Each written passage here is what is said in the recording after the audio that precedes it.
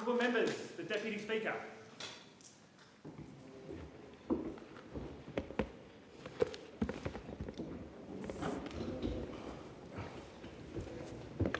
And are there any constituency statements by honourable members? And I give the call to the member for Mackellar. Thank you, Deputy Speaker.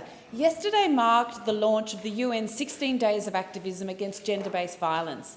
In Australia in 24, a woman was killed every 4 days, and intimate partner violence contributes to more death and disability in women aged 25 to 44 than any other preventable cause. This is simply astounding. And these are not just numbers, they are lives cut short. And the ongoing ramifications of domestic and family violence are devastating. It rips families apart, and the ripple effect on our society is endlessly damaging. In 24 in my electorate on the northern beaches of Sydney, we had the second highest increase rate of domestic violence-related assaults in New South Wales. And these are only the reported cases. This underscores the urgent need for government investment in prevention, culture change and more support and accommodation services, including in Mackellar. And the recent shocking Guardian investigation into the response of Queensland Police in the deaths of 3 women in that state lays bare just how much work there is still to go on changing the culture around domestic and family violence in this country, especially for our frontline responders. In Mackellar, the Northern Beaches Domestic Violence Network brings together local providers and community organisations to support victim survivors of domestic and family violence. On behalf of the Northern Beaches community, I extend the most enormous and heartfelt thank you for your tireless care and compassion. These organisations include the Zonta Club, the Women's Resilience Centre, Lifeline Northern Beaches, Moana Safe Space and the Northern Beaches Council. Other key members of the Northern Beaches Women's Shelter and Women and Children First are trusted specialist providers for crisis accommodation for mothers and children fleeing violence. These charitable organisations have delivered thousands of nights of safety and support to those in need. And yet, on average, both organisations turn away between 40 and 50 families a month due to a lack of capacity. And the wait for social housing for families in New South Wales can extend to 10 years.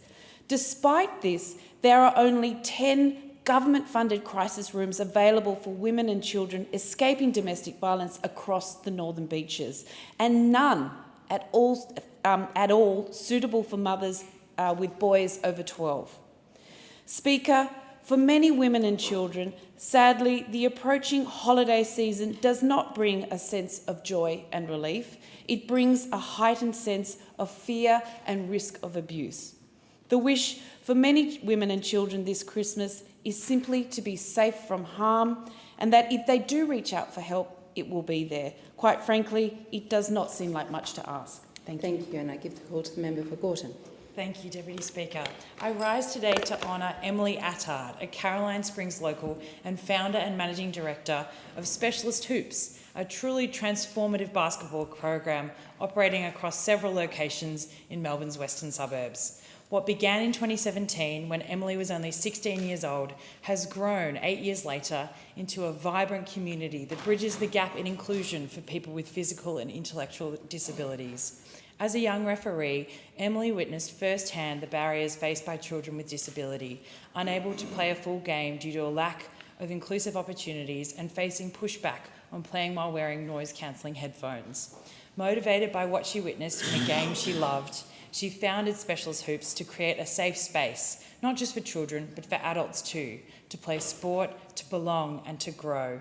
But more importantly, Specialist Hoops has matured into a community, a place where participants can develop skills, but also friendships, self-confidence and a strong sense of belonging. Emily's vision doesn't stop at inclusion for its own sake.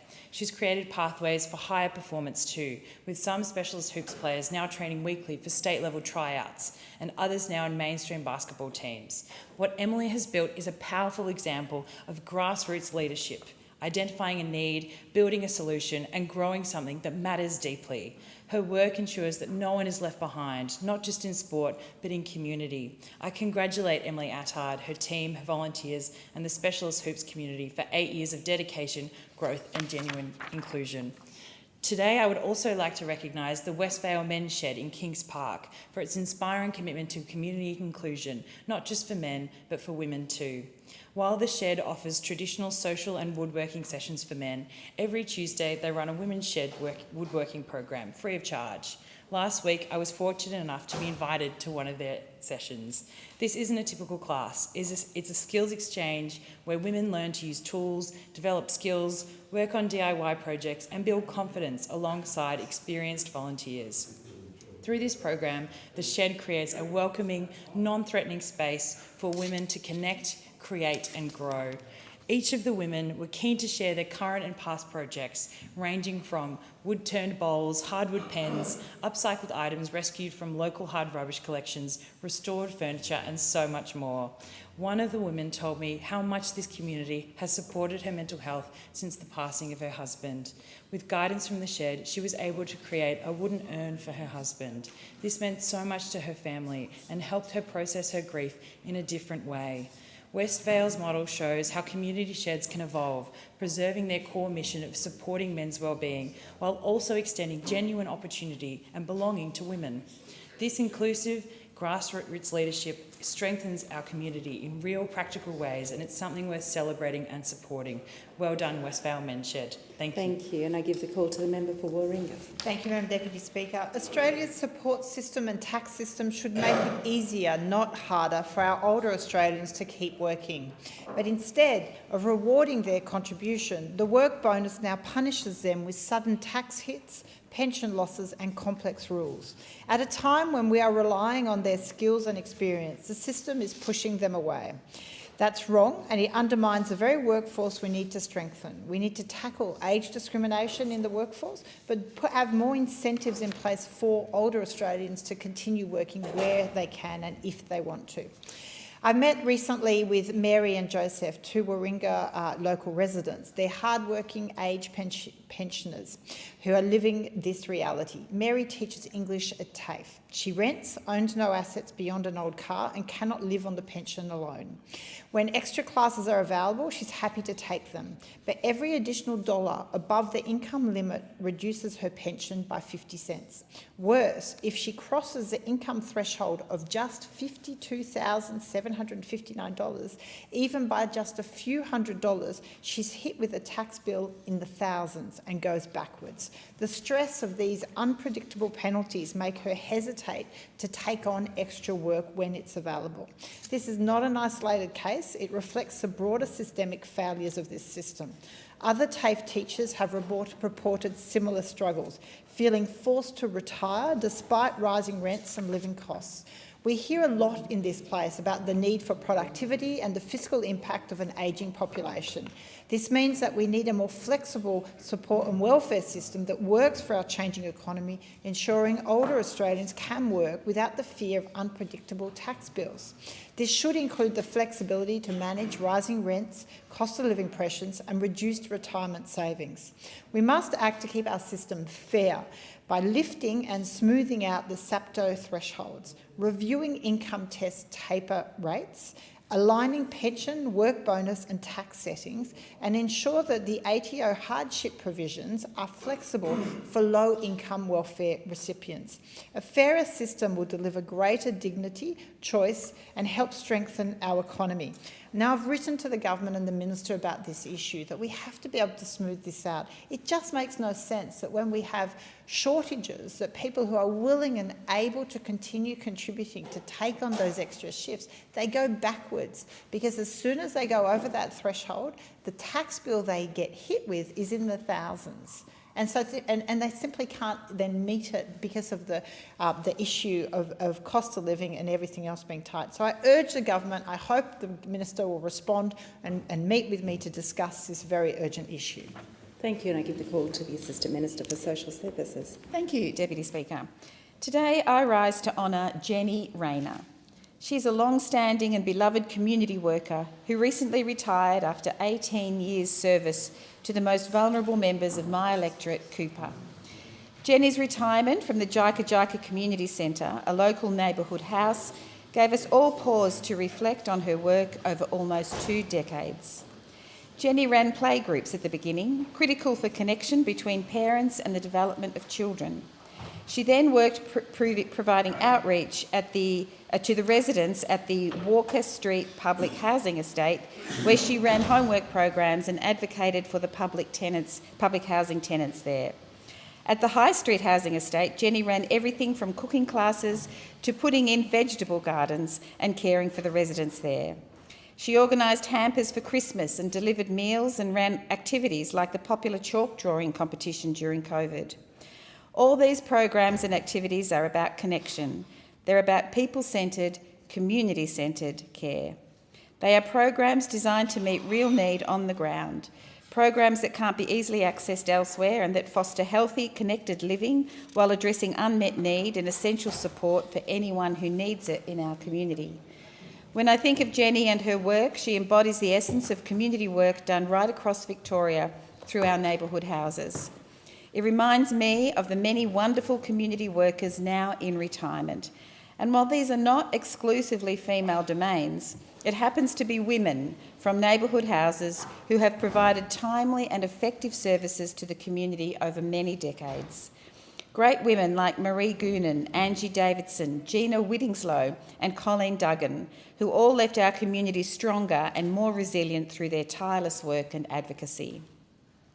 I thank Jenny sincerely and all the workers in neighbourhood houses. These are amazing spaces designed to meet hyper-local needs, centred in neighbourhoods with the diverse needs of each location in mind and in heart. They are spaces that provide friendship, support learning and well-being. I don't know of any other space where anyone can drop in for a cuppa to reduce their isolation, collect a food parcel, speak to a support worker, learn a skill, volunteer, join an activity group, and the list goes on. All of these activities provide support to improve the well-being of community members. This is not a flippant statement, it is a fact. Neighbourhood houses contribute $21.94 value for every dollar of funding they receive. I'm sure there's not an MP amongst us that doesn't appreciate the value of neighbourhood houses. And to all the workers in neighbourhood houses across Victoria, thank you for putting community first. Your responsiveness is what brings care, compassion, knowledge and dedication. Thank you, and I give the call to the member for Warren. Thanks, Deputy Speaker. And it's great to be able to rise today and say that common sense has prevailed. And it's not very often that I am able to say in this chamber that common sense has prevailed under this Albanese Labor government. But for the first time in a long time, it has. And you know why? It's because, and the minister's here and I'm pleased that she's here, the government made the common sense decision to say we're not going ahead with reducing speed limits on regional rural roads back to 80 kilometres, back to 70 kilometres. And I've got to say, the coalition has advocated strongly against this decision, and I recognise the member for Barker, who along with me has been campaigning on road funding for the last 4 or 5 years because sadly it has been cut under this Albanese Labor government. But can I say this? We at last have seen some success because the Minister for Infrastructure has said she's not going ahead with this harebrained idea to cut the speed limit back down to 70 or 80 kilometres. But now what we need to see, Deputy Speaker, we now need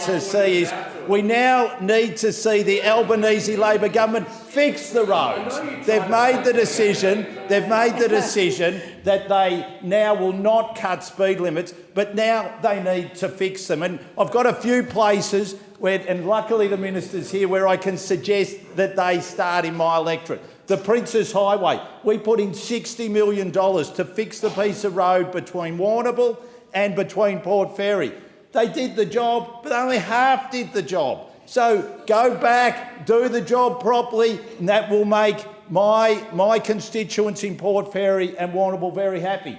There's also the Western Highway. Now, the Western Highway runs past Ballarat to Beaufort and then on to Stawell. Fix that. Fix the duplication between Beaufort and Ararat. Fix that, and that will make my constituents incredibly happy. And there are numerous more roads which we'd like to see extra funding go into. So I'm glad that the Minister's here, because she's hearing directly from my constituents as to what needs to happen. People's cars are being damaged. The potholes have got worse and worse and worse. And instead of the Prime Minister being in Melbourne announcing billions and billions of dollars for the suburban rail loop, fix the existing infrastructure. Why would you spend billions on these projects when your existing infrastructure is deteriorating before your eyes? So, Minister, you've got a big job, but at least you saw common sense on not reducing speed limits. Thank you, and I give the call to the Minister for Veterans Affairs. Thank you, Deputy Speaker.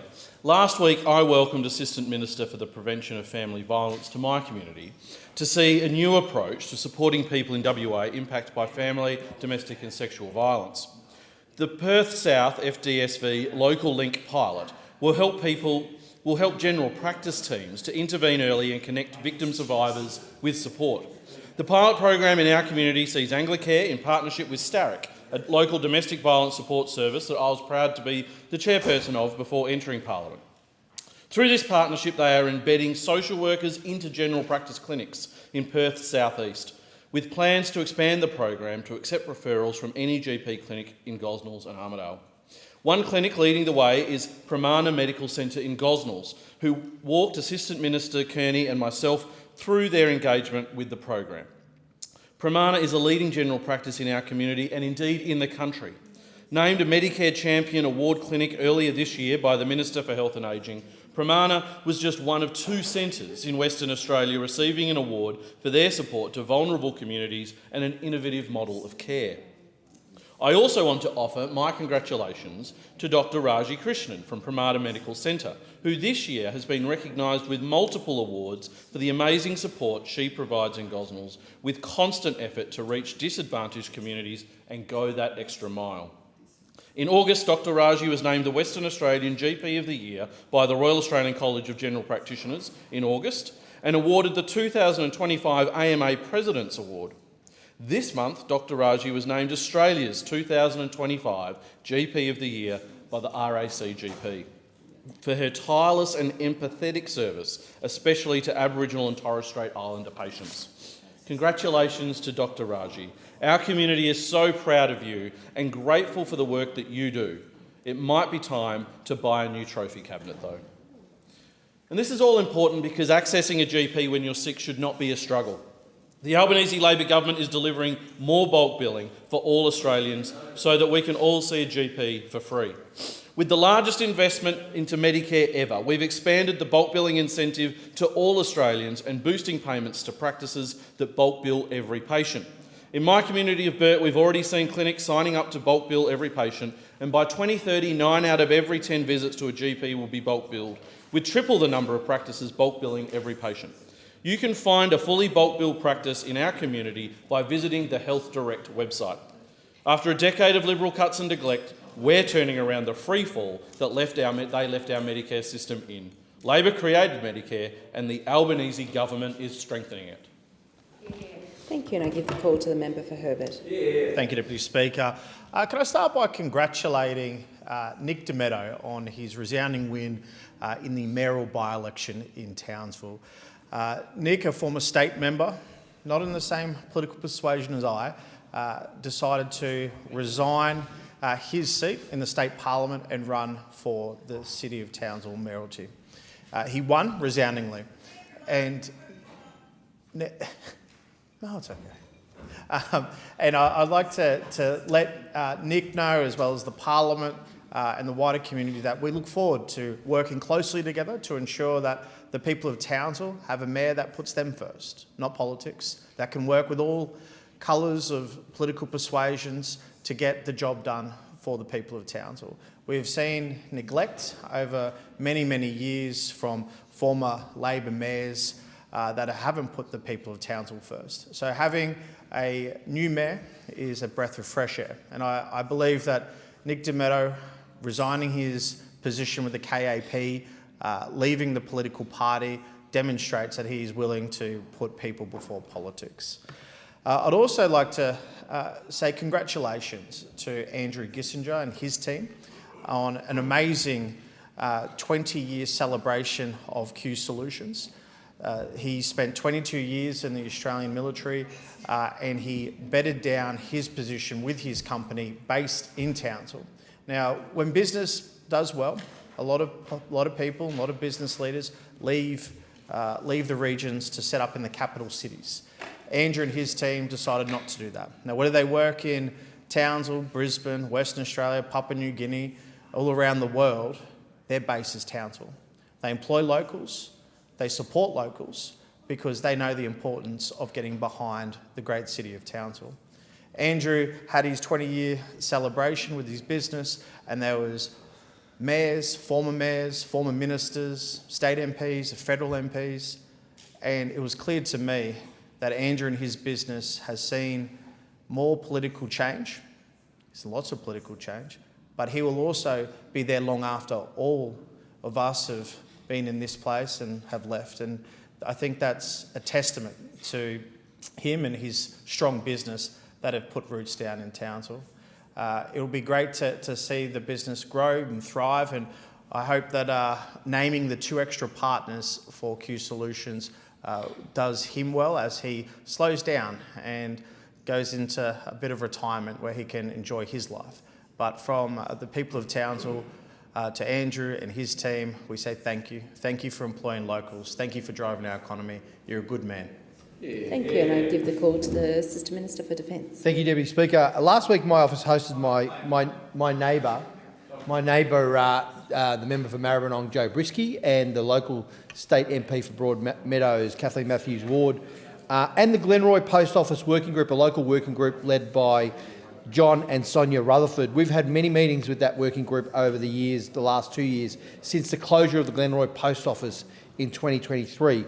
And I wanted once again to commend the work of the entire working group, all those locals who care, as we continue to advocate together for Australia Post to reopen an LPO in Glenroy. The effects of this closure that occurred 2 years ago cannot be underestimated for the community. The elderly, people with disability, local shopkeepers, people that don't have cars.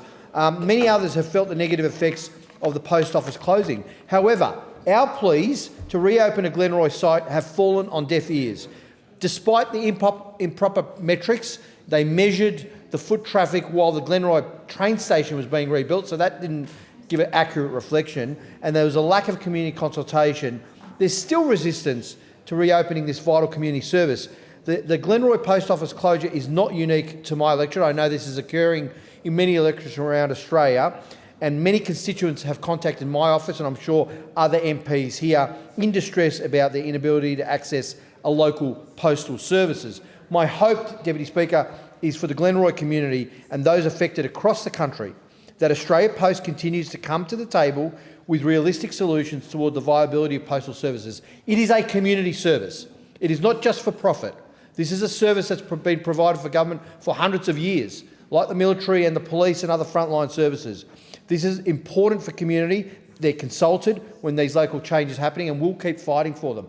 Deputy Speaker, also disappointing it was to learn through the media just last month that the local community health service, CoHealth, planned to cease operations at 3 of their clinics in Melbourne's inner north. This will impact thousands in my community, many of whom I've spoken to directly in the past month. The announcement by CoHealth's board was not done in consultation with our government. We actually found out, as the public did, through the media. But once we found out, the Albanese Labor government jumped to action, repeatedly urging CoHealth's board to pause their decision. The Department of Health and Primary Health Network have been trying to work with CoHealth to help them utilise the record investments that Labor have made into Medicare. Now, we don't want any compromise of the high-quality, complex care that they provide. And in fact, Minister Butler, Mark Butler, just last week announced $1.5 million additional federal funding to assist CoHealth to keep these clinics open at least until 31st of July next year. But this issue isn't over, Deputy Speaker. I want them to understand, this board, that they provide an essential community health service. We want to work with them together to make sure that these clinics stay open. Thank you, and I give the call to the member for Grey. Speaker, I rise to address the government's recent announcement regarding new endometriosis and pelvic pain clinics. While this announcement is fantastic on the surface, underneath is a profound disappointment for South Australia, the Health Minister's very own state. The Minister claims to be levelling the playing field, yet for regional South Australian women, the field remains uneven and the game hasn't even started. We are told these 33 clinics ensure care closer to home. This is an insult to South Australia. Of the 33 clinics overall, only 2 are in SA. Of the 11 new locations, 0 are in SA. That is right, 0. In my electorate of Grey, we are left relying on a single existing clinic in Kadina. While the staff there are dedicated and do a fantastic job, they are drastically understaffed and facing an impossible workload. Endometriosis affects 1 in 7 women, causing debilitating pain, and one solidarity clinic cannot physically serve tens of thousands of women across our vast rural and regional expanse. The government claims they are stopping women from struggling in silence. However, by ignoring our state's desperate need for additional resources, they are effectively silencing women on the Eyre Peninsula, the Mid-North, the Upper Spencer Gulf and beyond. How can the Minister speak of dignity and access when some women in regional SA face a 7-year diagnostic delay, exacerbated by geographical isolation? This $800 million package rings hollow when access remains a postcode lottery, a rigged lottery, a lottery where regional SA never wins. It is unacceptable that despite this significant spending, South Australian women remain an afterthought. We do not need more press releases. We need funded, staffed clinics. This announcement completely fails regional South Australia. Speaker, Uniting Country SA are tireless advocates for our region's most vulnerable young people, and I specifically want to thank Helen Warby from the Kadina team for illuminating a critical issue: the urgent need to keep country kids in the country. When children enter the protection system, the trauma is profound. Minimising the pain requires keeping routines familiar, ensuring students remain in their local schools, stay close to family and keep siblings together. Consistency is powerful. The statistics, however, are sobering. As of July 2025, nearly 5,000 SA children are in care. While dedicated families care for over 1,600 of them, demand in our region outstrips supply. Agencies reported an increase of 80 children needing placements this year alone. Unfortunately, SA has the highest rates of residential care, which cannot replicate the warmth of a family home. To our foster parents, thank you. Your dedication builds brighter futures. Thank you, and I give the call to the Minister for Infrastructure. Thank you very much, Deputy Speaker. Well, of course, little schools do matter. They're the words of Marie, a mum of 4, an active school community member at Lal Primary School, one of a number of proud local schools who are celebrating their 150th anniversary this year. The Lal celebration was a brilliant event with songs from the students, the retrieval of the time capsule and plenty of cake, of course. I'd met the current grade 5 and 6 students here in Parliament House in October, but it was really exciting to also meet 94-year-old Pat, a grand matriarch who attended the school in 1937, and of course 100-year-old Jim, who attended the school for a month back in 1931 while he was staying with his grandma while his mum was having his sister. Trentham Primary School also celebrated their 150th anniversary this past weekend. They celebrated with a sausage sizzle, slushies and a lot of dancing and of course cake. My sister-in-law Karen, who's actually here in Canberra this week, and her sisters all attended this little school in the 1960s and they still have very fond memories of it. I was proud to attend the Clunes Primary School 150th anniversary in July this year, and I look forward to celebrating the 150th anniversary of Warren Heap Primary School on the 7th of December. It really speaks volumes of just how much little schools do matter, and that so many people are coming together to celebrate these momentous occasions. There is, of course, nothing quite like the Ballarat Show. 2025 was the show's 170th year, but the first in its new Mount Rowan home. It's always a huge and fun-filled day for local families, from dashhound races, camel rides and miniature goats, to competitive wood chops and motocross professionals during exciting tricks. I'm not the only one who loves the show. In fact, over 20,000 people visited this year, 5,000 more than last year's show. I was very pleased to support the Ballarat Agricultural and Pastoral Society with a $1.5 million election commitment in April this year. The funds will go towards the new event and exhibition centre. It will be a versatile and modern venue able to host everything from agriculture and wine shows to workshops and community get-togethers. I want to congratulate particularly Kerry, Matt and the rest of the volunteer committee who've done a brilliant job of relocating to the new premises and continuing the show's proud legacy. I also just want to briefly speak about the huge increase the Albanese Labor government is giving to regional road funding. Two things that really shocked me when I first became the minister was the cuts that had been made to road maintenance funding under those opposite. The cutting, the freezing of indexation to road maintenance funding. And now that we have doubled roads to recovery, $1 billion is going each and every year to our local governments for the roads that we work on every single day. Thank you. And I give the call to the member for Casey. Deputy Speaker, and this month I was privileged to hold my Casey Volunteer and Community Awards and my Casey Apprentice and Trainee Awards. Volunteers, community groups, apprentices and trainees had their dedication to our region recognised across the two ceremonies. And I ask the member to pause. The division has been called for in the House. The proceedings are suspended to enable honourable members to attend the division. The proceedings will resume when the chair of the Federation Chamber is resumed at the conclusion of the division or subsequent divisions.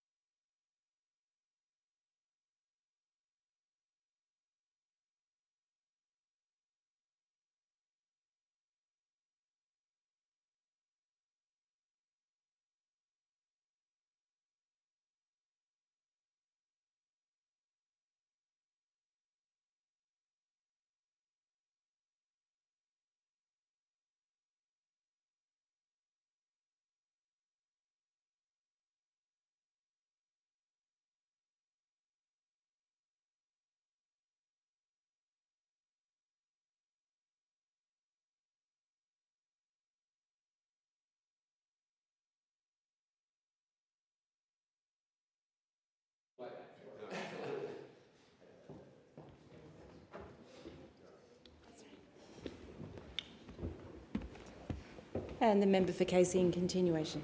At the Casey Volunteer and Community Awards held on Saturday the 8th of November, 3 community groups and 70 individuals were recognised for their outstanding service. It was an honour to celebrate the heart of our community and offer well-deserved recognition.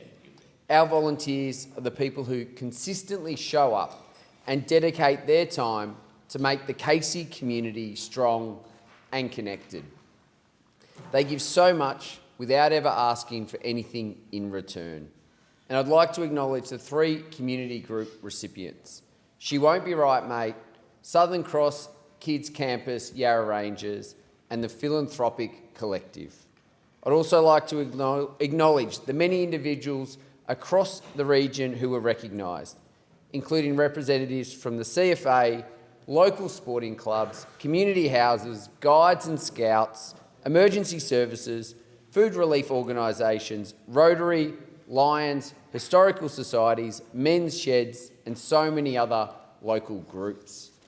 And at the Casey Apprentice and Trainee Awards held on Thursday the 20th of November, 10 local apprentices and trainees were recognised across a variety of fields. And it was encouraging to see so many local business owners nominate their apprentices and trainees. These awards highlight that university is not the only pathway to success and that trades are vital to our region's future. The event also recognised the contribution apprentices and trainees make to local businesses. And I'd like to acknowledge the award recipients. The winner, Eden Roberts, apprentice chef at Dudley's Restaurant in Olinda. And the runner-up, Jaron Stevenson, he's an electrical apprentice at Stretch Electrics in Lilydale. And the distinguished finalist, Amelia Kleehammer, a trainee chef at Three Sugars Cafe in Warburton. Lily Reynolds, a hairdressing apprentice at Blondin Co in Yarra Glen. Nathan Robinson Darvell, who's a carpentry apprentice at Malta-Rona Constructions. And the other finalists, Ebony Eagleton, a plumbing apprentice at Specialised Plumbing Group. Aidan Keithley, a mechanical apprentice at the VACC.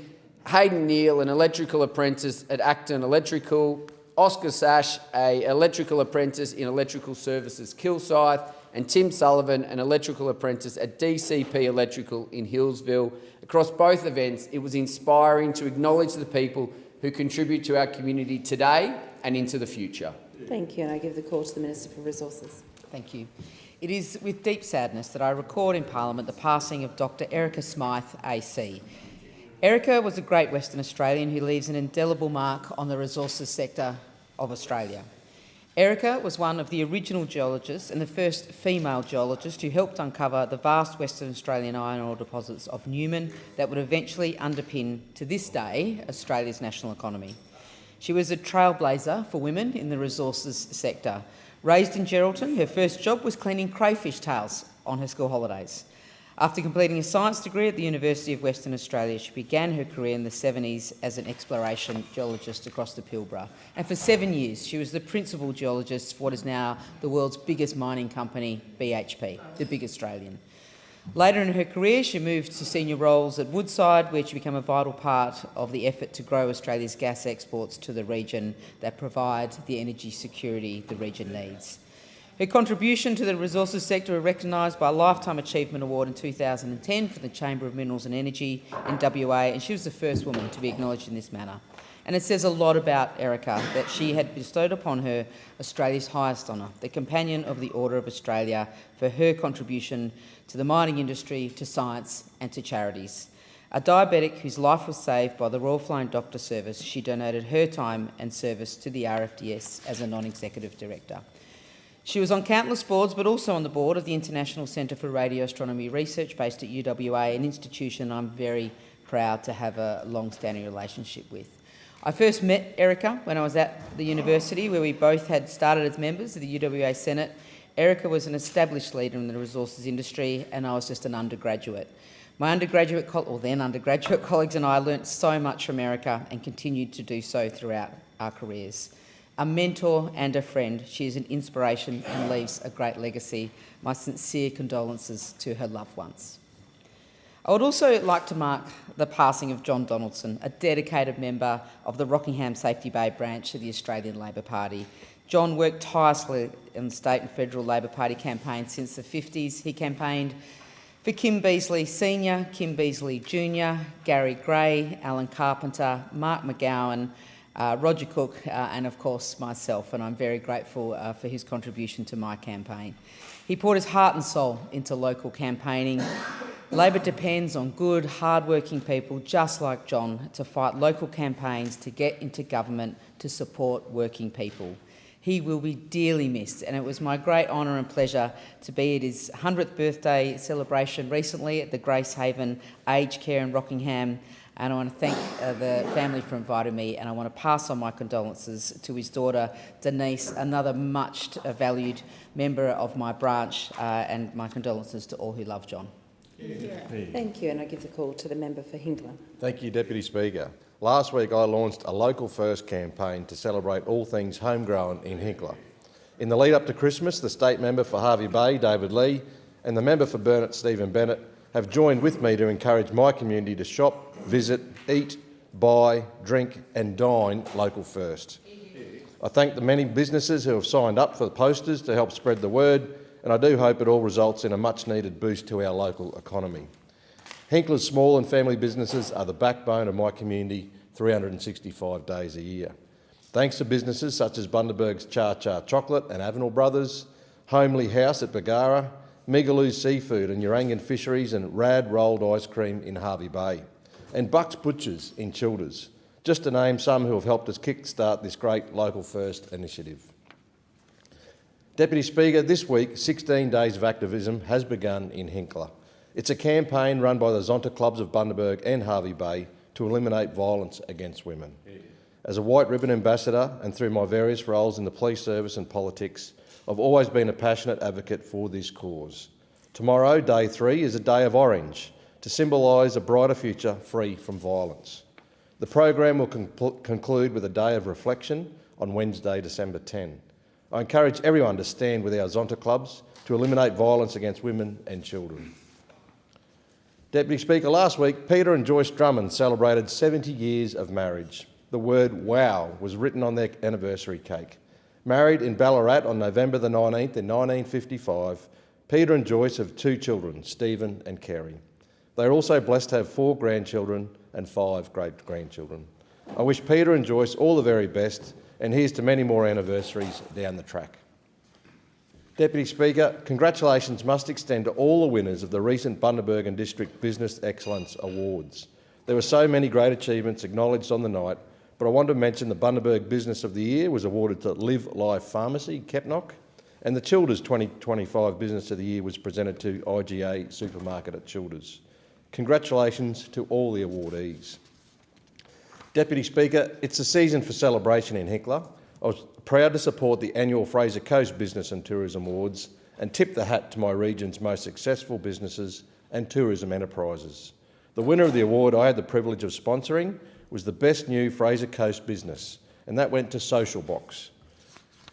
Social Box team now has a full-scale operation serving up wholesome meals to people all over Hinkler, including aged care and NDIS clients and providers.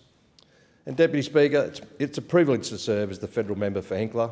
My family and I would like to wish those in my electorate of Hinkler a wonderful Christmas filled with love and laughter and a new year that brings peace, health and happiness. Thank you, and I give the call to the member for Dunkley.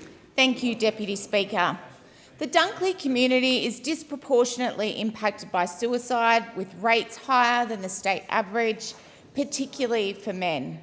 This issue is close to my heart, which is why I recently invited Dan Repicoli, the Special Envoy for Men's Health, to the electorate.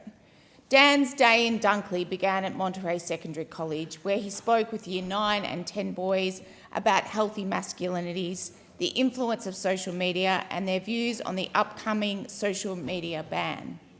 We then visited Chisholm TAFE to meet electrical apprentices and discuss the physical and mental challenges they face, the strategies they use to manage them, and the importance of regular checkups with their GP. The opportunities reinforced how essential it is to create safe spaces for men and boys to speak openly about their experiences with mental health and wellbeing. We concluded the day with the Dunkley Men's Health and Wellbeing Forum, attended by 70 men, students and representatives from 14 men's organisations. The event was supported by the Man Cave in Movember and the Frankston Dolphins Football Club.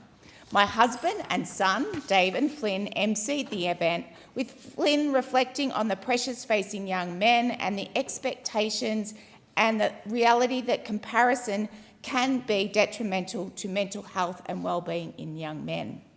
Dan spoke about key health issues including prostate cancer, body image, the importance of regular health checkups, and asking for help when you need it. Participants also heard about current research and local initiatives identifying what is working, emerging issues, and the next steps our community can take. Activities throughout the event ensured the voices of men and boys were genuinely heard. It was heartening to see attendees commit to forming a Dunkley Men's Health Network. Last Friday, I hosted Minister O'Neill, Special Envoy Josh Burns, Minister Kilkenny and Minister Shing at the Dunkley Housing Forum. I thank the Frankston City Council and the Committee for Frankston Mornington Peninsula for their strong support of this forum. The forum brought together housing providers, funding bodies, investors and builders to explore practical pathways to address Dunkley's housing supply challenges. Together, we examine the needs, barriers and opportunities to delivering housing stock, including more social and affordable homes. As a federal member for Dunkley, I will continue bringing organisations together to collaborate and deliver outcomes that meet communities' needs now and into the future. And I give the call to the member for Mallee. Thank you, Deputy Speaker. I rise to express my great pride in the farmers of Mallee. They are facing an uphill battle right now. They have the Victorian government and their tentacle subgroup, TCV, Transmission Company Victoria, who are coming onto farms. Well, actually, that's what they want to do. They want to enter farms, and instead we have farmers who are standing inside the fence saying, access denied. Access is denied to TCV and to the Victorian government for seeking to railroad my communities. These farmers are on the edge of harvest. They are literally about to start harvest. We also hear in this space that we have Chinese-made brake pads with asbestos in them. Asbestos is illegal to bring into Australia. But here we have companies all over Australia who are bringing in wind turbines with asbestos as part of the works of each turbine, creating biosecurity hazards. I would suggest, I'm not an engineer, but I would suggest that if a wind turbine goes on fire, then what is happening with that asbestos? There is food growing under these turbines. This is an absolute disgrace that the Labor government has allowed these turbines to come into Australia with no checks and balances. What is going on that this product is all over Australia now by the thousands, maybe the hundreds of thousands? Renewables absolutely cost farmers. And I have farmers in my electorate, and I'll name a few of them: Andrew Wiedemann, Ross Johns, Julie Weir, Marcia McIntyre, Ben Duxon, Gerald Feeney, all of these farmers and the myriad that are coming to support them, standing at the gate, stopping TCV coming in. Now, TCV don't actually have court orders to be able to enter the properties. They have no right, but I tell you what, they're intimidating and they're bullying our farmers. It is outrageous at the beginning of harvest. And we hear today that the Victorian government have put out a consultation about the 5 new reses, I think there are 6 now, doubling the gigawatt powers that they require to put on farmland. I mean, seriously, a consultation over a harvest period right through to February. When farmers are at their busiest, they are tired and now they have to do what we know already is actually a sham consultation. It is a disgrace, and both the federal Labor government and the Victorian Labor government should be held to account, and that's what we are doing on this side of the House. Thank you, and I give the floor to the member for Bennelong. Deputy Speaker, I rise today to acknowledge an outstanding achievement by a much-loved person and market in our community, Le Marché French Markets, and its founder, Solveig Coulon. Last night at the French Embassy in Canberra, Le Marché was awarded the French Australian Award for Art, Culture and Events, a national recognition of the contribution this market has made to Australia's cultural life. It is an honour they have well and truly earned, Deputy Speaker. For those who haven't had the pleasure of visiting, Le Marché hosts its Sydney markets at Woolwich Dock in Hunters Hill, and what they've created down there is remarkable. It's not simply your farmers' markets, but it's a celebration of French culture, creativity and community spirit. Thousands of locals flock to Hunters Hill throughout the year to experience a slice of France, its flavours, its artisans, its music and its warmth. As the chair of the Parliamentary Friends of France, I've had the privilege of seeing firsthand how cultural events just like this strengthens the relationship between our two nations. Le Marché has become one of the Sydney's most vibrant examples of that friendship in action. Solveig's leadership has been central to this success. Her determination, her years of hard work and her deep commitment to community building have created something very unique, and we are so blessed to have it in Bennelong. I congratulate Solveig and the entire Le Marché team for their wonderful recognition last night and their enduring friendship between Australia and France. Deputy Speaker, I rise today to acknowledge the life and legacy of Cole Joy, a music pioneer, a household name, and for us in Bennelong, a much-loved local from Woolwich. Cole was one of the first greats of Australian rock and roll. In the late 50s and 60s, his warm voice and cheerful stage presence helped shape a new sound and a new confidence for our country. In 1959, his hit Oh Yeah, Uh-huh became the very first #1 single by an Australian pop artist, an achievement that opened doors for many who followed. But Cole's story just wasn't about chart success. He gave young artists, including the Bee Gees, opportunities and worked behind the scenes to strengthen Australia's music industry. He was recognised with an Order of Australia for his contribution to entertainment, and his generosity continued later in life when he donated more than 1,000 pieces of memorabilia to the National Film and Sound Archive, preserving our cultural history for generations. Deputy Speaker, Cole Joy showed us that Australian artists could make their mark on the world stage. He brought joy to millions, inspired countless musicians, and carried himself with warmth and humility. We remember him not only as a pioneer of Australian music, but as a valued member of the Bennelong community. May his legacy continue to inspire. Thank you, and I give the call to the member for Dawson. Thank you, Deputy Speaker. In Dawson, the quiet of Crystal Brook and Kelsey Creek is under siege from the threat of a wind farm that would steal a sunrise, drown out the dawn bird chorus and loom over homes and farmlands. The Mount Challenger wind farm is not a minor project. It is an industrial-scale intrusion, placed within minutes of family homes, farms, and one of our region's most treasured recreational landscapes, the Peter Faust Dam. Residents were blindsided. A handful of landholders were approached in private. Turbine locations are vague. No genuine consultation. In response, more than 120 residents have now united through the Whitsunday Wind Farm Action Group to defend their homes, their health and their livelihoods.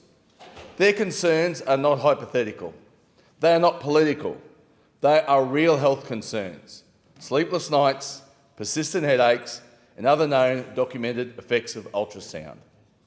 Some of these turbines will be less than 2 kilometres from homes. There will be an increased heavy traffic movement on narrow rural roads, not to mention the heightened threat to our delicate ecosystem, home to eagles, brolgas and the Proserpine rock wallaby, and above all, the destruction of peace that generations have enjoyed. Deputy Speaker, these are proud rural Australians, people who have already invested in solar, batteries and sustainable practices. They support clean energy. What they do not support is a project forced upon them without respect, without honesty and without proper scrutiny. Crystal Brook and Kelsey Creek are not suitable locations for wind turbines.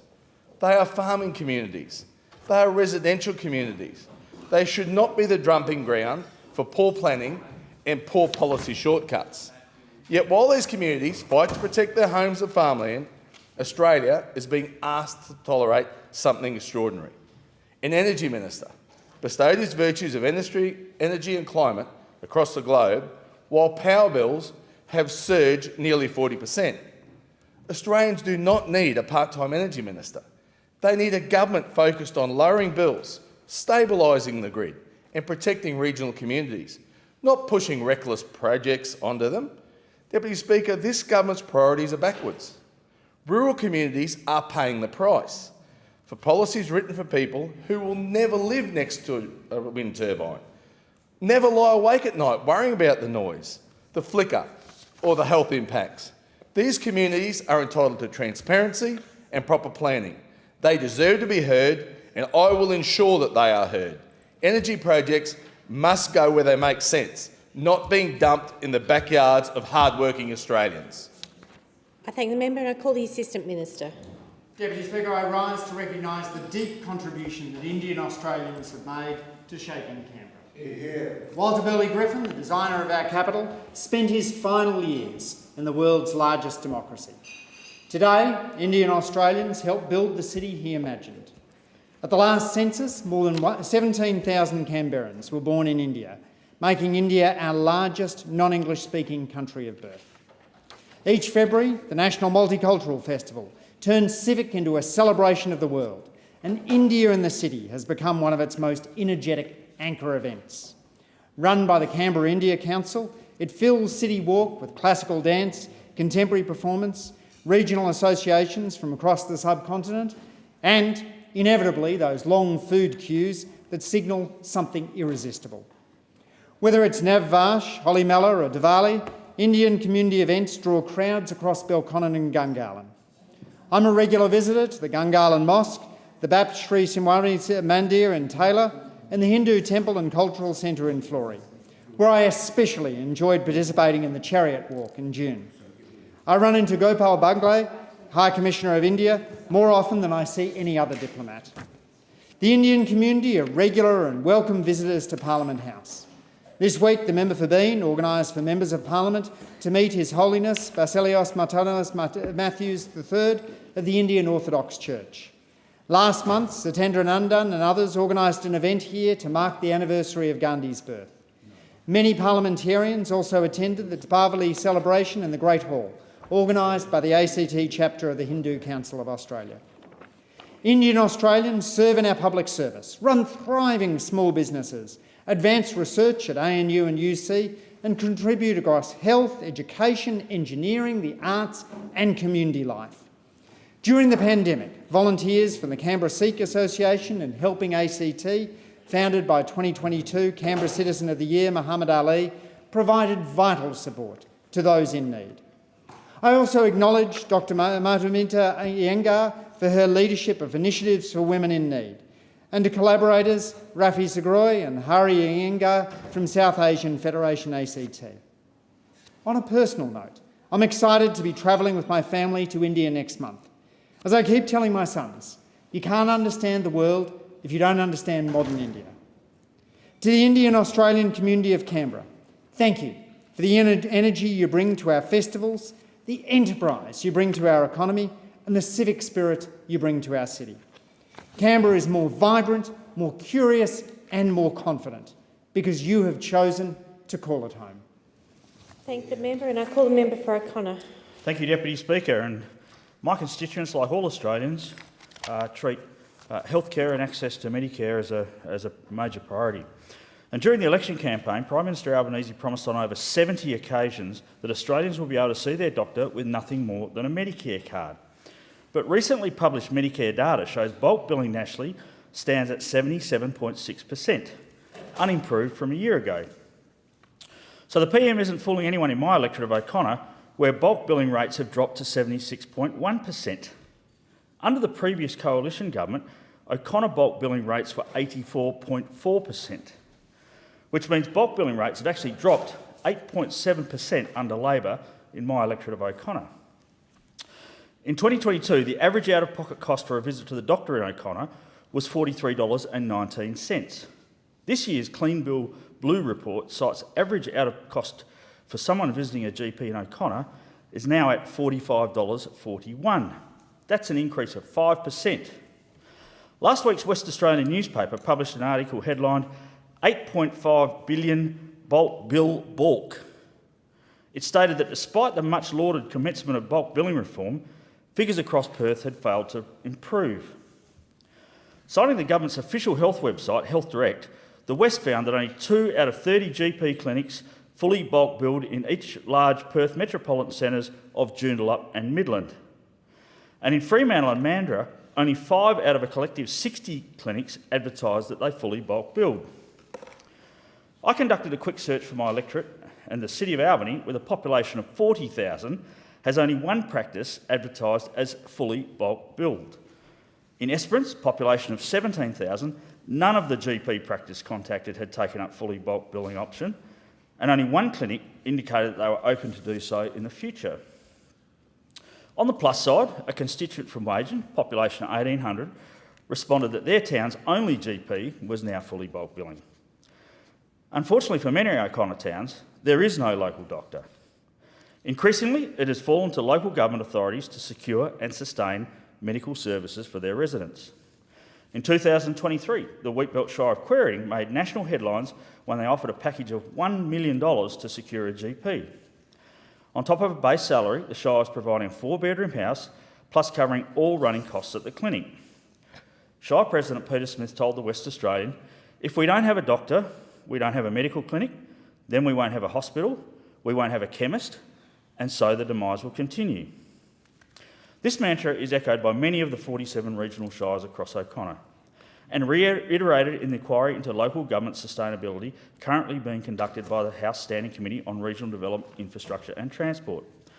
In their interim report, Chair of the committee, the member for Solomon, said, "Local governments around Australia are increasingly being..." The member's time has expired. I'm sorry. I thank the member and I call the member for Tangney. Thank you, Madam Speaker.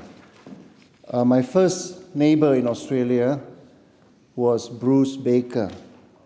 My family and I migrated to Australia in 2002, and our first house was in Bull Creek in my electorates of Tangney. One day, Bruce looked over the fence and saw that I needed help with how to mow my lawn, clean the swimming pool, even with cooking of barbie, and more importantly, helped me to repair my retic. He helped me to become more Aussie. My wife, kids, and I all call him Uncle Bruce. My kids will go over to his house for treats and to be spoiled. Today, my grandchildren also call him Uncle Bruce. Mesothelioma, a word I didn't know until last year.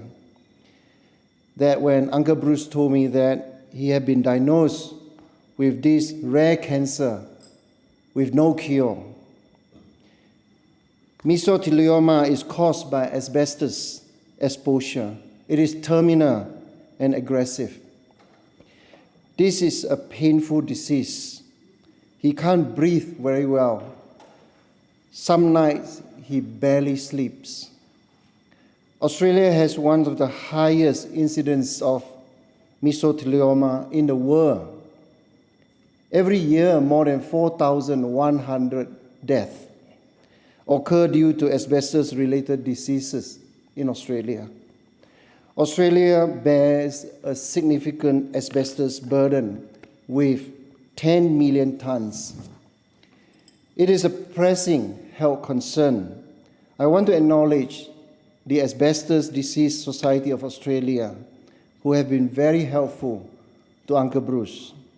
Uncle Bruce is a constituent of Tangney, my first neighbour, and a very dear family friend. I have more memories and gratitude than I can ever say in one speech.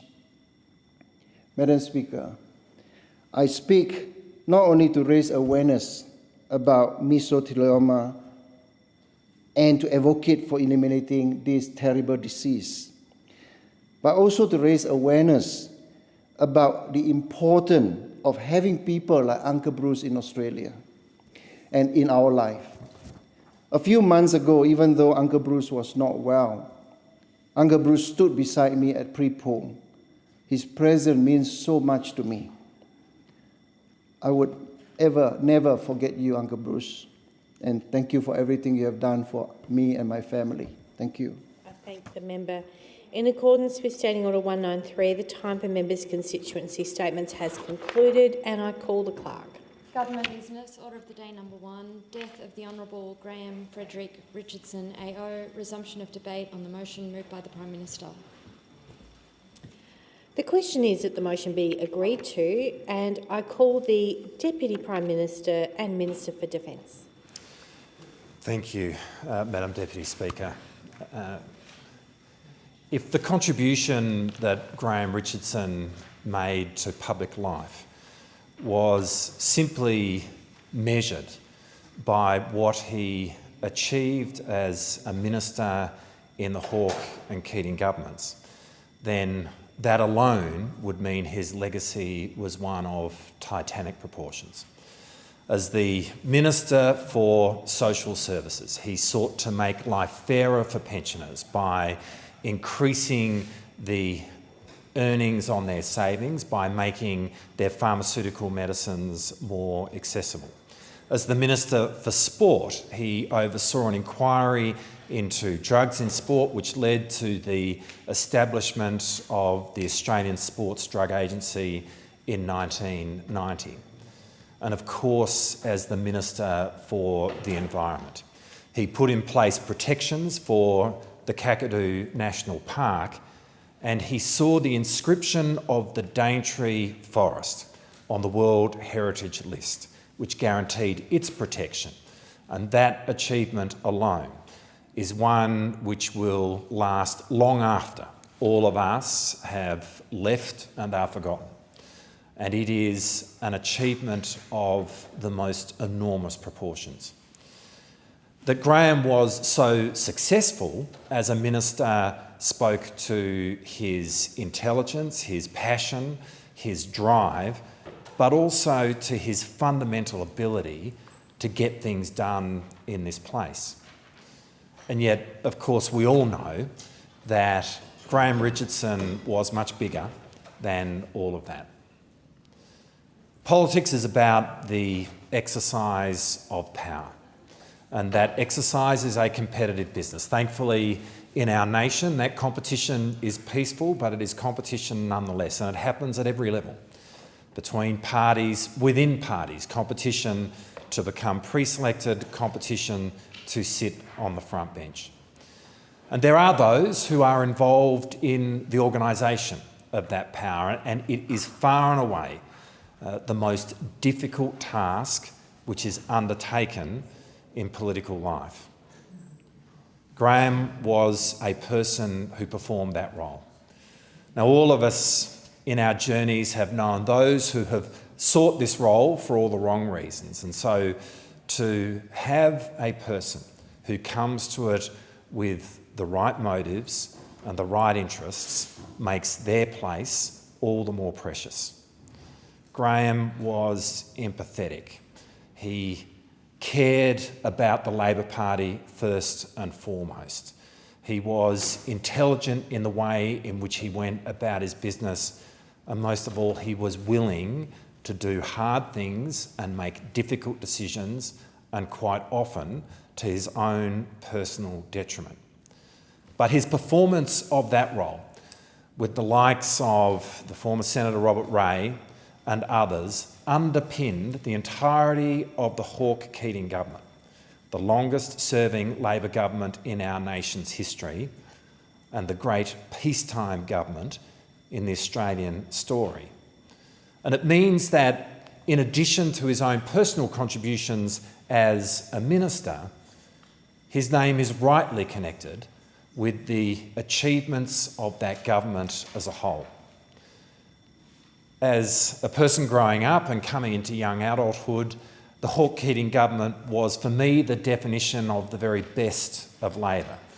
It defined for me what I hoped my life would be about.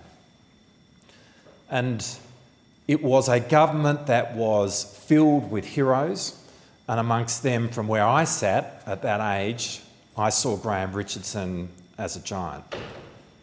Later in life, as I came to be in this place and to walk these same corridors, it was clear that for all of us, we are on a pursuit of understanding how the Labor Party works, understanding how power works, understanding how broader politics is pursued, understanding how Australia fundamentally runs.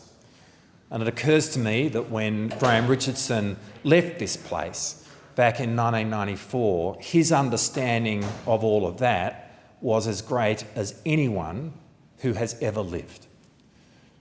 And it meant that in his post-parliamentary life, when Graham went into the media, he was incredibly successful. He knew what he was talking about. And he had an ability to cut to the heart of an issue, to understand its essence and to be able to convey that to a much broader audience and to do so with humour. It was in his role in the media where I first met Graham personally. In fact, Graham in many ways reached out to me simply to offer his wisdom and his counsel if ever I needed it. And needed it, I did. And I found myself speaking to Graham frequently. And as all of us come across problems in this place which feel at times completely intractable, Graham was a source of advice, and more often than not, he offered a way through. He was really clear about what needed to be done.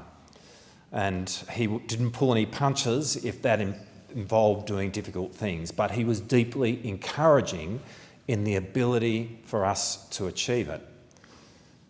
It was a counsel and a wisdom and a friendship which mattered to me greatly. And of course, I was not unique. There were so many others of us who have been a beneficiary of Graham's wisdom. And what it means is that in the current generation of Labor politicians in this place, Graham's mark is very much amongst us on this very day. And I'm deeply grateful for it. When I take a step back from all of that, what strikes me is the generosity of it, because Graham was already a giant. He had every reason, having left here, to walk off into the sunset, not busy himself with the difficulties of this place and to simply enjoy life. But he loved the Labor Party. He cared about us. And for those of us who were the beneficiaries of his wisdom, we very much felt that sense of care. And so the Graham Richardson I knew is a person who was characterised as a man with a giant heart. Graham demonstrated that in terms mostly in his relationship with his family. Graham had a former wife, Cheryl, and children, Matthew and Kate. But in the time I knew Graham, it was in his raising of Darcy and his marriage to Amanda where I really saw this on display. Graham loved both of them so much. Graham had real difficulties with his health. He was a long-time sufferer from cancer. And in 2016, he had a very well publicised and very appalling decision to make.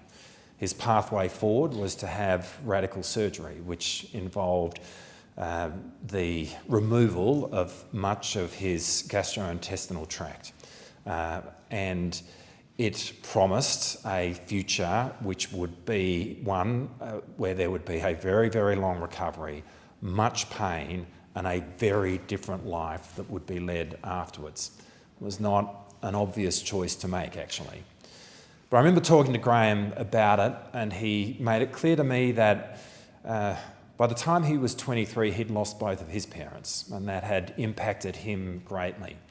And as his son Darcy was growing up, he was absolutely determined not to leave Darcy without a father in his childhood.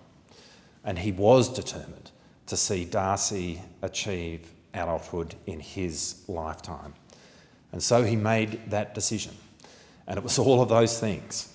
It was painful. There was a long recovery. And life afterwards was very different. But he did return to the media. He gave his insightful commentary. He continued to be a mentor to me and to so many others. But most importantly, he was there as Darcy's father and Amanda's husband. And you know, in those years, I looked at what Graham was doing and thought it was utterly heroic. It was such an incredible thing that he was doing for his family. When Graham passed away last Saturday fortnight, he did so after Darcy had turned 18, and he did so within 48 hours of Darcy completing his last final year exam. He did indeed live to see Darcy complete his schooling and for his boy to become a man. And amidst the grief that I know that Darcy and Amanda are feeling right now, amidst the grief that we all feel right now, there is a solace in that, because it is such an incredible gift that Graham has given to Darcy and to Amanda. And for all of us who had the privilege of seeing that, it is an extraordinary inspiration.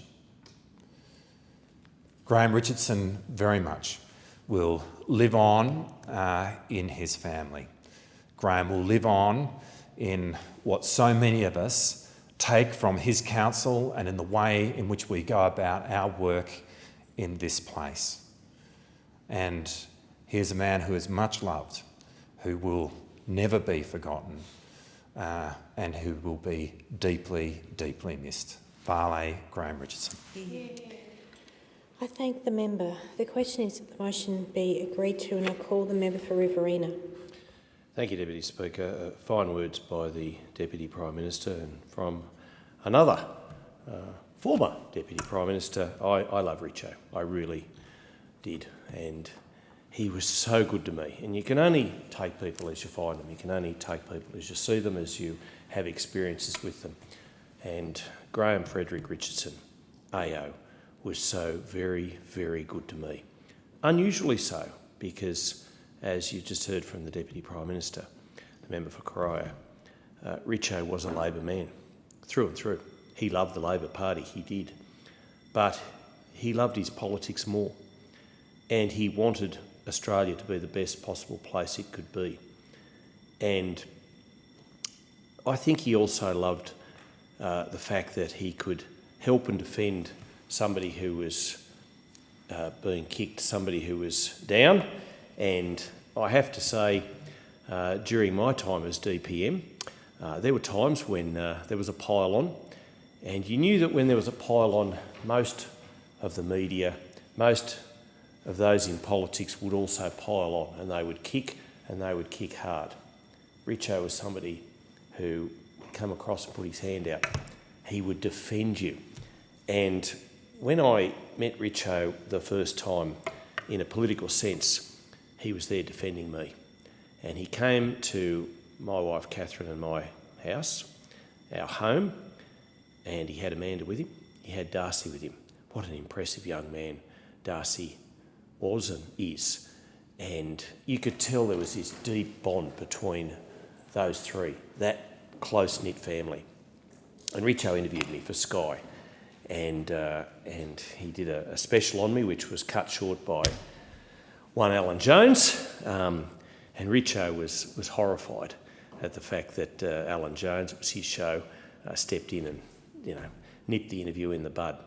But whilst the show was on air, you could sense this friendship that was forming between Graham and I. And it was a friendship that endured, and endured to the day that he passed. And I was very, very upset when I learned that he had died. Not just because I didn't get to experience that long lunch that we'd been promising to do for some time, but because I'd lost a very true and dear friend. And Catherine had too, and I wasn't aware of how close Catherine and Amanda were, but they were texting on the day, and Amanda, I saw her in the corridor the other day, and I know she was in the Parliament this week for the Prime Minister and the Leader of the Opposition's fine eulogies and fine memories of Graham. But I have to say, Australia has lost one of its brightest beacons with the death of Graham Richardson. And he was always so very supportive and encouraging. He happily gave his wise counsel. And I'm from the National Party. I mean, just go figure this. You've got a Labor doyen, somebody who is entrenched in, call it for what it is, the union movement, the Labor movement, who reaches out across the aisle, across the political divide, and wants to help and support a National Party person at a time when that National Party person was having a pile-on against them. And I'll tell you the other person who did this as well, Simon Crean. Simon Crean and I were very, very close, and I cried the night I learnt that he had passed, and I don't cry very easily, I don't. But, you know, when my wife Catherine, just after Easter last year, had open heart surgery, Richo reached out. He sent a beautiful bunch of flowers, and that was special. And he would be the first on the phone to ring and to offer his advice, but also to pep you up when he thought you needed it. And that's rare in politics. And I know the Deputy Prime Minister and I have a good relationship, we do, and I admire the job that he's doing, although I'd never admit it publicly. I think I just did. But, and I know the Attorney-General and I have a very close relationship. And you form these friendships across the aisle, and you do it because you want the best for our nation. You do. And I hope the member for Dixon and I can eventually in the future as well, because we're only custodians of a job for as long as the people who get to vote us in decide that we are still the person for the job. And Richo gave his all when he was the Health Minister and other portfolios as well. Yes, it was whatever it takes. Yes, he was a rogue. Let's call it for what it was. He was a bit of a rogue in his younger years, but you know, who isn't? There's none of us are perfect. There's absolutely none of us are perfect. But he gave so much to this nation.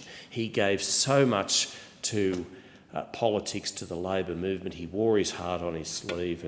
And I understand, I know full well that he was one of Labor's power brokers, numbers men. He was ruthless when he needed to be. But he got on well with people across the political spectrum, and that's the important thing. He loved his country, no doubt about it. You didn't have to second-guess Richo because he was a plain talker, he was upfront, he was honest, he was straight to the point. He meant what he said, and he said what he meant each and every time. And I know that he gave that promise to Darcy, lovely, smart, intelligent, beautiful young Darcy, that he would live until Darcy had completed his high school certificate, and he did. And he kept his word. And you know why he kept his word, Deputy Speaker? Because he was a man of his word. And he was. If he said he was going to do something, then he jolly well did it. As the Deputy Prime Minister has just said, he had so many surgical procedures. He had so much going wrong with his health, but he didn't complain. You didn't know about it. He just got on with the job. He was mortified as to his inability to do the normal, daily, everyday things that most of us just take for granted. But he was mortified as to what he was doing to Amanda and or asking her to help him in every possible way of life. But you know, that was the Richo we know and loved. His articulate thoughts in the media, and they were articulate, always cut through. And even when Scott Morrison went on his little overseas trip, and I know I was the DPM at the time, and the whole nation was on top of Scott for doing that, Richo defended him. Richo was in there and he was saying, well, Prime Ministers need holidays too, they need a break. And the one thing that he fell upon in that argument defending the then Prime Minister was the fact that it was about family. And Richo believed in family. He believed in core values. And he also, surprisingly enough, and I'll be a little bit political here, even though he's a former Environment Minister, and we can thank him for what he did to preserve and save and protect the Daintree rainforest, he also believed in, wait for this, coal. He did. And I remember he texted me one day and he said, only idiots think we can do without that black stuff. But he was sensible, he was pragmatic, unusually so for this place. And I say this place across the aisle because he didn't always go with what you would expect him to. He didn't just always go with the grain, and because that was the party political position, he would just fall into line.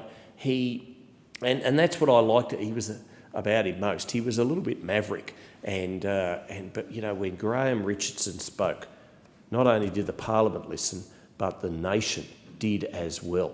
And as I say, I love the bloke.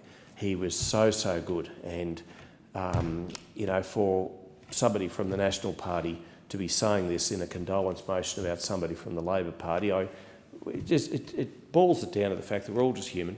We all just have the same desires, the same hopes, the same ambitions, the same aspirations.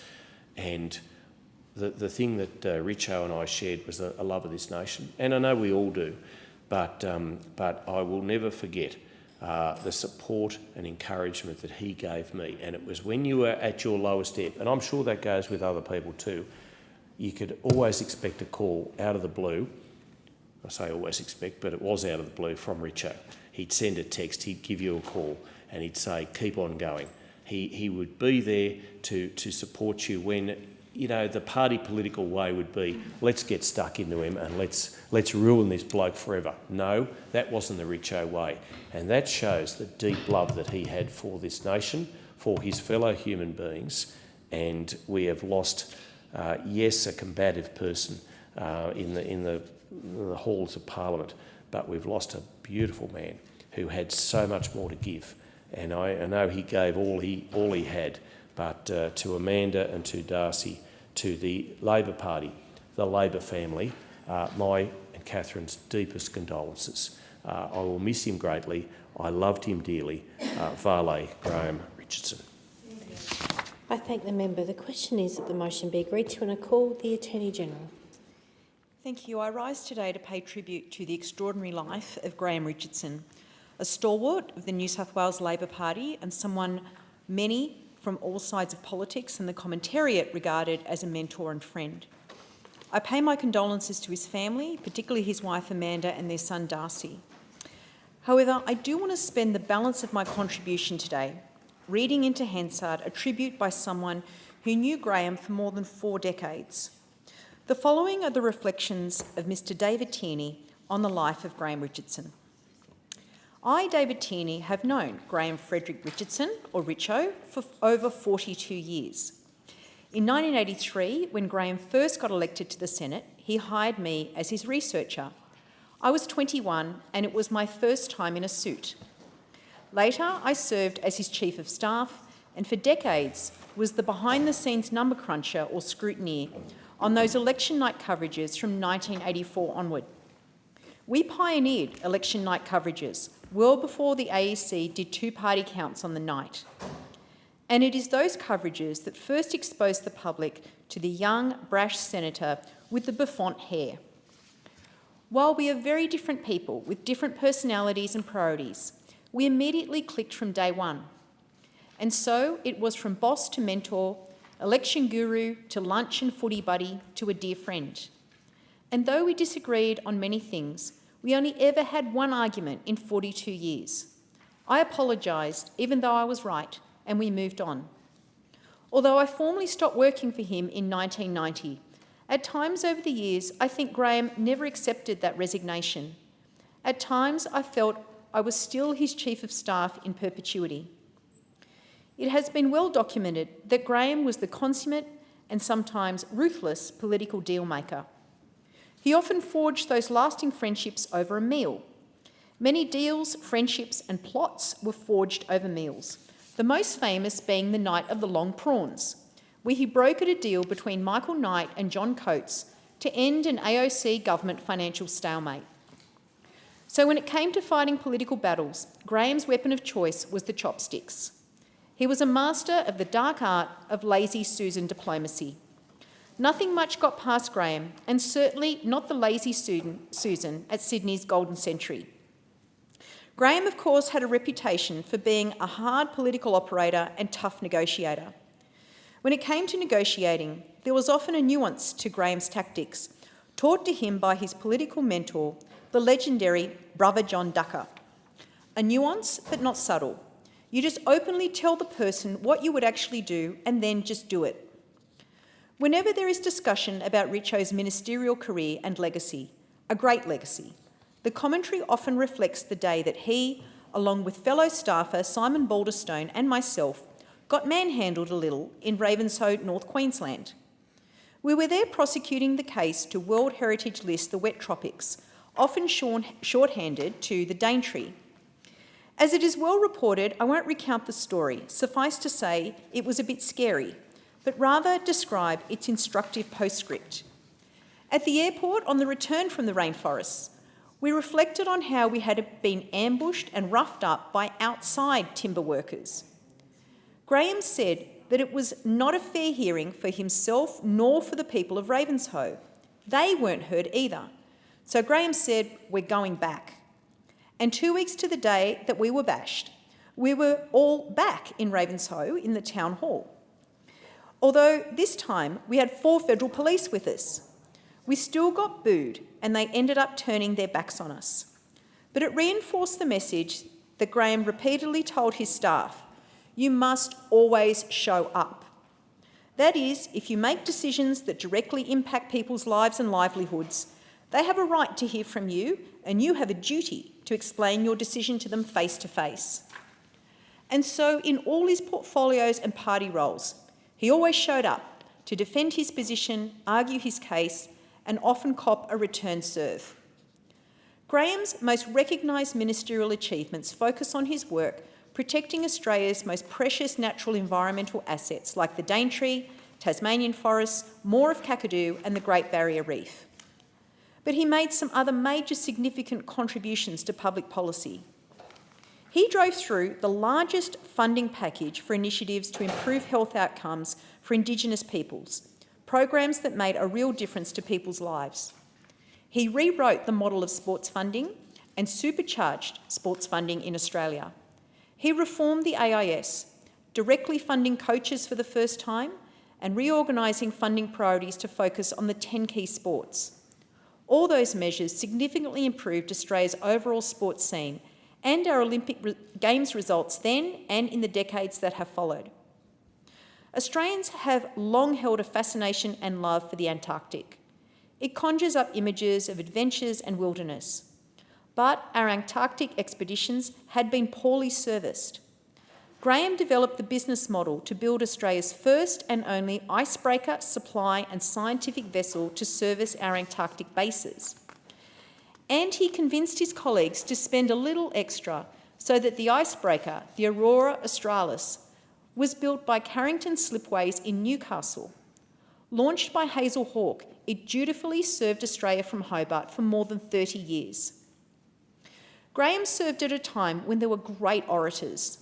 Rand in New South Wales, Hawke and Keating, a young Kim Beazley, and a long list of very impressive and articulate federal ministers. Graham was not quite in the same league as those. While Graham spoke very well, especially to the party faithful, he could sell a message. People could and did relate to him. He would walk down the street and people would yell, "Give it to them, Richo." I'm not sure today of the exact reasons why people identified with him. Maybe a factor was that people got to know him through his election night coverages, where he would cut through the white noise, even chiding his own side sometimes. But I think of greater importance was that he used simple language to explain complex things. He cut through political spin and called a spade, because, as he often said, the mob will always work you out. While Graham had humble beginnings, it has been a long time since he could be considered a battler. Killara, Paddington and finally Dover Heights are not exactly worker enclaves. Not many worker cottages in the Heights, and certainly no revolution is ever going to start from there. However, no description of Graham is complete without reference to his lifelong commitment to helping those that struggle. As he told us, and his son Darcy as well, when you are someone, remember always look out for the little people. And he did, both in office and his private life. The best example is told by my fellow staffer, Morris Yemmer. He recalls how a group of young sole parent mums came to visit Graham with their kids when he was the Social Security Minister. As they told their story of how hard life was, with many of them not having proper meals, Graham noticed that the kids just wore sandals and had blisters on their feet from ill-fitting shoes. Graham then picked up the phone to the PM, Bob Hawke, and said, "Mate, what are you doing for lunch?" Richo didn't wait for a reply. He said, "You are now having lunch with a group of young women and their kids, as they haven't had a decent feed in a while, and you need to hear what they've got to say, and then you are going to fix it." Again, not your regular senator, and this was not an isolated case. So contrary to his image, Graham championed the causes of those that were doing it tough, a trait best summed up by the ever-astute John Della Bosca, who said, "Graham's reputation suffered from a misinterpretation of his well-known whatever it takes motto, but in reality, he was a compassionate, public-spirited man whose sympathy was always with the underdogs." It surprises many that Graham was actually a details man. His reputation was sometimes shortened to being just a short-term political opportunist. The reality was, as most insiders and the more astute journalists, and certainly all staffers, knew, he worked hard to get across the details. He also had the inquisitive mind, always asking the right questions. For instance, on the decisions to protect Tasmania's southwest forests, he was up against some powerful forces. The major economic and resources departments of the government were monstering the much smaller Environment Department throughout the assessment process. They were pro-industry. Graham read the draft and final cabinet papers and studied the maps 4 or 5 times. So, when he went into the detailed cabinet discussions, he knew the names, numbers and values of every forest coupe in southwest Tasmania. That's why over 20% of Tasmania is now World Heritage listed. Ditto the protection of the Daintree and the wet tropics, ditto Kakadu. No reflection on Graham Richardson would be complete without mentioning that he was a devoted head office loyalist. All his life, he supported the machine he helped create, sometimes to his own detriment. He believed in the role of head office, in campaigning, in managing party affairs, managing the factions, and in advising governments. He was close to every General Secretary except one, since he left the role in 1983. He provided counsel and advice to all party officials, whether they wanted it or not. For party secretaries, taking a call from Richo was often like mowing the lawn, something you didn't want to do, but you knew you had to. I think that even up to the day he died, he would consider himself the General Secretary in absentia. Finally, one last reflection. No matter what your opinion of Richo was, Graham actually got to live the life he wanted. He wanted to be involved in politics. He wanted to be a player in government. He wanted to make changes to society. And above all, he wanted to help people. So for someone to be able to actually live the life they wanted is a good thing.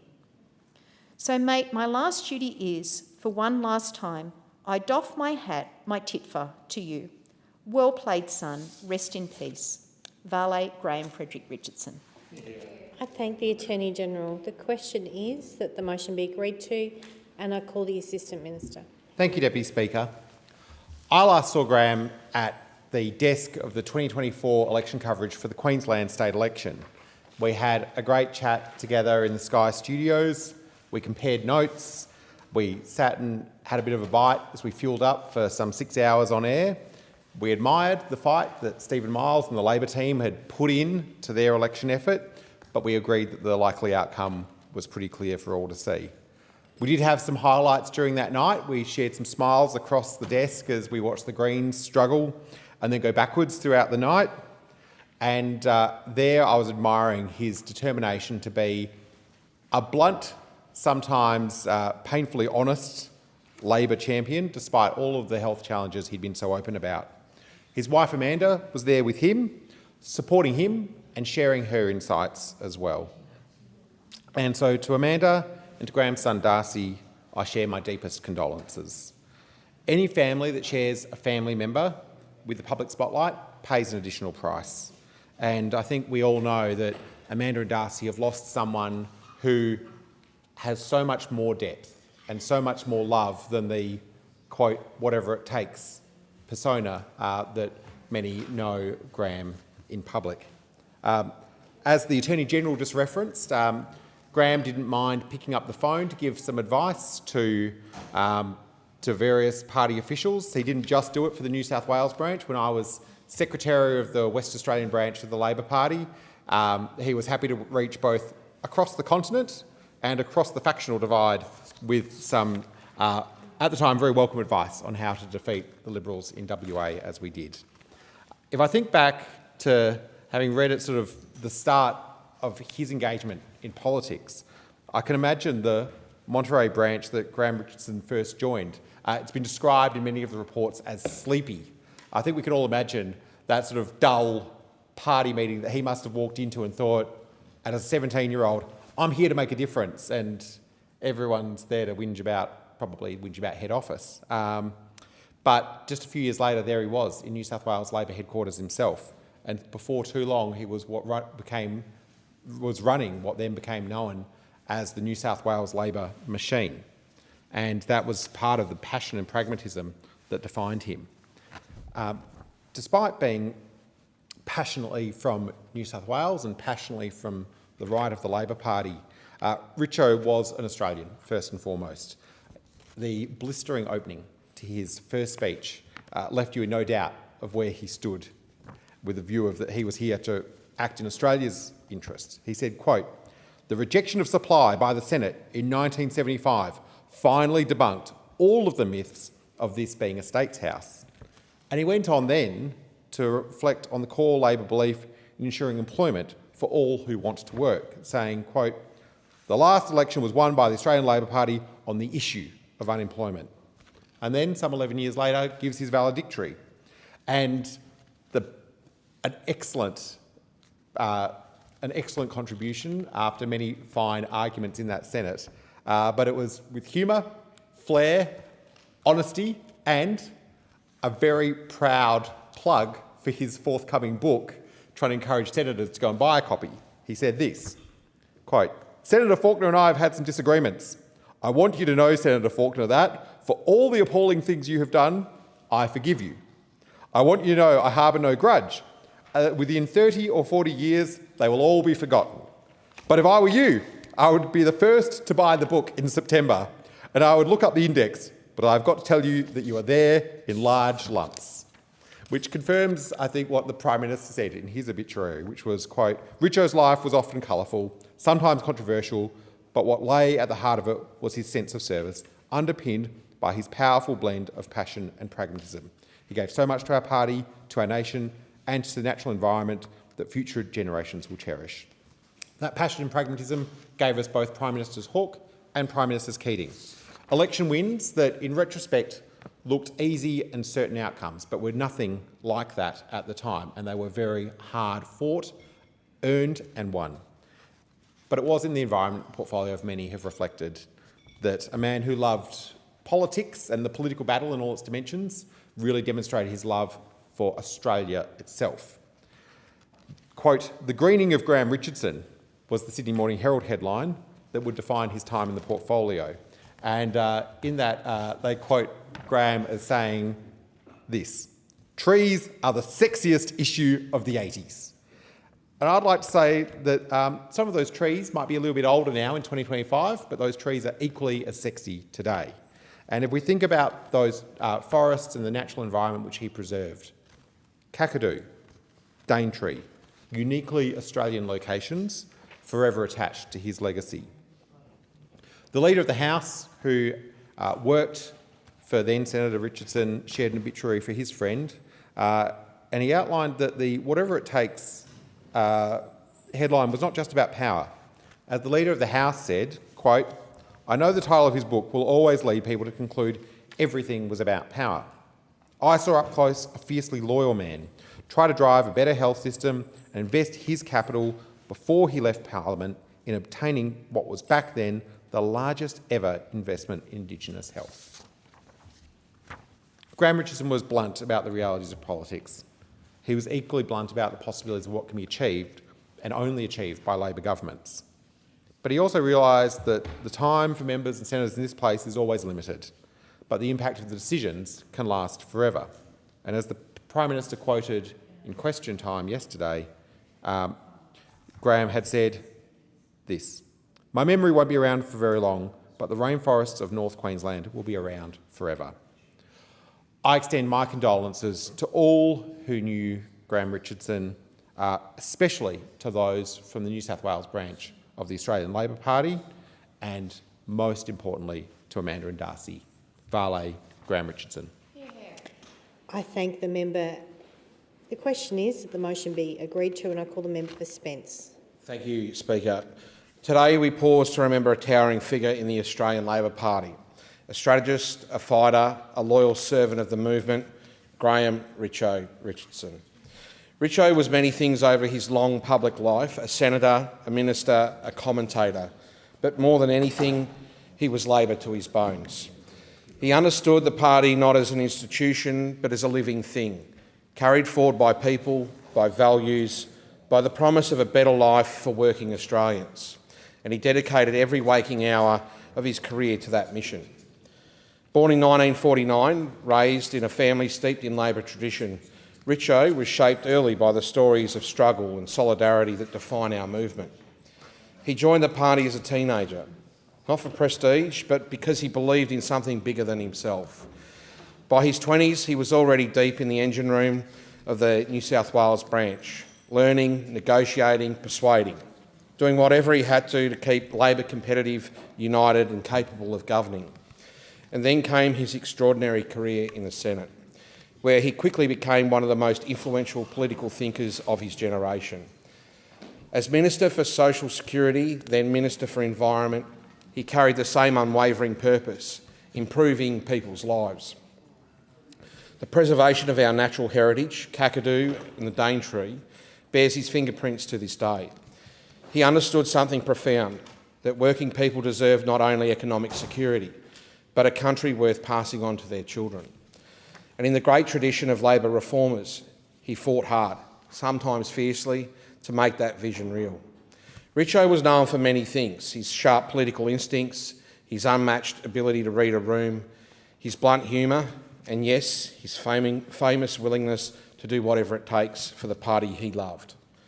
But beneath all of that was a deep loyalty to colleagues, to friends, to the Labor movement, and to the ordinary Australians he believed Labor existed to serve. He never drifted from those roots. Even after leaving Parliament, his voice remained unmistakably Labor, on television, in commentary, at party events, and in quiet conversations with leaders seeking his counsel. People listened to him, not because he demanded it, but because he understood politics the way few ever will, and because his advice was always grounded in purpose, not ego. Speaker, Richo was not a saint, nor would he want to be remembered as one. He was a human, imperfect, fiery, passionate, and utterly committed to his cause. But that is what makes a political life real. He believed in government as a force for good. He believed in the power of solidarity.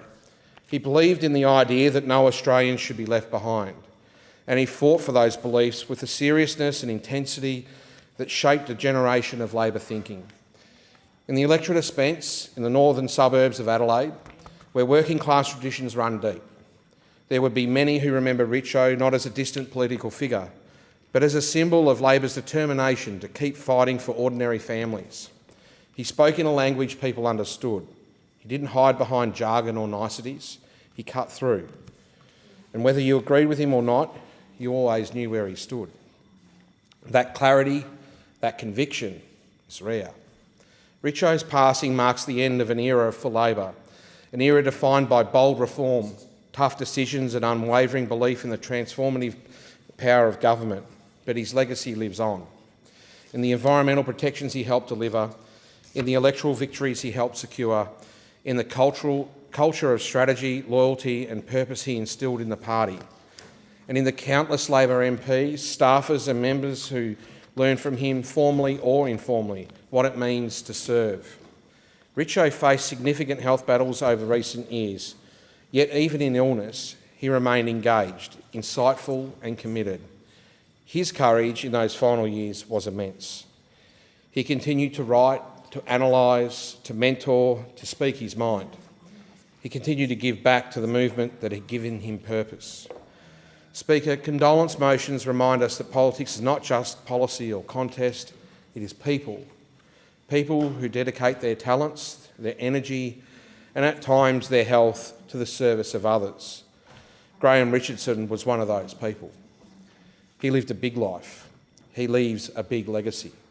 To his family, to his friends, to his colleagues in the Labor Party and to all who mourn him today, I offer my deepest sympathies. May they find comfort in knowing that his work changed this country for the better. And may they know that his contribution will be remembered, not only in history books, but in the lives of Australians who benefit from his determination and his belief in a fairer nation. Vale Richo, may you rest in peace. Thank you. I thank the member.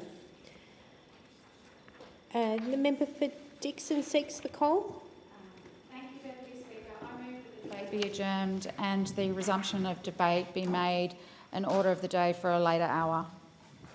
The question is that the debate be adjourned and the resumption of the debate be made an order of the day for a later hour. All those of that opinion say aye. Aye. Those no. I think the ayes have it.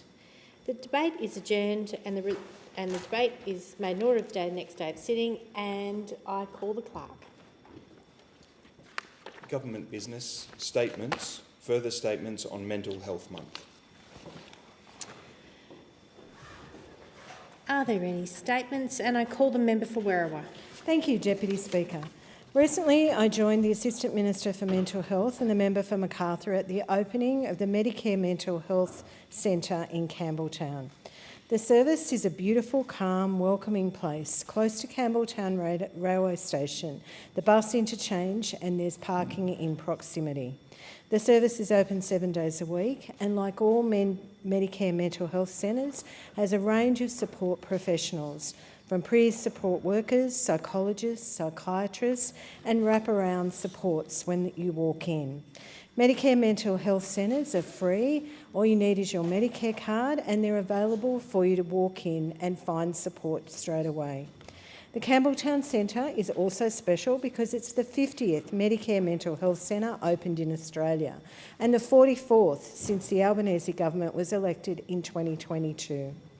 For anyone needing support, there is also a Medicare mental health system located in Liverpool in Macquarie Street. All the details are on the website if you need them. I'm looking forward to joining the Assistant Minister to open our own mental health support centre in Werriwa in 2026. No one has worked harder than the members for Hindmarsh and Dobell to provide support for Australians seeking help with their mental health. The Albanese government is investing a historic $1.1 billion over a range of incentives to deliver new and expanded mental health services across the whole of your lifespan, and working with state and territory governments to provide affordable and often free support as soon as possible. In 2025, $41.1 billion mental health, as part of the $1.1 billion mental health election commitment, we committed to boosting the number of Medicare mental health centres by 30, taking the total to 91. In my part of the world, my opponents did not even match this commitment to deliver any more mental health community-based services. As part of the Albanese government's plan to strengthen Medicare, with this historic $1.1 billion commitment, people will be able to access mental health support whatever age they have. This includes the 91 mental health centres and the multidisciplinary teams, 20 perinatal mental health centres delivering support for new and expectant parents, 17 Medicare mental health kids hubs providing children and families with behavioural, social, emotional and wellbeing support, and 203 Headspace services supporting the mental health and wellbeing of young people 12 to 25 years old. And so many of these services are already up and running. Early in 2026, the Albanese government will be rolling out the new National Early Intervention Service. The service will deliver free mental health phone and online support from trained professionals, and it is expected that will support over 150,000 people each year. We know that the sooner that someone finds support that is right for them, the sooner they start feeling better, not only for them, but their families, work colleagues, and of course the community as a whole. Providing more free public mental health services for Australians with different levels of need will help relieve the pressures on subsidised services provided by private psychologists. We're also building the mental health workforce. This includes 4,000 psychology scholarships, internships and training places. This is complemented by our work to professionalise the peer workforce because we value lived experience. Next year, we're establishing a new peer workforce association and undertaking a census of the peer workforce. As we expand the range of free services, the Medicare mental health phone line, 1800 595 212 if you want to ring them, and the website medicarementalhealth.gov.au will help Australians find the service that is right for them. In Mental Health Month in 2024, the Assistant Minister and I opened the new Headspace at Edmondson Park in the electorate of Werriwa. The centre is located across the road from Edmondson Park Railway and Bus Terminal in the shopping centre, and it's been kicking goals since then. The Youth Reference Group is made up of more than 14 amazing young people. They are working hard to ensure that the needs of all young people in the area are addressed by the centre. Recently, they held a trivia night to raise funds for the work of Headspace. Unfortunately, I couldn't attend the event, but I'm told the night was a fantastic success with many in attendance. I'd like to thank the Youth Reference Group again for their insight and hard work, but also all the staff at the Edmondson Park Headspace.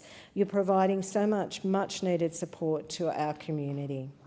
The work they're doing is not just in the centre, but they also do significant outreach to several high schools in our community. I do note, however, the Shadow Minister in his reply speech in the House claimed that the government was not delivering on early intervention services. As the Minister said in her speech, we're establishing the new National Early Intervention Service, and that will be up and running early in January next year, providing phone and online mental support. The Shadow Minister also stated that our government was simply rebadging Liberal government projects. That couldn't be further from the truth. Under the Liberals, less than 10 pop-up head-to-health centres were established. We are now working towards 91 Medicare mental health systems, providing all services from peer support to psychologists and psychiatrists as a one-stop shop, free if you need that help. We've also established the virtual network to ensure every centre has access to psychologists and psychiatrists when they need it. I'm proud to be part of a government that is doing so much to support the health of Australians, with historic levels of funding for Medicare, improving access and costs for GP visits, especially more opportunities for bulk bill services, cheaper medicines from 1st of January next year, and more than $1 billion investment in mental health support. The mental health support ranges from telephone to walk-in Medicare mental health centres and Headspace. And the government is training more support workers, psychologists and peer support workers to ensure that all Australians into the future have an option to improve their lives, support their families and do wonders for our community. Thank you. I call the member for Leichhardt. Thank you, Speaker. I rise today to speak on the statement made by the Assistant Minister for Mental Health and Suicide Prevention, all about Mental Health Month. Unlike the days where people had been derided for when something was wrong with them, I'm proud that we are here today in this place speaking about mental health. Not long ago, in the chamber, I read a speech from a young leader in our community in Leichhardt, Claudia, about the desperate situation facing many young people in regional areas. The situation is even more desperate in our remote and rural communities, where regular mental health services are essentially non-existent. The Mental Health Month theme being this year, taking steps on your wellbeing journey. It is a journey many of us know. And I'm sure we all know someone who has suffered through dark times. Hopefully we know someone who has pulled through. Sadly though, I think someone who might not be able to make it, some don't make it out of the darkness. And I am not immune. My life, from an outside perspective, was fairly blessed. I was playing professional sport, had a family, things were going well. Basketball was taken away from me. Age, talent, whatever it might have been, I was no longer required. Basketball had provided me with an identity, a structure, an understanding of my place in the world, a bubble. From 16 to 30, all I had to think about was that. People looked after my medical needs, they looked after my rent, my houses, people booked holidays for me. I had no life skills. I could not operate in a real world. When that safety net was removed from me, I crashed. I didn't know where to turn to help. The hyper-masculine version of professional sport tells you to harden up, tells you to square your shoulders and take the hit, tells you to keep moving forwards. And no matter how hard I would try to live by that ethos, I drowned and I got further and further down. I required intervention from people that loved me, from my friends, from my former teammates, from my family. They had to find ways to bring me back. It was not a journey that I could take alone. I wasn't strong enough. And it wasn't a question of strength, it was a question of fatigue. People think that mental health and depression is sad all the time. It's not. It's numbness, it's blankness, it's fear, it's panic, it's heavy, and it's exhausting. It is not something that people should try to face alone. And I'm glad, thrilled even, that we are able to take these steps as a parliament, as leaders, to say to our communities, it is okay. Things aren't always going to be linear. Things aren't always going to go in a straight line. Things aren't always going to be great. But there are people out there, there are services out there that can help you. People who love you, who want to see you be your best again. And with a bit of hard work, you can be. You might not get back to where you were. I am not the same person that I was as a basketballer. I am better, more empathetic. I understand myself more. It was a journey I don't wish on somebody else, but it's a journey that I needed to take. And I wouldn't be standing here without the love and the support and the help of external forces. And that's the thing that buries people, is they think they have to take it on alone. That's why I'm proud to be a part of this government that is rolling out more help for mental health, because people don't have to do this alone, and it can get isolating and you can feel trapped.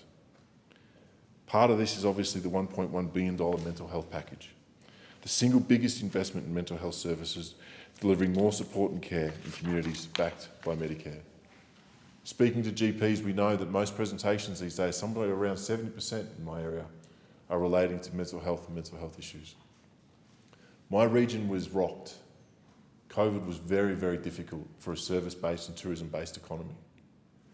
The subsequent natural disasters have been difficult as well. Entire communities, Wujal was displaced, sending elders to different parts of the region, taking away that connection to community. making children go to school in places they weren't familiar. Mossman was cut off for weeks. People got stir crazy. It was difficult. My region has suffered. And that's why we're doing things like opening the mental health urgent care clinic. We're doing the things that matter on the ground to provide the services that people need so that they know when things are rough, they can reach out. Sometimes it's a whole community. The free walk-in care with extended hours with no referral or appointment is a game changer.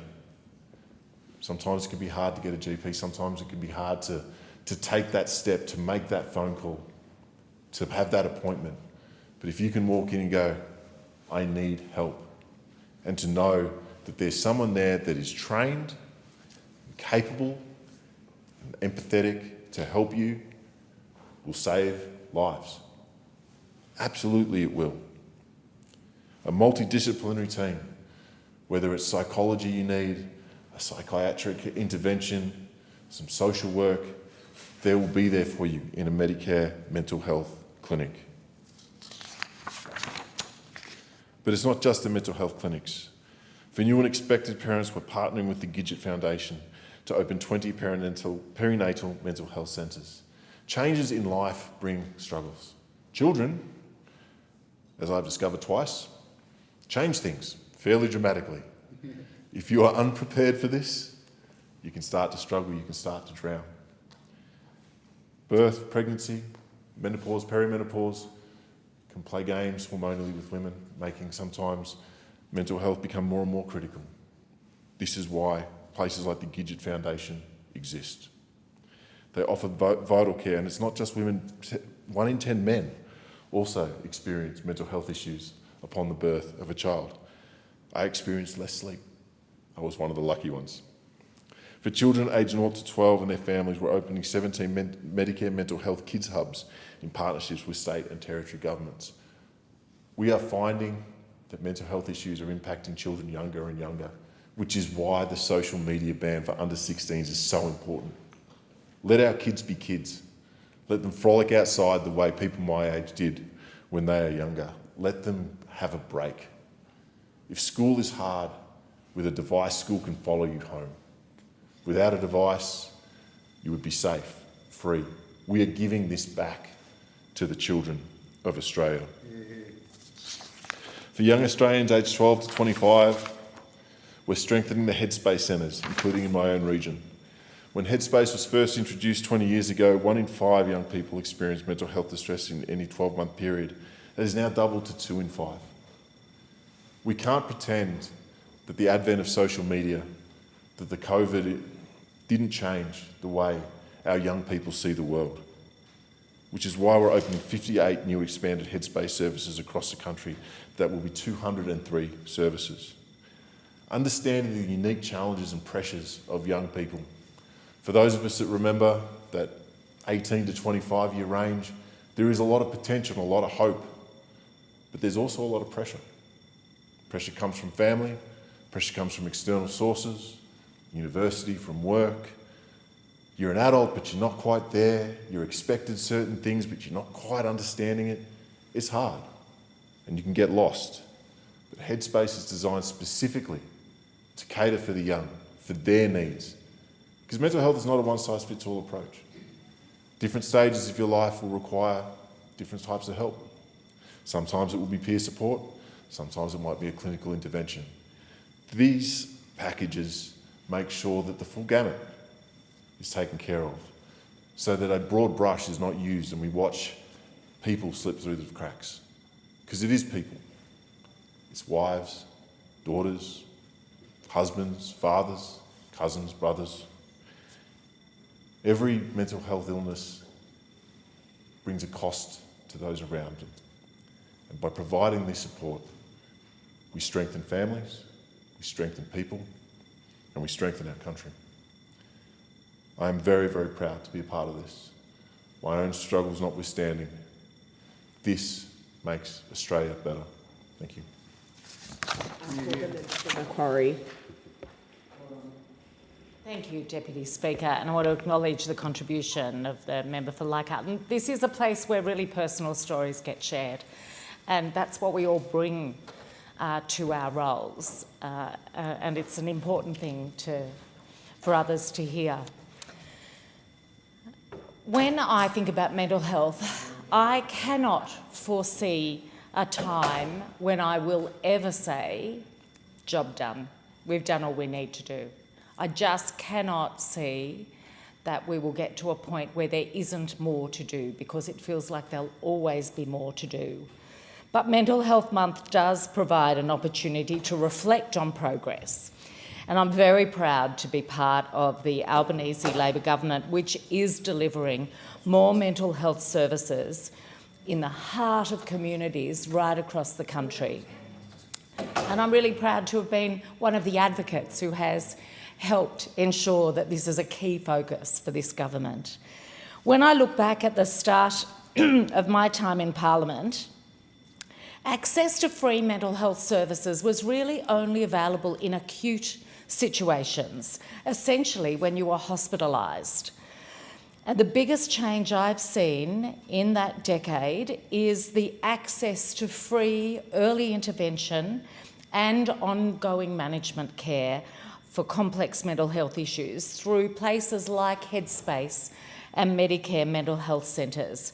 It truly is transformational. When I came to this place in 2016, there simply was no free mental health service for young people to front up to before something happened, before they reached a crisis. After years of advocating, we were able to secure, first of all, the Katoomba Headspace, and then in more recent years, the Richmond Headspace. And of course, the Penrith Headspace was one that we set up last time we were in government. And these do and have and continue to provide access to young people. And that's why I support the expansion of these services. We're expanding to 203 Headspace services to support the mental health and wellbeing of young people, essentially aged between 12 and 25. And you might say, well, that's great for young people, but what about adults? And my experience is that for some older people who are able to go to Headspace, they are opting for an alternate service, and that is the Medicare Mental Health Centre, which is a place that anyone of any age can walk into and ask for help. And I think that help. I think that's the key thing. It's the walk-in at any time to ask for help. And they're not just open Monday to Friday, 9 to 5. The Medicare Mental Health Centre in Penrith is open 7 days a week, and the one in Richmond is 6 days a week, including evenings, Thursday evenings and Saturday evenings. Because as the mother of someone who's experienced complex mental health issues throughout their life, I can assure you it never happens between 9 and 5.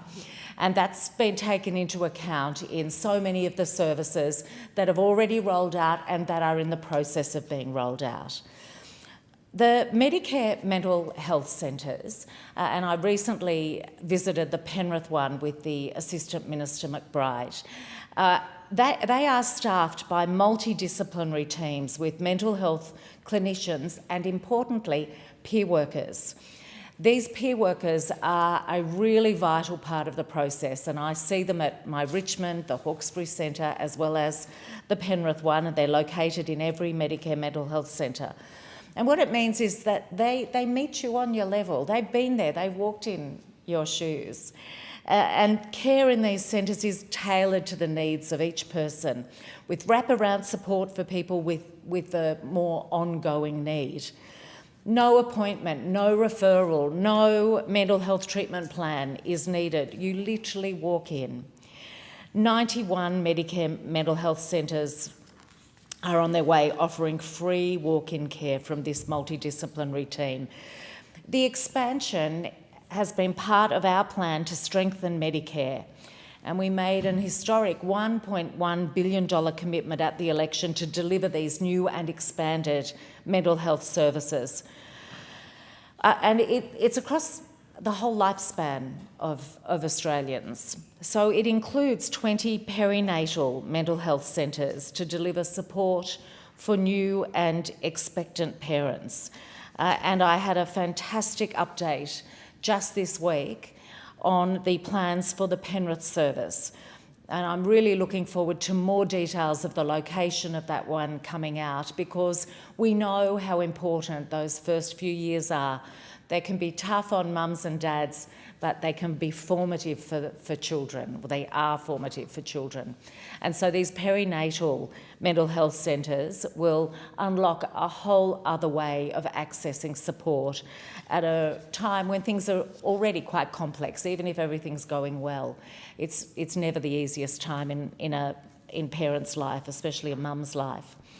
We're also creating 17 mental health kids hubs to provide children and families with behavioural, social, emotional and wellbeing support. So we're really looking at these free services being expanded across the entire range of need.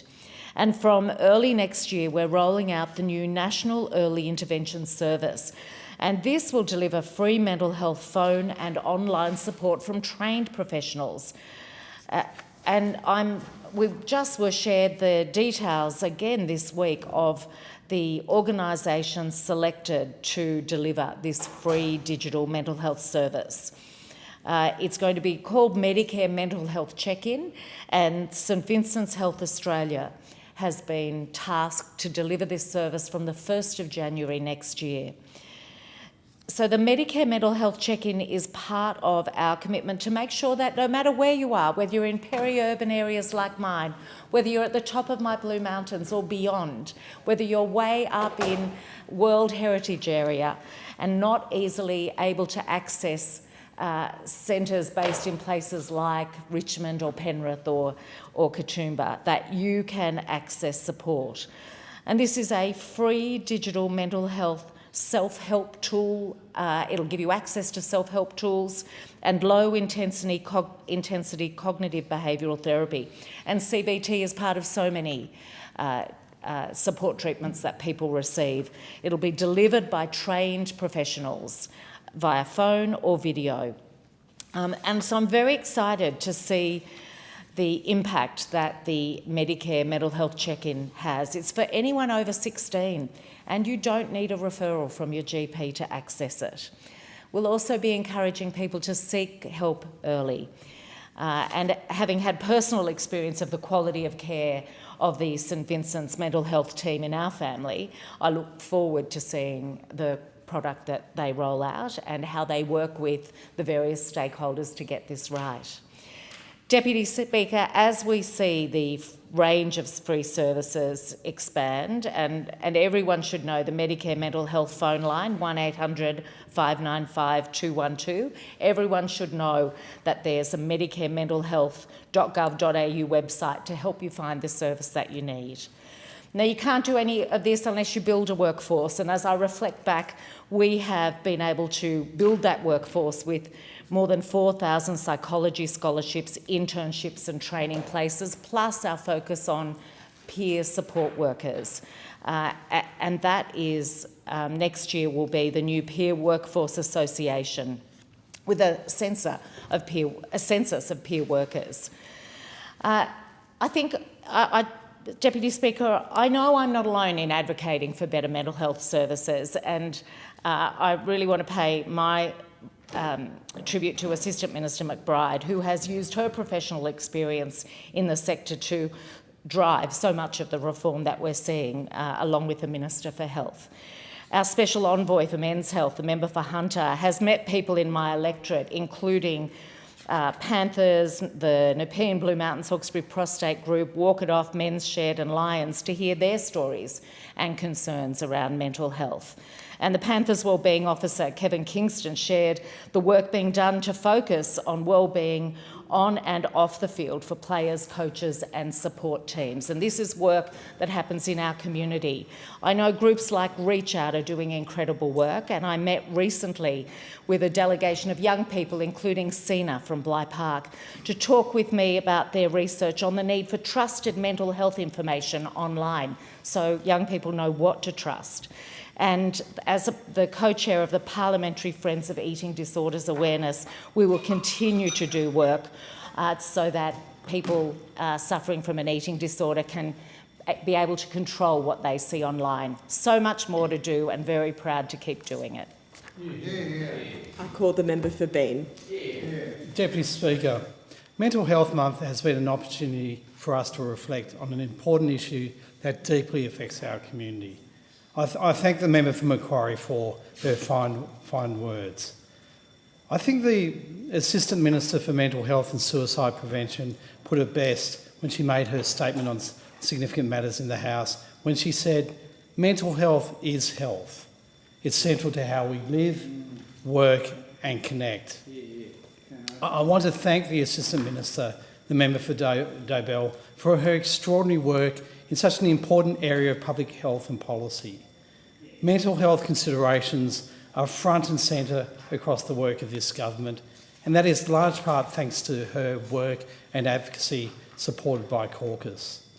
And Deputy Speaker, Mental Health Month presented us with a moment to take stock not only of the challenge we face with regards to mental health, but also to review what our government is doing about it, while being cognisant that this is an issue which is with us year-round.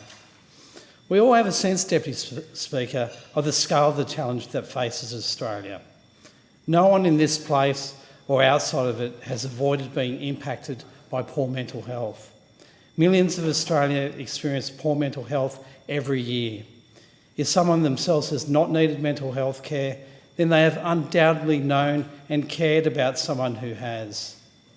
Some will experience poor mental health once or twice.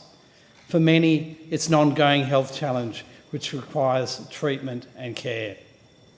For too long, Deputy Speaker, too many suffered without appropriate, timely or quality health care. The sheer scale, diversity and complexity of the mental health challenge is staggering.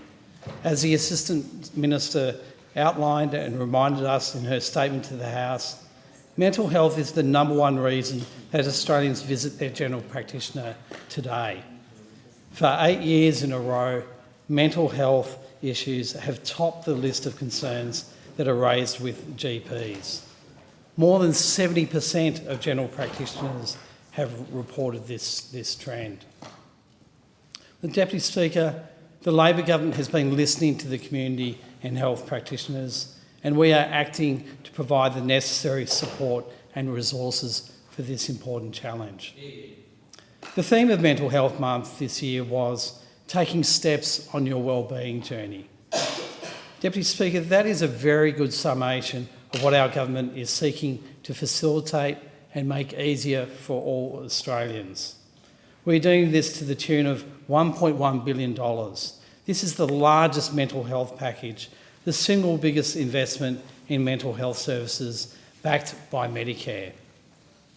And what this looks like in practice is impressive. We are establishing 91 new medical mental health centres.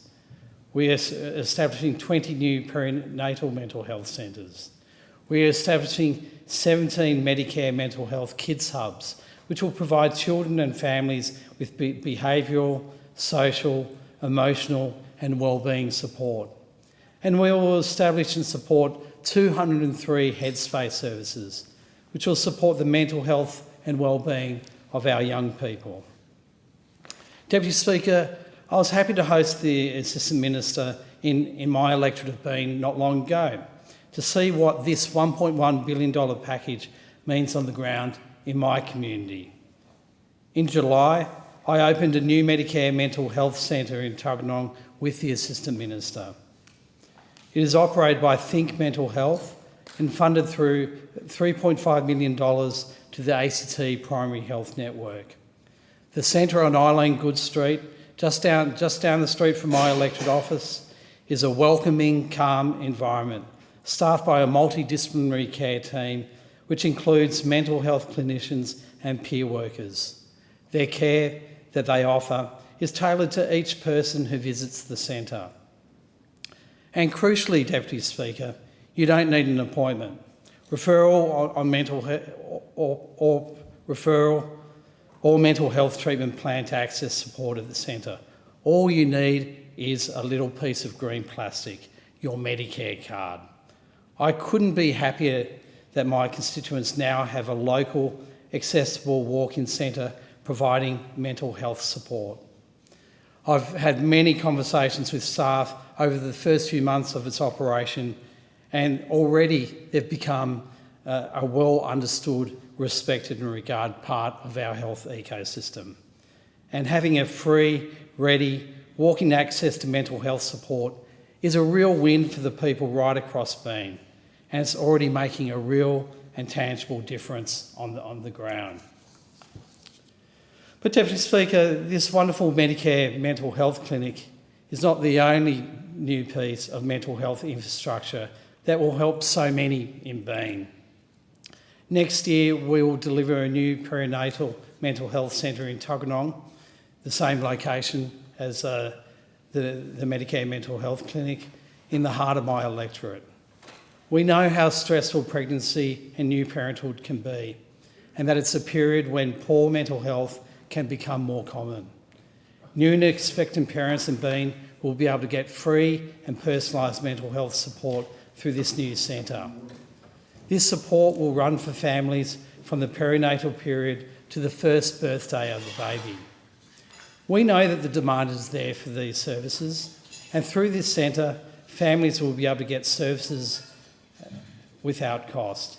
The centre will be operated by the Gidget Foundation, and I can't wait for it to open next year.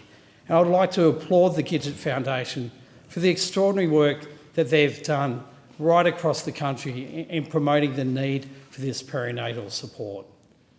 And Deputy Speaker, beyond this, and coming up very, very quickly in early December, our social media ban for young people under the age of 16 will make a real difference for their mental health.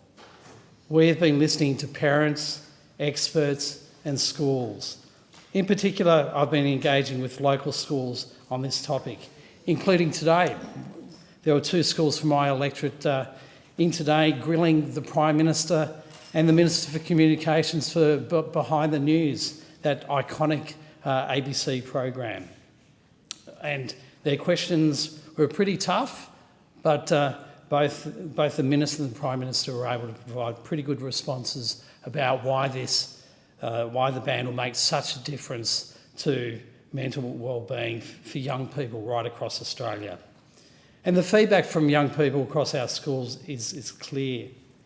Social media is a vector for poor mental health that many of them have experienced, and that our action on this front will make a real difference to their lives. Deputy Speaker, the government is taking steps to improve and support the mental health of all Australians. But we know that there's always more to do, but we're very much moving in the right direction, and we are working with our communities of health practice right around the country to do what we can to support Australian families and communities. Thank you. I call the member for Hughes. Thank you, Deputy Speaker. It's always an immense privilege to meet the people working on the front line of mental health care in our community. People who show up each day with empathy, professionalism and purpose. Right now, 2 in 5 young Australians are experiencing mental health distress, double the rate from 20 years ago. During Mental Health Month, I joined the Assistant Minister for Mental Health and Suicide Prevention, Emma McBride, to visit the Liverpool Medicare Mental Health Centre, right in the heart of southwest Sydney. It's one of 50 Medicare mental health centres now open across the country, part of a new model of care that brings mental health support into the middle of communities. A division has been called for in the House. The proceedings are suspended to enable honourable members to attend the division. The proceedings will resume when the chair of the Federation Chamber is resumed at the conclusion of the division or subsequent divisions.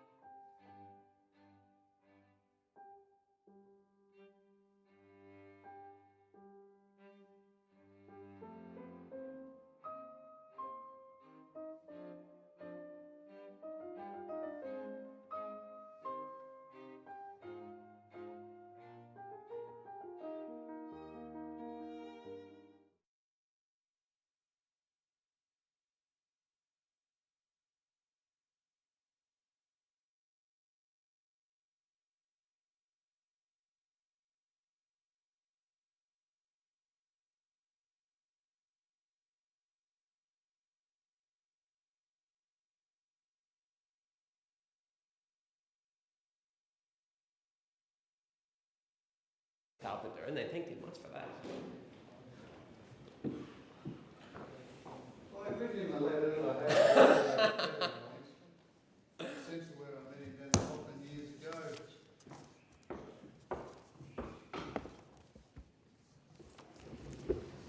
I call the member for Hughes in continuation. Thank you, Deputy Speaker. It's one of 50 Medicare mental health centres now open across the country, part of a new model of care that brings mental health support into the middle of communities where people live, work and seek help. Since opening in 2023, the Liverpool Centre has delivered more than 23,000 occasions of service. That means thousands of people across our region, people who might otherwise have gone without care, have been able to walk through the doors and receive the support they need. These centres represent a shift in how we think about mental health care. They remove the barriers that too often stop people from seeking help. The need for a referral, a diagnosis, or even an appointment. You can simply walk in and be seen by a multidisciplinary team of mental health clinicians, nurses, counsellors, and peer workers. These are people who understand the complex medical system, but more importantly, they understand people. When you step inside the Liverpool Centre, there's a sense of calm and care that's not common in healthcare. It doesn't feel clinical or intimidating, it feels human. There's a sense that help is here, that someone is ready to listen. I met staff who spoke about supporting people at some of their lowest moments, people in distress, people who have been waiting too long for support, people who just needed someone to take them seriously. For many, centres like this are the difference between isolation and recovery, between being seen and being overlooked. And this is what the Albanese Labor government means when it says it's putting mental health at the heart of Medicare. It's about building a system that treats mental health just as importantly as physical health, not just as an afterthought or a luxury or a separate lane of care. In Liverpool alone, the Albanese government has invested $18.4 million to fund the centre's operations, and it's already transforming lives. In October, this government also opened the new Medicare Mental Health Centre in Campbelltown, providing even more southwestern Sydney residents with access to free, walk-in mental health support and care. When we invest in services that meet people where they are, we strengthen the fabric of our community. Mental health isn't an abstract policy, it's deeply personal. It's in every family, every workplace, every street in our suburbs. And I've heard firsthand across Hughes, parents worrying about their children, young people struggling with study or work pressures, adults trying to balance family, finances and well-being, seniors feeling isolated. Mental health and resilience is part of all our stories, and that's why this new network of Medicare mental health centres is this government walking the walk, not just talking the talk on mental health. I also had the opportunity to visit Headspace Liverpool and Headspace Miranda on National Mental Health Day. Both of these services do remarkable work supporting young people across southwest Sydney and the Sutherland Shire. At Headspace Liverpool, I met a team that's passionate about creating a space where young people feel safe to open up. Service is welcoming, warm, and led by people who know that early intervention can make all the difference. It's amazing to see how well networked this program is with local high schools and how these programs are growing from strength to strength. That's why the Albanese government is expanding Headspace centres to 203 locations nationwide. Speaking to the staff at Headspace Liverpool, you can see how seriously they take that mission. Their outreach into schools, TAFEs and community organisations means help isn't hidden behind a waiting list or a long drive. It's part of daily life. For many young people, the hardest step is the first one, which is seeking the help they need. And once they do, the transformation can be incredible. As part of the Albanese Labor government's $1.1 billion mental health election commitment, over $200 million will be invested in 58 new, upgraded and expanded Headspace services. Headspace Miranda will receive $2.5 million through the Headspace Demand Management and Enhancement Program to hire additional clinicians and relocate the service to expand capacity and improve care. I visited Headspace Miranda to meet with staff and members of their youth reference group and discuss all the great work they're doing. This centre supports young people across the Shire, an area that, despite its beauty and strong sense of community, isn't immune to the pressures young people face. At Miranda, the team shared stories about how they've supported young people dealing with everything from exam stress to family breakdowns, loneliness and depression. They spoke about how they're seeing an increase in family violence and child protection concerns, but that also more young people are reaching out for help earlier, which is highly encouraging. In the Shire, I often hear from families who are trying to support their kids through tough times. Sometimes they're not sure what to say or how to help. Services like Headspace Miranda give those families a starting point. They give young people a safe space where they can find understanding and care without stigma or judgment. And it's not just for crisis care. Headspace helps young people develop the tools and confidence to manage their well-being. That building of resilience is critical, and it will last them a lifetime. When we talk about mental health, we often talk about numbers, how many centres, how many appointments, how much funding. Those numbers matter, but what matters more are the people behind them. The young people who walked into Headspace Liverpool and found hope. The peer worker at Miranda who turned their recovery into a career of helping others. The clinicians at the Liverpool Medicare Mental Health Centre who open the doors each day to anyone in need, no referral required.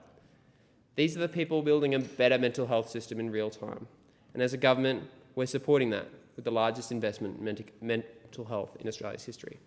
$1.1 billion to expand access to community-based care backed by Medicare. That means more services, more staff, and more options for people at every stage of life. It also means acknowledging that one size doesn't fit all. For new parents, we're opening 20 perinatal mental health centres in partnership with the Gidget Foundation. For children, 17 new Medicare mental health kids hubs are being rolled out across the country. For young people, the Headspace network continues to grow and evolve. And all of this work shares a single vision, that mental health care should be accessible, compassionate and local. I want to thank each clinician, counsellor, peer worker, receptionist and volunteer that works so hard across these services. Your work is vital. You're saving lives every day, often quietly without recognition, but always with impact. I also want to thank the families, carers and loved ones who support those experiencing mental ill health. The strength, patience and love you show are the backbone of our community's mental health response. Mental Health Month's theme this year is taking steps on your wellbeing journey. From my conversations in Liverpool and Miranda, one message stands out. The first step is often the hardest, but it's also the most powerful. This always bears repeating because of the devastating impacts mental health can have in our community. If you're struggling, reach out. If you're not sure where to start, walk into one of our Medicare mental health centres or your local Headspace. You don't need a referral, you don't need to wait, and you don't have to do it alone. Together, we're building a system that meets people with compassion and one that makes it easier to ask for help and easier to get it. Because mental health is health, and when we take care of it, our whole community is better off. Thank you, Deputy Speaker. I call the member for Boothby. Thank you, Deputy Speaker. Australia is in the midst of a mental health crisis, and the statistics are stark. 1 in 2 Australian adults will suffer from a mental illness at some point in their lives. 3,000 Australians will take their own lives each year as a result of mental ill health. In South Australia, 1 in 5 people experience a mental illness every year, and 43% of South Australians will experience a mental illness in their lifetime. And while we wouldn't think twice about seeking professional care for a physical injury, too often we treat mental illness with an unseriousness that we wouldn't treat the common cold with. And that's why Mental Health Month is so important in bringing awareness to an issue which has for decades been under-prioritised when it comes to government support. I've worked in and around the mental health space all my life. I've run primary mental health services across South Australia, including rural and remote areas. I've run primary health services for SA Health in the city, as well as homelessness services for Catherine House and Vinnie's.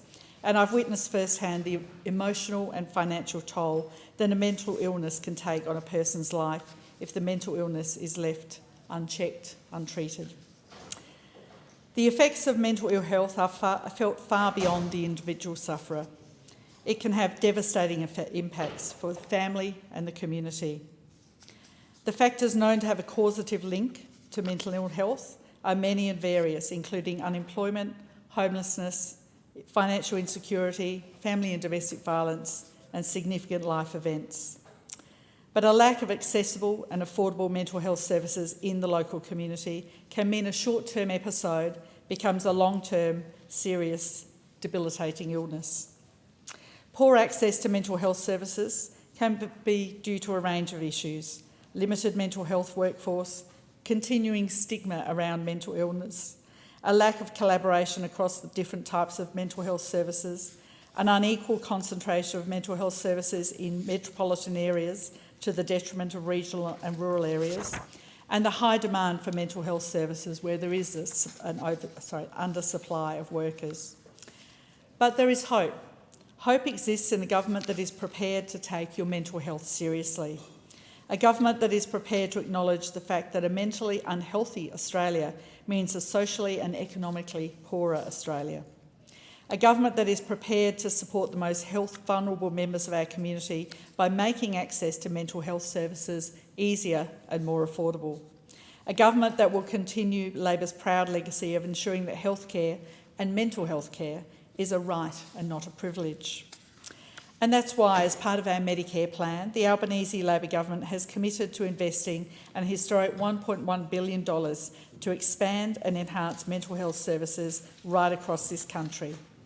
The numbers speak for themselves. 91 Medicare mental health centres, 20 perinatal mental health centres, 17 Medicare mental health kids hubs, 203 headspaces. In my electorate of Boothby, we have a very well utilised headspace service, helping young Australians between the age of 12 and 25 navigate their mental health challenges. I visited there recently myself, and the staff do an absolutely excellent job, including one-off walk-in visits. In December this year, we will open a mental health kids hub in the Marion GP Plus Centre, providing crucial early intervention support and resources for children and their families. A Medicare mental health centre will be also established in Marion, providing a free walk-in service delivered by a multidisciplinary team. Work on a perinatal health centre is currently underway in Elizabeth in Northern Adelaide, and we're expecting at least one more in Adelaide as part of Labor's 2025 election commitment. And this will support mental health and wellbeing of mothers and families during and after their pregnancies, a particularly vulnerable time. These mental health services are in addition to the other facilities currently being built in Boothby. We have a statewide eating disorder centre, which will be established at the Repat Hospital in Door Park at the very heart of Boothby, providing round-the-clock treatment for those living with an eating disorder and outpatient services. Now close to completion, we're rebuilding and expanding the inpatient mental health service at the Margaret Tobin Mental Health Centre at Flinders Medical Centre. When completed, it will be able to accommodate 48 mental health beds, including 12 brand new beds up in the psychiatric intensive care unit. The Albanese Labor government will also invest $500 million in 20 youth specialist care centres across the country to support young Australians with complex mental health needs, including personality disorders, eating disorders and early psychosis. This is part of the government's plan to fill what the experts have called the missing middle, ensuring that young Australians whose mental health issues warrant neither a GP visit or hospitalisation can also receive specialist care. On 1st of January next year, the government will launch the National Early Intervention Service, which will provide over-the-phone and online support from trained mental health professionals for those with mild to moderate mental health services. It will be a free service, you won't need a referral, you won't have to pay a gap fee. And we're expecting this service will support around 150,000 people every year. The Albanese Labor government's historic $1.1 billion package to fund mental health services across this country reflects Labor's long-held commitment to an idea that the idea that an affordable and accessible public health service is for the benefit of all Australians and our community. Our expansion of mental health services under Medicare will relieve the pressure on subsidised private psychologists, allowing them to work more efficiently and effectively to support those with moderate to high mental health services. And to relieve this pressure further, the government will build up our mental health workforce by funding more than 4,000 psychology scholarships, internships and training places. This will mean more psychology places at universities and more training places for mental health professionals, including for psychiatrists, psychologists and peer workers. The government will also professionalise the peer workforce, establishing a new peer workforce association and undertaking a census of all peer workers. When I worked in mental health for the SA Health, we were the first implementing our peer workers, and it's great to see this important skilled workforce valued appropriately. They've proven to be invaluable in providing peer support and advocacy across a range of mental health settings. Significantly, from the 1st of November this year, the government will expand the eligibility for bulk billing incentives to all Medicare patients and will create an additional incentive payment for general practices that choose to fully bulk bill, because the GP is often the first point of contact for those seeking professional advice on a mental health issue. We aim for 9 out of 10 GP visits to be bulk billed by 2030. Mental health can be treated as a chronic disease, and GPs are a really important part of maintaining good mental health and preventing relapses, but only if they're affordable and only if the medications are affordable. The metaphor of the black dog is often invoked when speaking of depression, one of the most common mental illnesses in our community. The black dog is a companion who is extremely difficult to shake off. It can wake you up in the morning, it disturbs your sleep at night.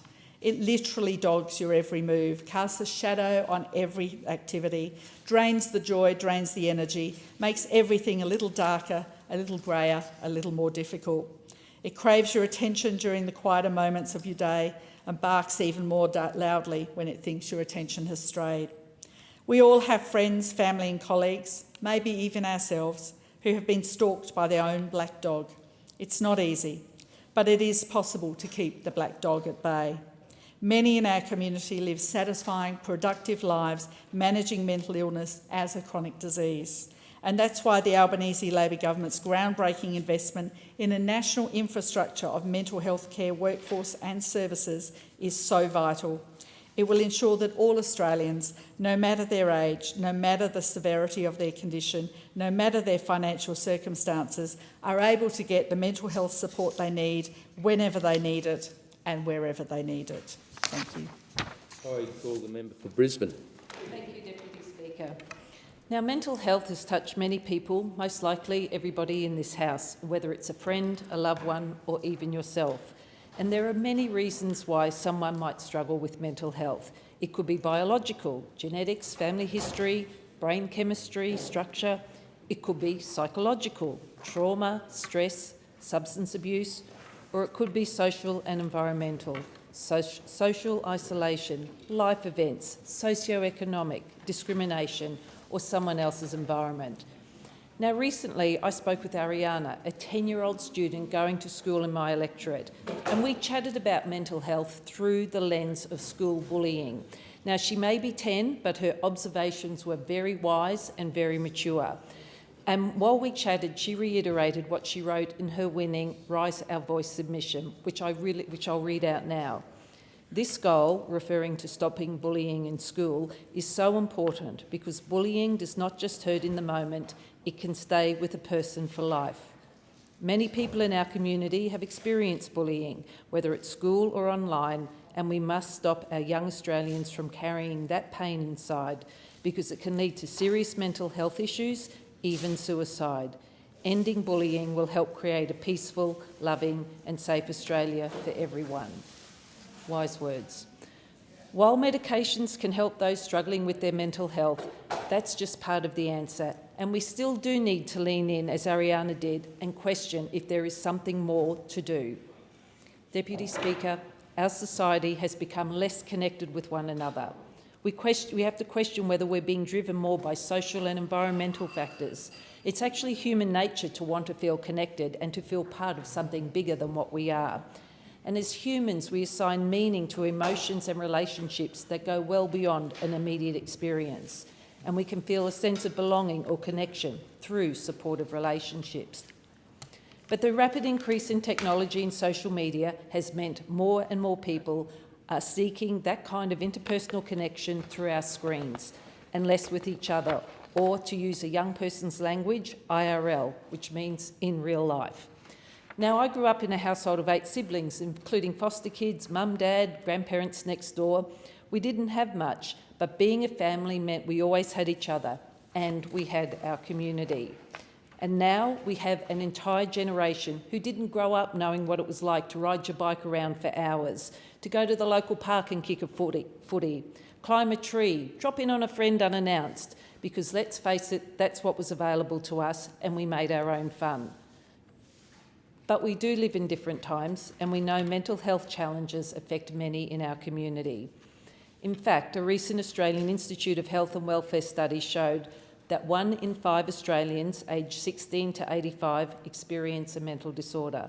3.4 million experience anxiety, that's 17%, and 1 in 7 children and adolescents experience the mental illness. Now, as a government, we have a responsibility to provide tools and support to give people the help when they need it most. And that's why I'm really proud to be part of a government that not only recognises this responsibility, but is backing it up with necessary resources and funding. This government is putting mental health at the heart of Medicare and delivering more services in the centre of communities across Australia, boosted by our historic $1.1 billion in mental health and election commitment. Now, over the coming years, we will see new expanded Medicare mental health centres, headspace services, Medicare mental health kids hubs, perinatal mental health centres and youth specialist centres, very broad-ranging. We've already delivered 45 mental health centres, 172 health headspace services, 11 Medicare mental health kids hubs and 10 perinatal mental health centres. Now, during the election campaign, I talked obviously to a lot of the voters, and one of the biggest issues raised with me was lack of access to affordable mental health. And that's why I was so pleased to join Assistant Minister for Mental Health and Suicide Prevention recently to open the new Medicare Mental Health Centre in Lutwyche. Now, this centre provides a safe and very welcoming place for anyone to access free, quality mental health care and over extended hours. It's staffed by a team of highly qualified mental health professionals and, importantly, people with lived experience of mental health. They will listen and work with you. They'll listen and work with those in my community, providing them with the care and support they need. And the support through this centre, again, is free for everyone who walks in the door. You don't need an appointment or a GP referral. You can walk in, get access to free mental health support without the need of an appointment, without the need for a referral, and without the need for a mental health treatment plan. The centre, as I mentioned, is staffed by multidisciplinary teams, including mental health clinicians for when they're needed and peer support workers. And it's vitally important to provide places for people to feel safe where they can get the support they need. And as a government, though, we also do need to look at the negative impacts of social media and bullying that's leading to some of this increase in demand. The rise of social media addiction is at pandemic levels, and it not only impacts our society as a whole, but the younger generation. And that's why it was so important that this government had the guts to take on the big tech companies and the social media giants to introduce the world's first ban on social media for those under 16. Now, the eSafety Commission's recent Keeping Kids Safe Online survey explores the benefits but also highlighted the risks of the online world to children in Australia. Some telling statistics. Almost 3 in 4 children had seen or heard content associated with harm online. More than 1 in 2 had experienced cyberbullying. 3 in 5 had seen or heard online hate, while over 1 in 4 had personally experienced it. 1 in 4 had experienced non-consensual tracking, monitoring and harassment. The prevalence of online harm varied by gender and age, with teens and trans and gender diverse children generally more at risk. Deputy Speaker, we want kids to know who they are before the platforms assume who they are, and the new laws that ban social media for those under 16 give an integral buffer that allows kids to do just that. It will save lives because, as the Minister said, while we can't control the ocean, we can police the sharks. And these laws, starting in approximately 2 weeks on December 10, will save the lives of Australian kids. We know there will be kids and others who'll try to get around them. It happened when we introduced the alcohol ban, but we persisted with that. It's about a cultural shift too. And that's why I also thought it was important to organise a local social media forum in Brisbane to discuss the upcoming changes with parents and provide them with tools and resources to navigate it. We brought together some experts, Paul from the E-Safety Commission and Professor Alina Morawska, who's the Director of Parenting and Planning and Family Support at the Queensland University. Their insights on how these laws worked were very helpful. They provided practical tips for parents and carers. And I really do congratulate those who came along to hear what those experts had to say. Deputy Speaker, when we think about who we are, we have Maslow's hierarchy of human needs. It's a psychological theory that outlines 5 levels of human needs. According to this theory, individuals must satisfy those lower levels, food, shelter, security, health, before we can even think about fulfilling ones like friendship, love, etc. And as a government, we're playing our part to try and address some of the fundamentals: affordable housing, being able to see a GP for free, cheaper medicines, 20% off student debt. But let's face it, there is a loneliness epidemic in our society, and we all have the power to change that. I want people out there to know you are not alone, and no matter who and where you are, you deserve to be happy. Everywhere we look, we see people glued to their phones, almost hypnotised, waiting for the next thumbs up emoji or that red heart emoji, an instant response. But the reality is it's not providing our communities and each of us with genuine connections. It's harming our mental health. We need as a society, I believe, to take back control on what it means to feel connected and to be happy. Are we really going to wake up one day when we're much older and say, I wish I spent more time on my phone or online? Or are we going to think about, we took that chance, we're going to spend more time with our loved ones, join that community or sporting group that's been on the to-do list forever, go to that party, read a good book, have a good boogie to your favourite song, or just simply smile at that person you don't know? You might just change your life for the better, and you might just change someone else's in the process. I call the member for Maribyrnong. No? Braddon. I beg your pardon. I call the member for Braddon. Speaker. October was Mental Health Month, a time to reflect and to raise awareness on the wellbeing of every Australian. It's a time to speak openly and to listen deeply and to act with compassion. And in my electorate of Braddon, we have a powerful reason to celebrate. We just marked a major milestone for mental health care in our region with the official opening, alongside Assistant Minister Emma McBride, of the new Medicare Mental Health Centre in Devonport. This isn't just another health facility, it's a lifeline, a place where people in distress can walk through the door and find support without barriers, without judgment and without delay. For too long, mental health support has been out of reach for many Tasmanians, particularly in our regional areas. We've heard the stories, long wait times, referral requirements and those cost barriers. People struggling in silence, unsure where to turn or unable to afford the help that they need. That's not good enough, and it's not the kind of Australia we want to build.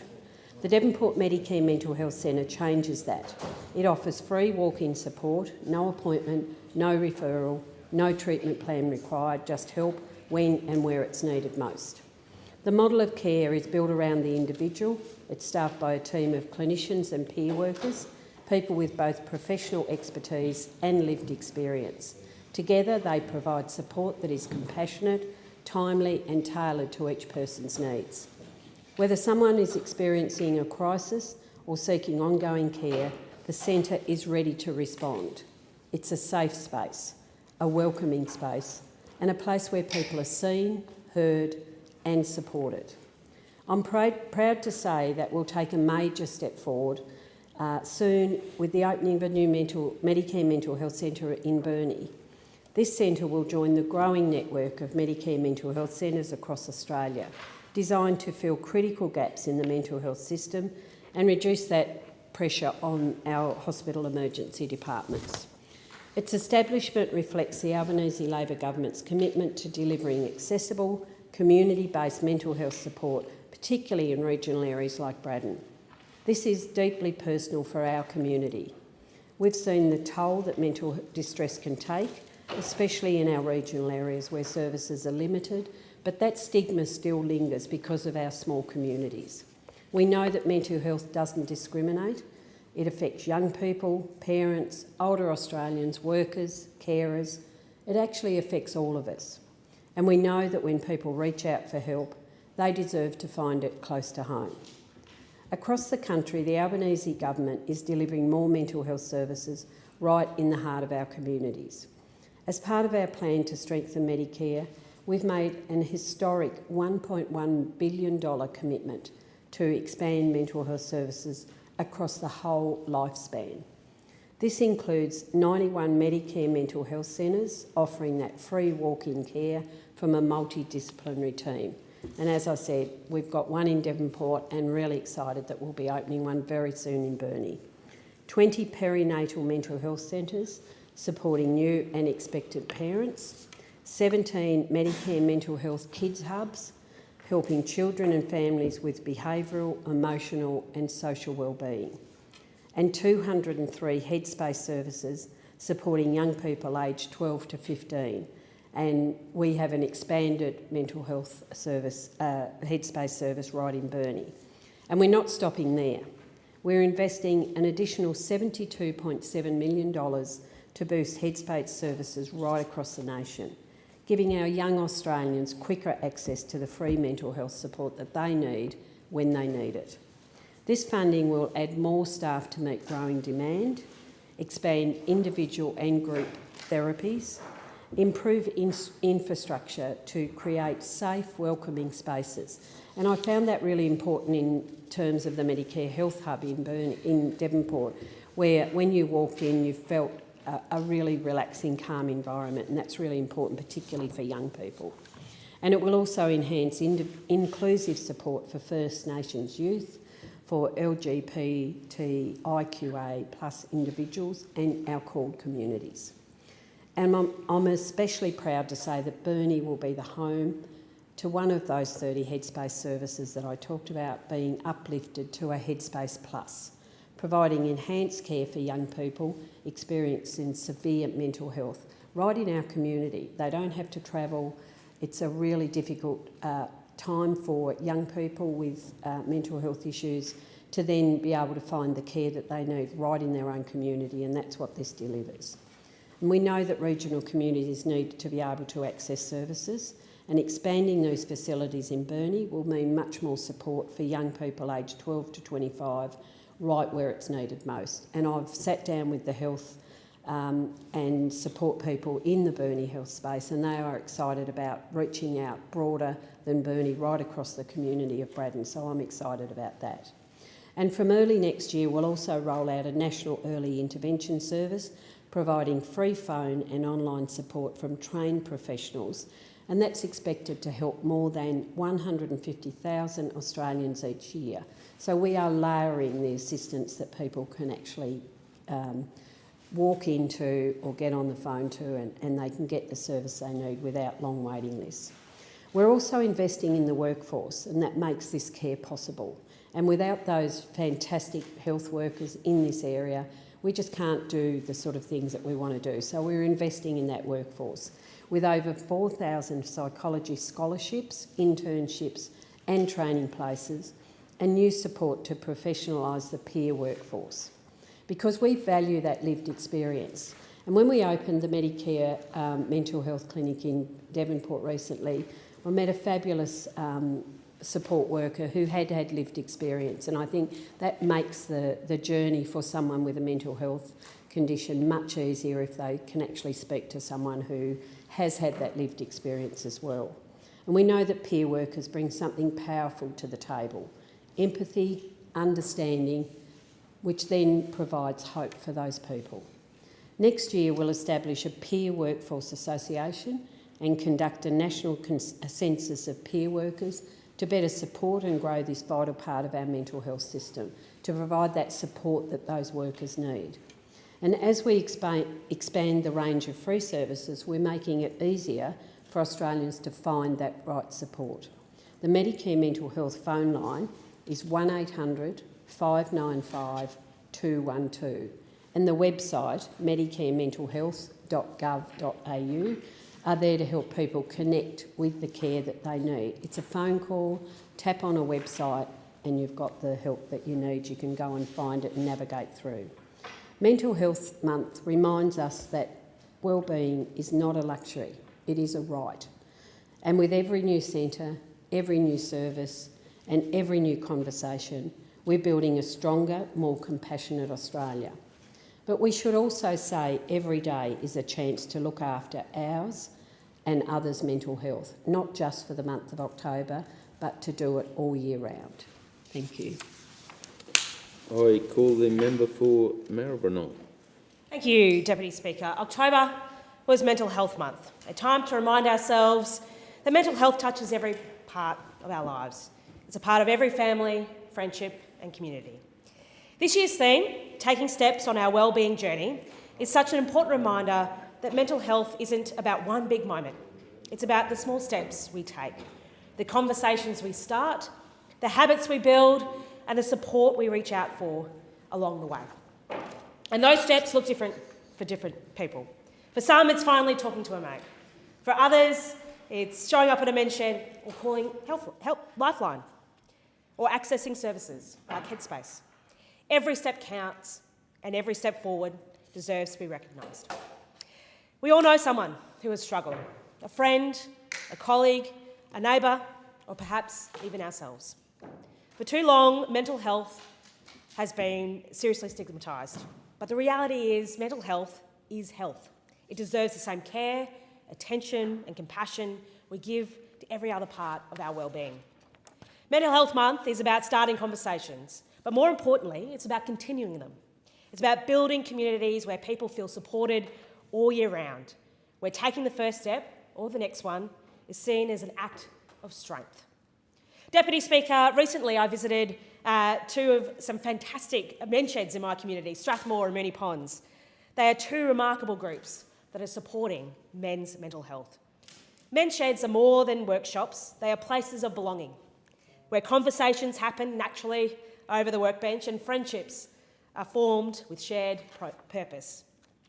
For too many men, especially older men, loneliness can creep in silently. Work ends, routines change, loved ones are lost, and suddenly the days get quieter. Social isolation is a major risk factor for poor mental health, and men's sheds tackle that head on. They offer connection, purpose, and mateship, often in ways that feel natural and safe. I'm proud that the Albanese Labor government continues to support men's sheds. We recognise that connection and prevention start in local halls, community groups and sheds just like these. Deputy Speaker, I've also had the recent opportunity to meet with the new CEO of Lifeline, Graham Strong. Lifeline has been answering calls from Australians in crisis for more than 60 years, offering compassion, understanding and hope. Each call is a chance to save a life. It takes extraordinary dedication to listen, care and help someone see a way forward. The volunteers and staff of Lifeline are the quiet heroes of our mental health system, and their work deserves recognition and support. Deputy Speaker, in Maribyrnong, the Albanese Labor government is boosting access to vital mental health services with a $6.2 million investment to open a new Headspace in Moonee Valley. I've spoken about this project a lot, and I will keep speaking about it because it's such an exciting and important initiative for my community. Headspaces provide free wraparound support for young people aged 12 to 25, covering mental health, physical health, alcohol and drug support, and study and work pathways. As a qualified child and youth psychologist, I know how powerful early support can be. Giving young people help before the challenges escalate can really transform years of silent struggle into a chance to thrive. This new centre is part of the Albanese Labor government's $1 billion investment to expand free public mental health care through Medicare, making it more easier than ever before for Australians to get the support they need when they need it. Deputy Speaker, I recently caught up with our local primary health network to get an update on where things are at, and it's coming along quickly. They let me know that more updates will be coming in the coming months and that the process is moving along swiftly. And I'm keen to keep my community in the loop every step of the way. Young people in Moonee Valley have been waiting far too long for this service, and I'm determined to see it delivered as quickly as possible. Deputy Speaker, I also want to touch on the government's work to protect young people online. We cannot talk about mental health without talking about the impact social media is having on our kids. I recently held a social media forum with Minister Wells for local parents and teachers in my community. We heard powerful stories from two bright young students in my community about why these social reform changes are necessary. Natasha spoke about how social media has begun shaping her identity long before she even knew who she was. How the constant comparison, the created perfection and targeted content left her feeling smaller, not stronger. And Hayden spoke honestly about what many young men are experiencing, platforms deliberately targeting their insecurities, pulling them into toxic, hypermasculine content without them even realising it. Deputy Speaker, these aren't isolated stories. They're happening in homes, classrooms and playgrounds across Australia. Social media platforms are designed to be addictive. They feed insecurity, they amplify anxiety, they expose kids to content they simply aren't ready to navigate.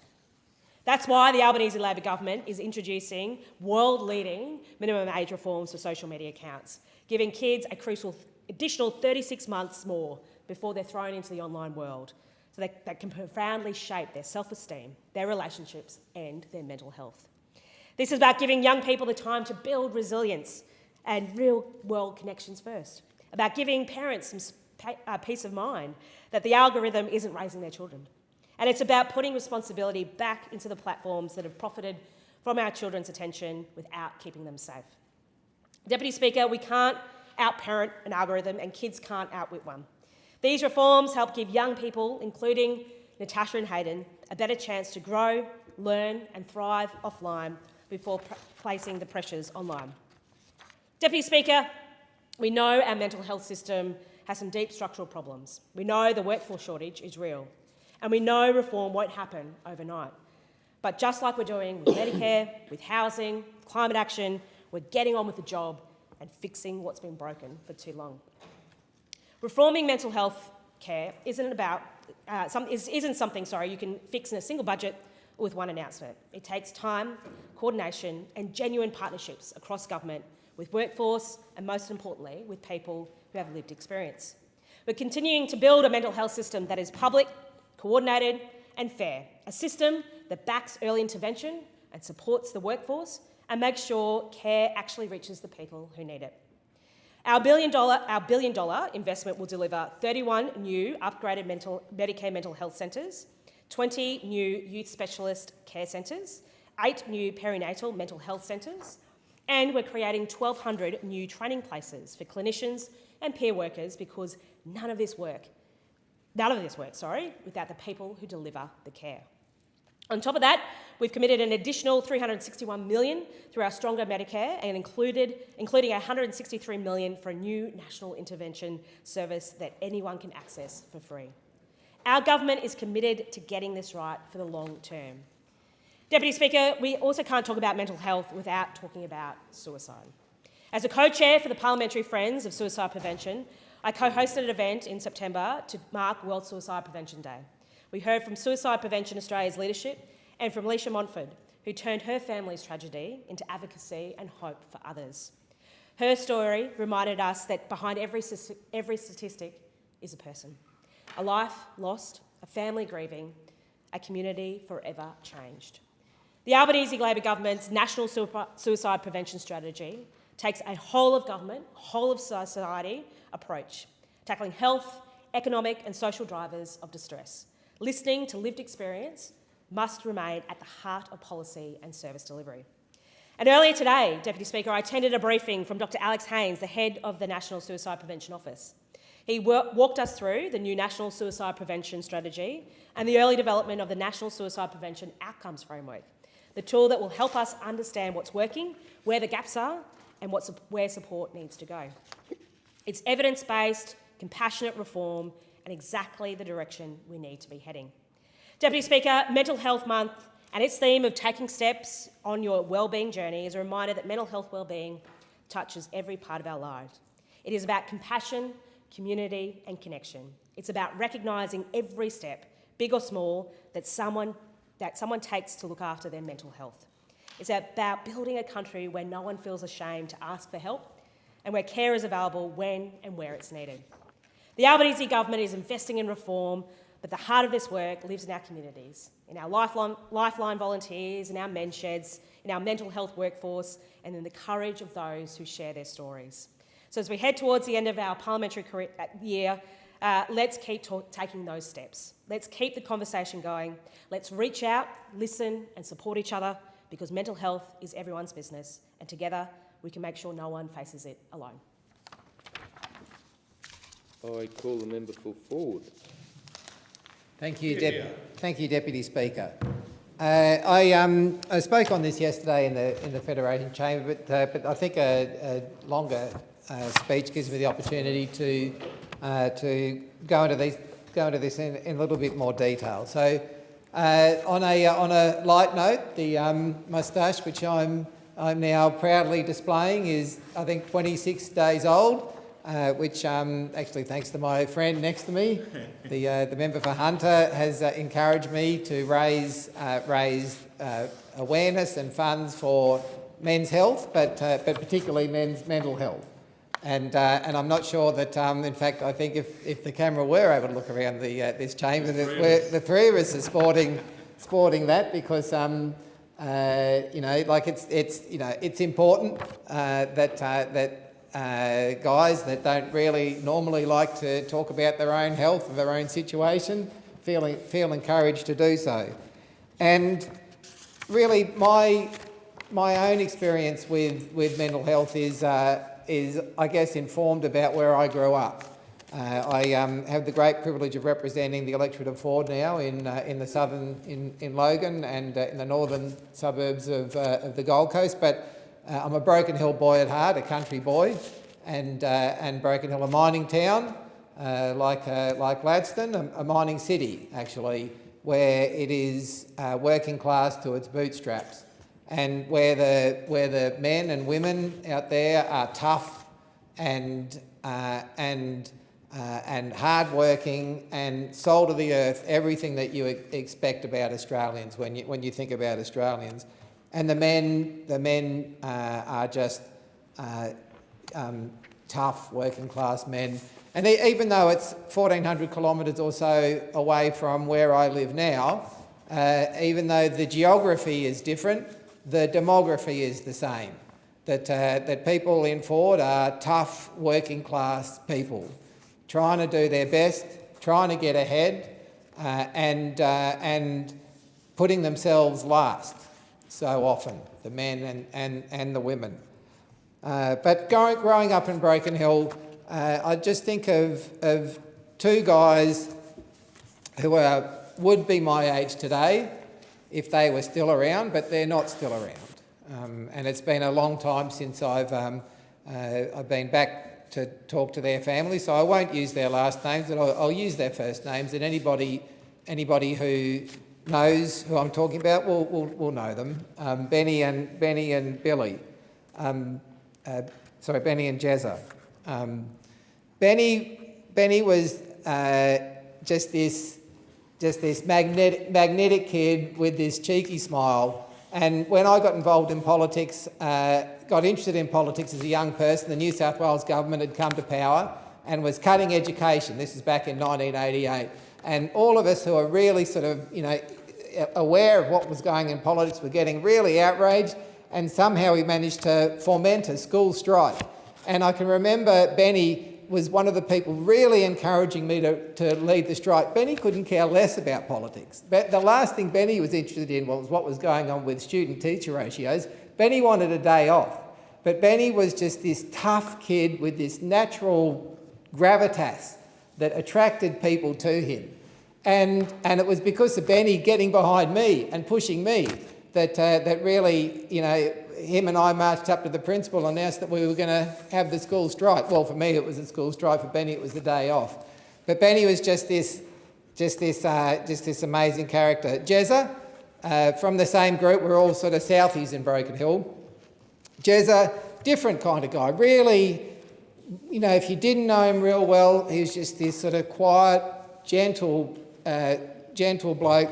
But geez, he loved to laugh, and geez, he was the sort of mate that you would just go into the trenches with. And despite how good they were, they took their own lives. And they are not uncommon in working class communities and not uncommon amongst men. In many ways, the only thing worse than talking about suicide is not talking about suicide. And the reason why it's so important to look at the impact that it has on men is that something like 75% of suicides are men. And as much as it is a men's issue, the people who bring it up with us when we're going around in our communities are generally the mums and the wives and the daughters who are concerned about their man's mental health, because men are usually the ones least likely to bring it up themselves. And so it is so important on us as a parliament to do what we can as leaders in our community, but also collectively, to shine a light on the scourge that is male mental illness. There's a lot of reasons for why it might happen. I think growing up in the 80s, Australia was a much more egalitarian country. We were more equal. There was this commitment, I think, to mateship that you don't hear a lot of these days. And I think that as we became, through the 80s, through economic rationalism, through privatisation, through a chasing of the dollar rather than of community, we moved away from that spirit of doing things that for the sake of other people. And we've been left poorer as a society for that approach to economics. When I'm talking to young people today, one of the reasons that they cite for their mental health is, I mean, look at it. Look at the state of housing, and it's bad enough when we see it. But imagine trying to grow up in a world where this is the world that you're going to come into after high school. So it's tough on kids, and it's tough for other reasons too. One of the things that I for some reason had a look at was past royal commissions, and there was a royal commission into television back in the 1950s that was looking at whether or not there would be multiple stations, whether there would be one government-owned station, whether a television would run 24 hours a day, whether people would pay for licences, etc., etc. And one of the submissions that went into that royal commission was that television would destroy communities, and in many ways they did. Television took people away from those community experiences and stuck us in lounge rooms gathered around the box. But social media has done that on steroids. So you look back at television now, at least there was some shared experience. Now we are completely chopped up into little tiny slices in our bedrooms, separated from family, separated from community, all getting some sort of message through social media. The stress that this puts on young people and older people as well has got to be one of the reasons that mental health is so bad, such an epidemic in our community. But I think that despite the problems that exist, and the problems that in many ways are getting worse, there are real solutions that are out there. So, and I think the best example of that would be mates in construction. That's, for those that I'm sure know it is started somewhere around 2007, where suicide rates amongst male construction workers was way above the community average. But because of the work that they've done, they've managed to bring suicide rates down to about the community average amongst male construction workers, and the way that they're going, it's going to be less than the average less than the national average. So something is going on. So they're doing something right, and so often it is just one conversation that makes all the difference. It is just a few sessions with a trained professional that makes all the difference. And without giving somebody, though, without having that one conversation, without putting somebody in the right direction, that not having that conversation can have catastrophic consequences for the individual and catastrophic consequences for the family. There's so much more to do. The moustache will be coming off on 1st of December, but the work will continue, and I say led by lucky to have today the special envoy for men's health, led by a position with the first time that it exists in the Commonwealth. The member's time has expired. I call the member for Hunter. Thank you, Speaker. I rise today to speak about Mental Health Month, and in particular the mental health of Australian men. This is an issue that cuts across every part of our society. It affects every community, every workplace and every family. No matter where you live, what work you do or what your background is, every community in this country has men who are doing it tough, often without saying a word. The truth is simple, Speaker, and it's also very, very confronting. Australian men are struggling with their mental health, and too often they are struggling in silence and also in isolation. Last year alone, 2,529 Australian men died by suicide. That is more than 3/4 of all suicides in our nation. For men aged 15 to 44, suicide remains a leading cause of death. It's ahead of accidents, it's ahead of diseases, and it's ahead of anything else. It's an enormous and preventable loss that should give us all the time to pause and reflect on these horrifying stats. Because behind each and every one of those numbers is a real life. A father, a son, a brother, a mate, a co-worker, a neighbour. When a man dies by suicide, it never just affects one person. Families carry that grief for years and years and years. Children grow up without their dads. Partners lose the person they planned a life with. Mates feel shock, guilt and heartbreak. Communities feel the loss deeply, often for generations. And despite this enormous burden, men remain far more likely to not seek any help. Only around 1/3 of men experiencing mental health condition saw a health professional last year. Many waited weeks or even months before reaching out, and tragically, some never reached out at all. But of the challenges, part of the challenges is that men often show signs of mental ill health in ways that can easily be misunderstood. For many men, poor mental health does not always include and look like sadness. It may come out in anger, in frustration, disengagement, drinking more than usual, withdrawing from mates, losing interest in activities they once enjoyed and loved, changes in behaviour at work, or physical symptoms such as headaches, insomnia, and ongoing stomach pain. These signs can easily be overlooked, Speaker, not because people don't care, but because men themselves have grown up believing they should hide emotions and suppress vulnerability and simply soldier on. For generations, Australian men have been taught directly and indirectly that expressing emotion is a weakness, that asking for help is embarrassing, and that suffering in silence is the strong thing that people should do. This old stereotype is costing lives in this country.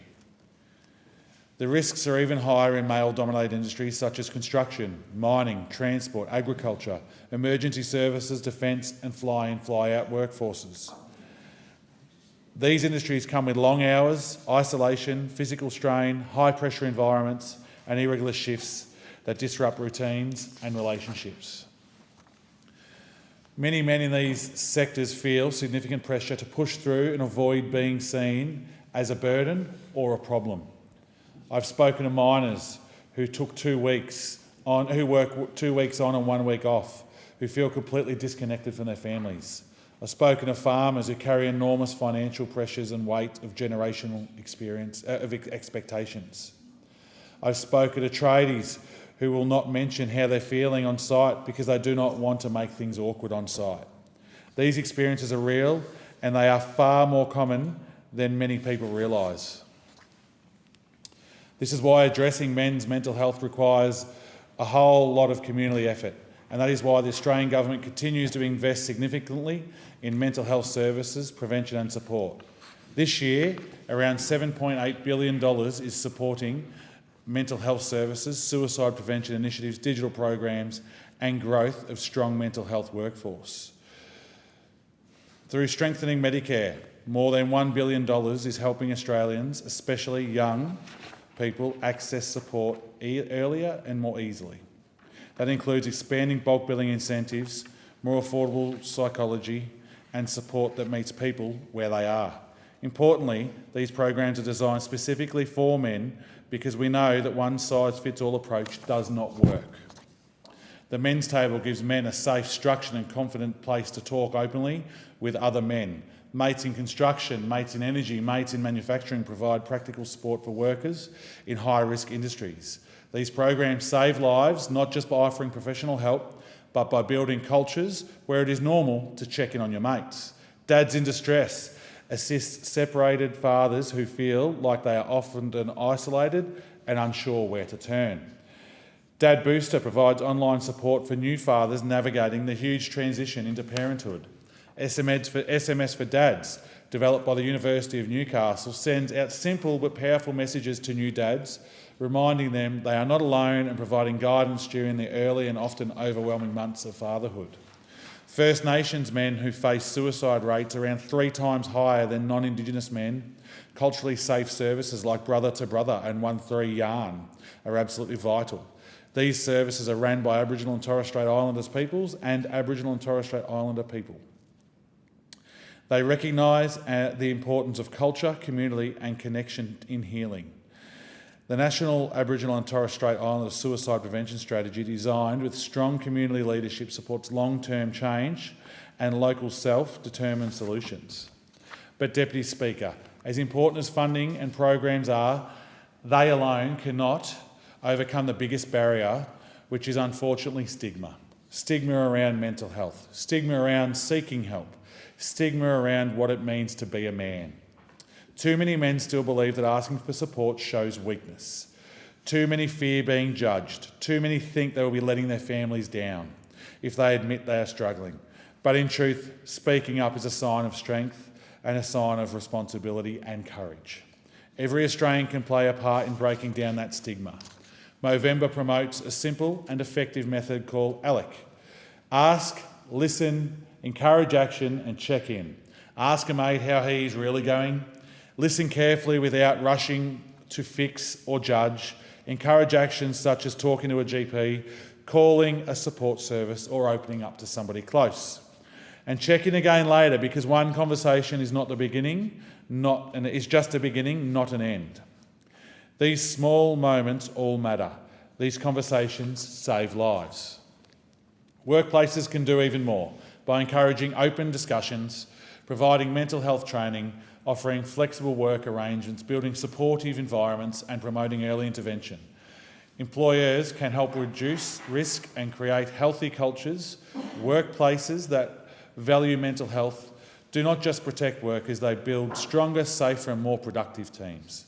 Our communities also play a powerful role. When men feel connected to family, friends, culture or community, they are healthier and safer. When men feel isolated, unconnected or ashamed, their risks increase significantly. Strengthening social connection through sport, volunteering, culture, clubs, men's sheds or community groups is often one of the most effective ways to protect men's well-being. Men themselves can also take practical steps to protect their mental health. Sleeping well, eating well, staying active, limiting alcohol, spending more time with mates, reconnecting with hobbies, reaching out early when something feels wrong, and get the help to build the resilience, balance and well-being. But when things get tough, support is always available.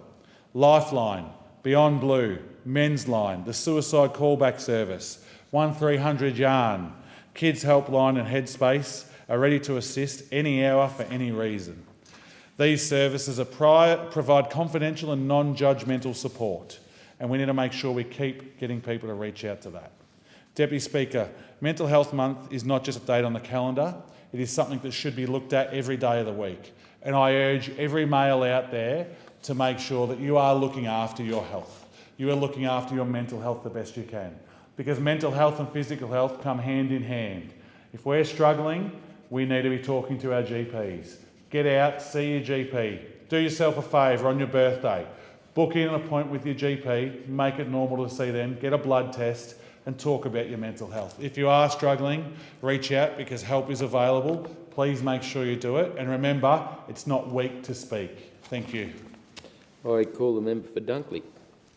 Deputy Speaker, and to my fellow colleague Dan Rapicoli, the member for Hunter and the Special Men's Health Envoy.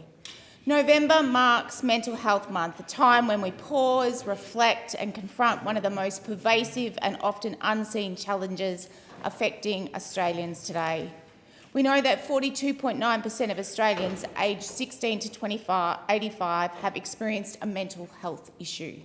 Nearly half of us. Half of our families, our workplaces, our communities. This is not an issue that sits at the fringes of society. It touches almost everyone's home in this country.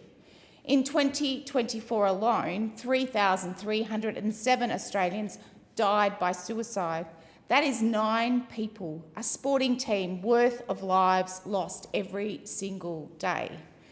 Behind every one of those numbers is a family with an empty seat at the dinner table, a school with a chair that will never be filled, and a workplace hoping for a colleague who will not walk back through those doors. More than 7 million Australians are close to someone who has died by suicide or attempted to take their own life. And by the age of 25, 1 in 2 young people will have been personally affected. Deputy Speaker, these are not statistics. These are stories, these are families, these are lives. Mental health shapes every aspect of a person's life. It determines whether they can finish school, maintain relationships, secure stable housing, keep a job, or imagine a future they feel hopeful about. Australia is in the midst of a suicide crisis, and for too long, too many years, the responsibility for navigating a fragmented system has fallen on those already struggling. Deputy Speaker, my commitment to mental health does not come from theory or politics. It comes from lived experience and from more than 20 years working alongside young people, families and frontline workers in the community sector. At Anglicare, at Family Life and with the Women's Spirit. I saw both the extraordinary strength people possess and the pain that arises when they reach for help and find long wait lists, confusion or even silence. I have sat with young people exhausted from carrying burdens they didn't have the words for or felt too ashamed to mention. I spoke with parents about their desperate need to help their children but not knowing how to navigate the system. I have worked shoulder to shoulder with frontline workers, youth workers, counsellors, case managers, people who show up every day and give everything despite feeling overwhelmed. And I grew up in a family that faced its own challenges. I know what trauma feels like, what recovery requires, and what it means when someone steps in early and believes in you before you slip too far through the cracks. These experiences shaped who I am and being here now. They shaped the way I listen, advocate and fight for reform. And they taught me 2 truths that guide every decision I make. Early intervention saves lives. Community support changes them. When a young person gets help at 14 instead of 24, their life changes. When a family is supported, not judged, their hope grows. When a community wraps around someone, their chance of surviving and thriving increases.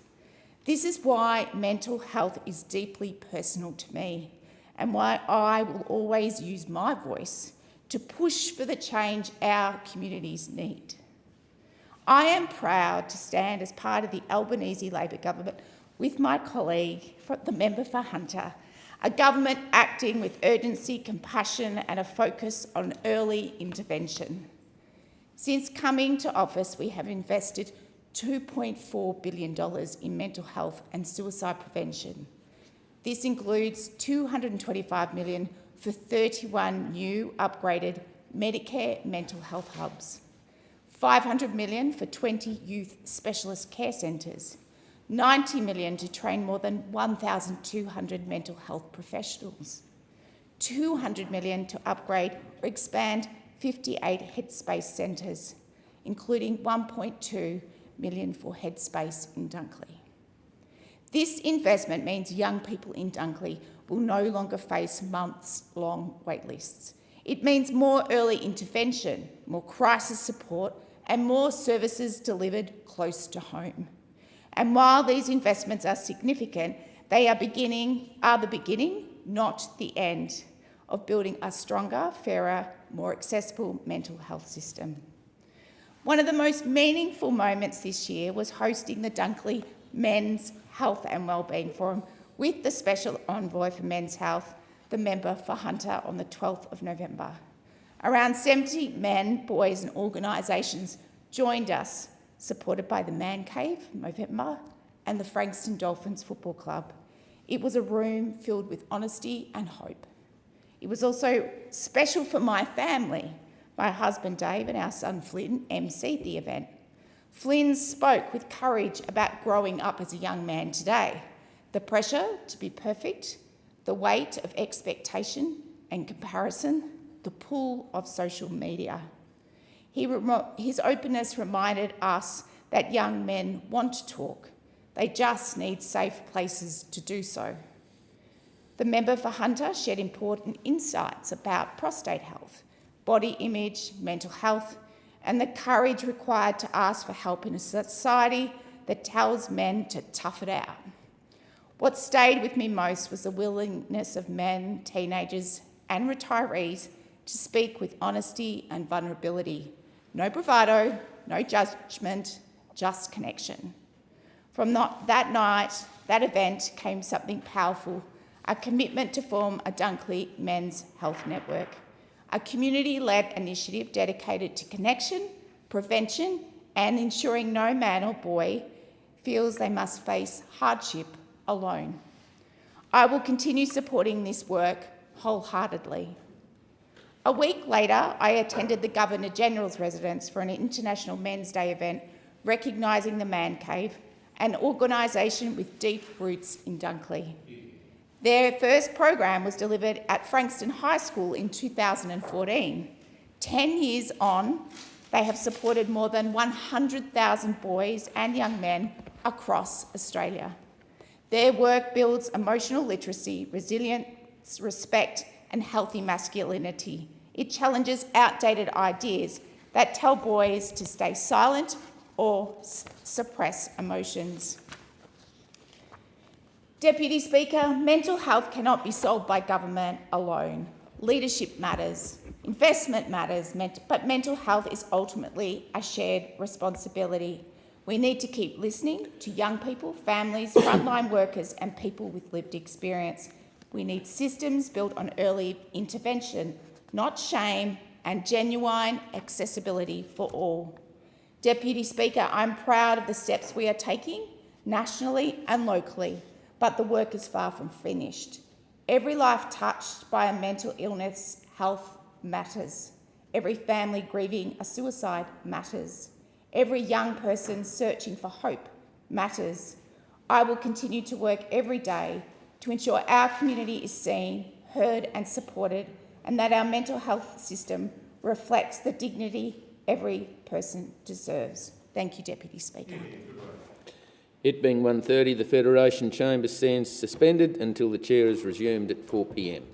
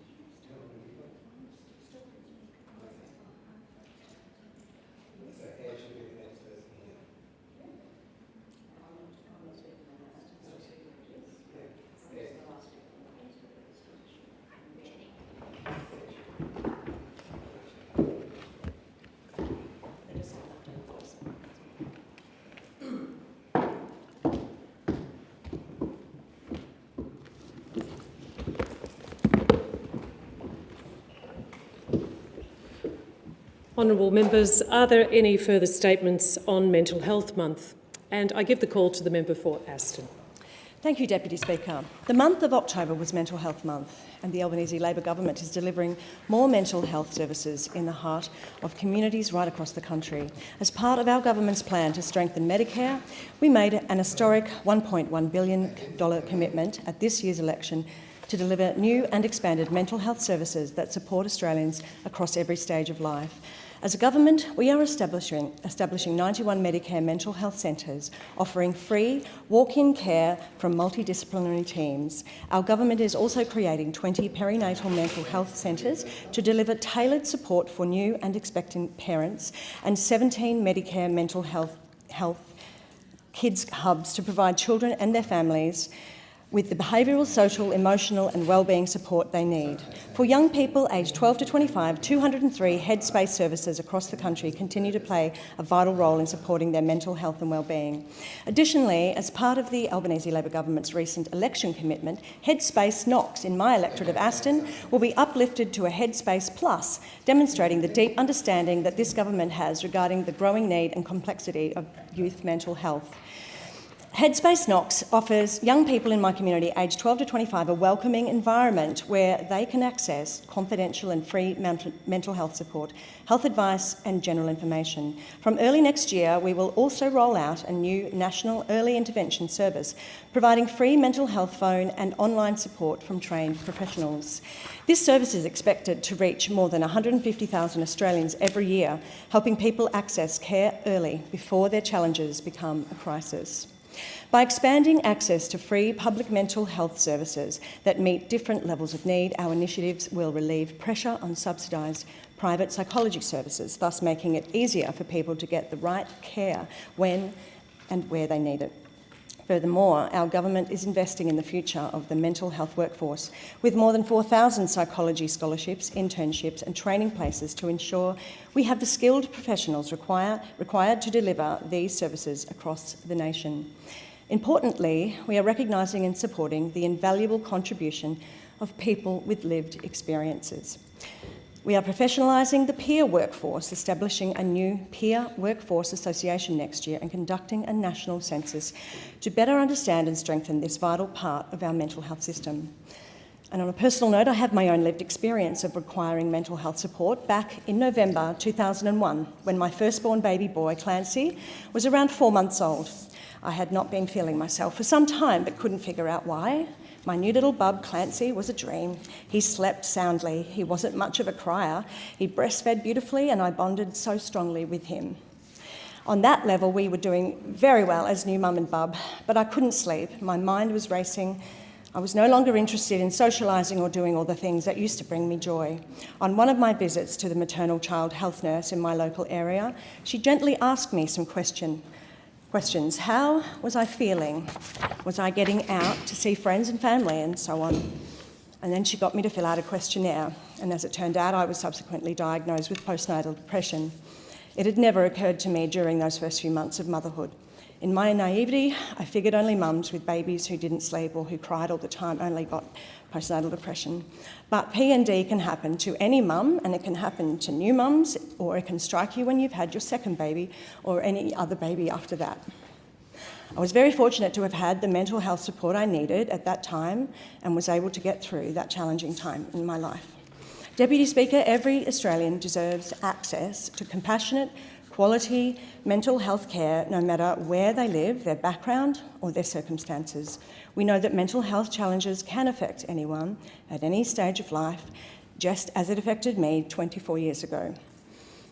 These investments are about meeting people where they are, providing support before crisis strikes and ensuring that no one face their struggles alone. Behind every policy and every program is a person, be they a parent, a child, a young person, a friend or neighbour who deserves to be heard, supported and valued. When someone reaches out for help, they are showing courage, not weakness. Our responsibility is to meet that courage with care, to replace stigma and with understanding, and to ensure that hope is never out of reach. And let us be clear, this is not just about services or statistics. It is about building a culture of compassion. It is about communities that lift each other up, workplaces that nurture well-being, and schools that teach our children that it is okay to ask for help. It is about ensuring that mental health care is not a privilege, but a fundamental right for every Australian. We know that when mental health is supported, everything else follows. Families grow stronger, communities become safer, and our economy thrives because people can reach their potential. Mental well-being is not just a health issue. It is a foundation for opportunity, equality, and national prosperity. This government understands that when we invest in people's minds and hearts, we invest in the future of our country. Deputy Speaker, this is what leadership looks like, not turning away from hard conversations, but embracing them with honesty and hope. It is about standing beside every Australian, saying, you matter, your life matters, and help is available.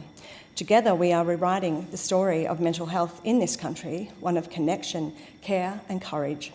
As we expand this network of free, high-quality services, Australians can turn to the Medicare Mental Health phone line or visit the Medicare Mental Health website to find the service that's right for them.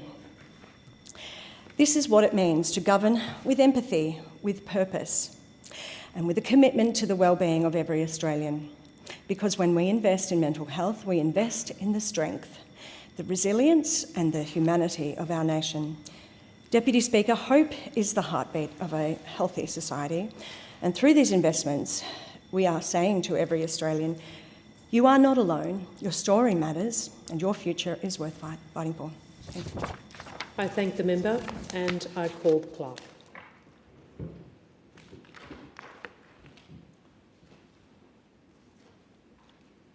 Next order. Further statements on the 50th anniversary of the Racial Discrimination Act.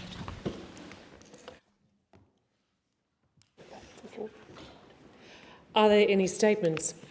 I give the call to the member for Ford. Thank you, Deputy Speaker.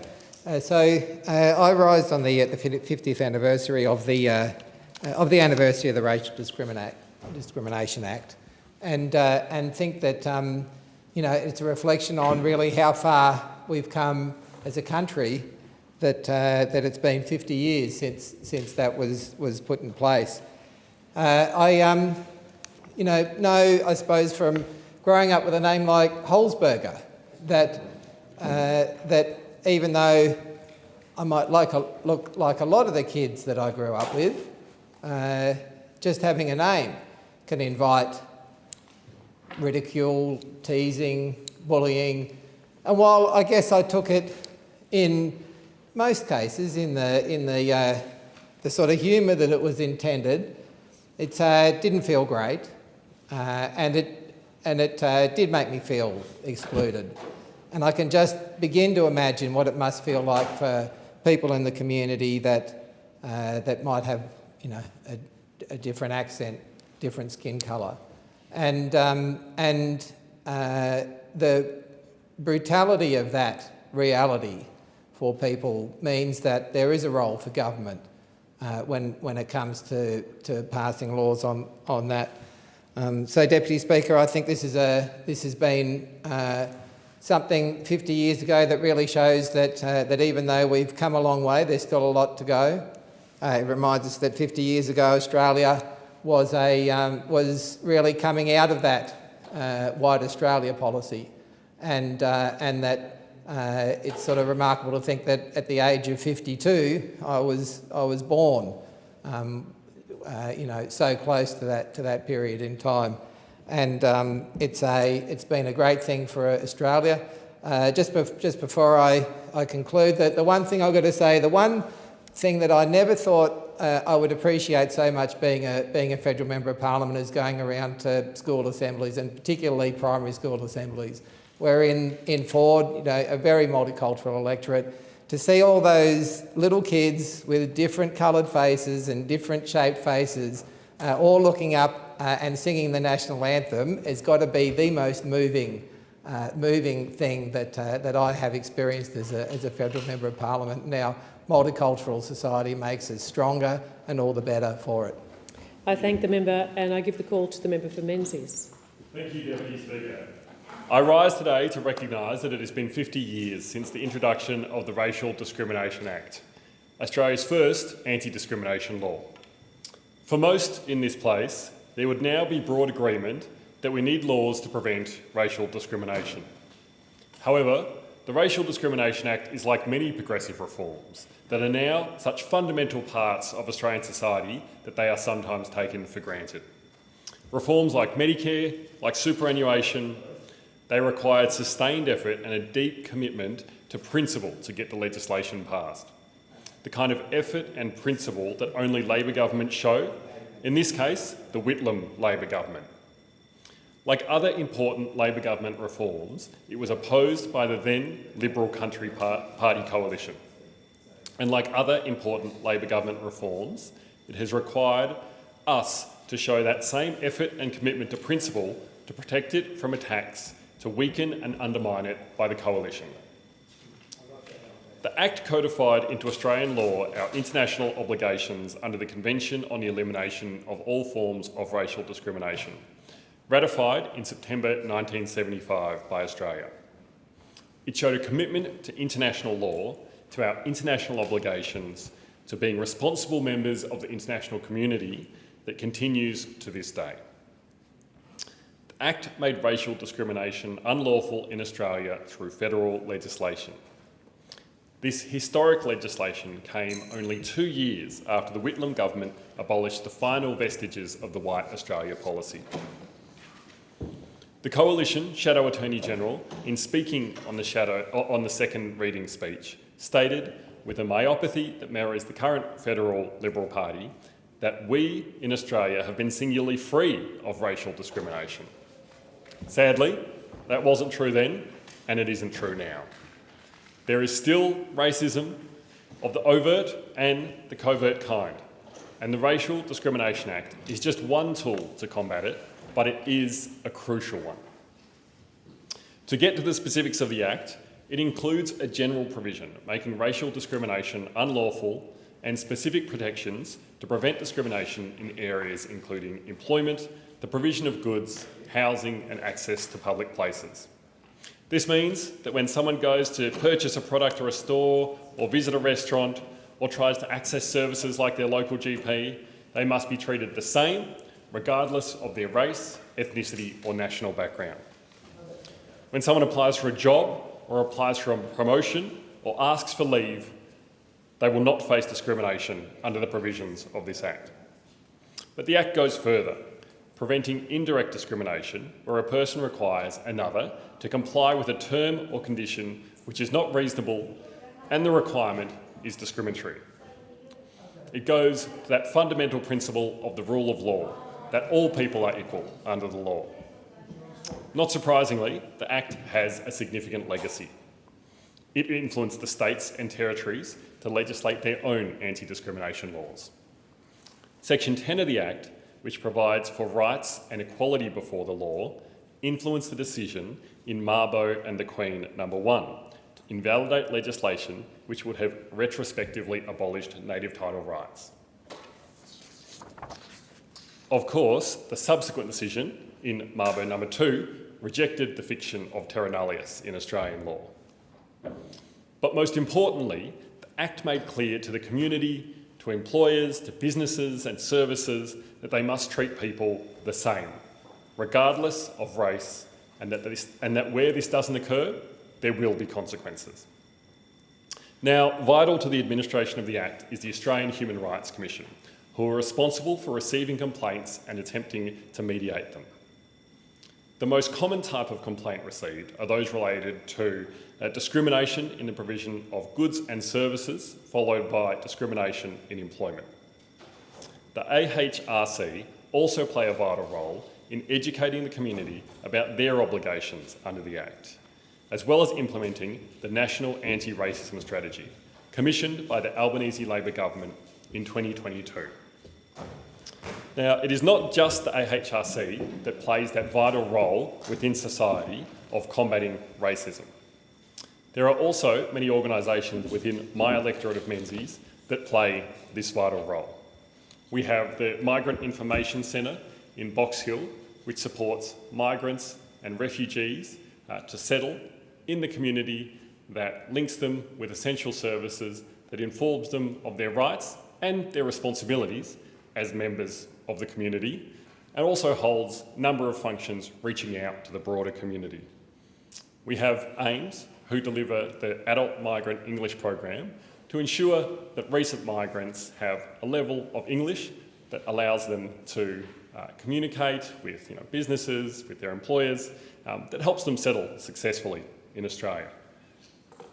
But our local schools and kindergartens and child care centres, our businesses, they all play a role in combating racism.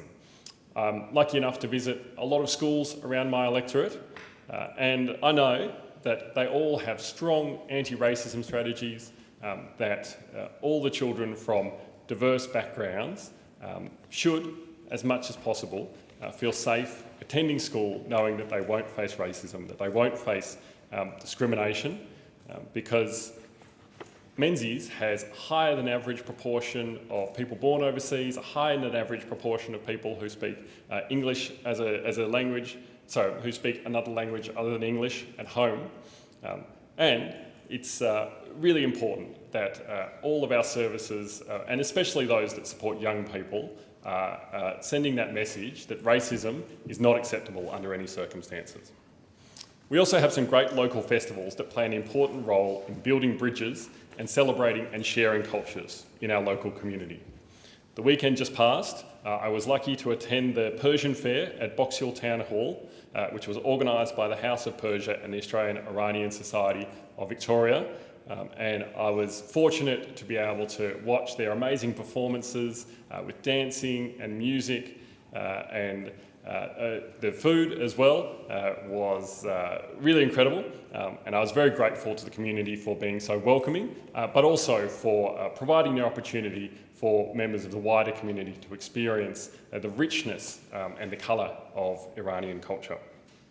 Next year, we will have the Box Hill Chinese New Year Festival, which is one of the highlights of our local calendar, and one of the biggest Chinese New Year festivals in Melbourne. It attracts over 100,000 people, and it's a real staple of our calendar, and I was proud to advocate and secure an election commitment of $150,000 to support the Box Hill Chinese New Year Festival. We will also be holding the inaugural Manningham Chinese New Year Festival. It was held for the first time last year and was a huge success. So looking forward to seeing it back in the northern part of my electorate next year, and seeing how it benefits our local traders around Jackson Court and in Doncaster East. That as well we have been able to support with a federal election commitment of $50,000. Both of those events are run by the Asian Business Association of Whitehorse, who are very active in our community in running these local festivals and advocating for small businesses. Now, in 1995, the Racial Discrimination Act was strengthened by the Keating Labor government following a number of inquiries into racist violence in Australia, as well as in response to a recommendation of the Royal Commission into Aboriginal deaths in custody. One of the more debated amendments to the Act is Section 18C, which provides that it is unlawful for a person to do an act otherwise than in private if the act is in any way likely to if the act is in any way likely to reasonably offend, insult, humiliate or intimidate another person or a group of people due to a person's race. Now, there are some in this place, some on the opposite side, who believe that people have a right to be bigots. That is something we in the Labor Party will never support. The Racial Discrimination Act is more important than ever. As much as we would like to believe that the arc of justice bends towards history, this is not something we can take for granted. Anti-immigration rallies organised by neo-Nazis have been held in our major cities. Foreign narratives and conspiracy theories spread on social media erode our trust in democracy, and conflicts abroad have tested our social cohesion here. The Labor Party will always stand up for modern, multicultural Australia. We are the party that enacted the Racial Discrimination Act.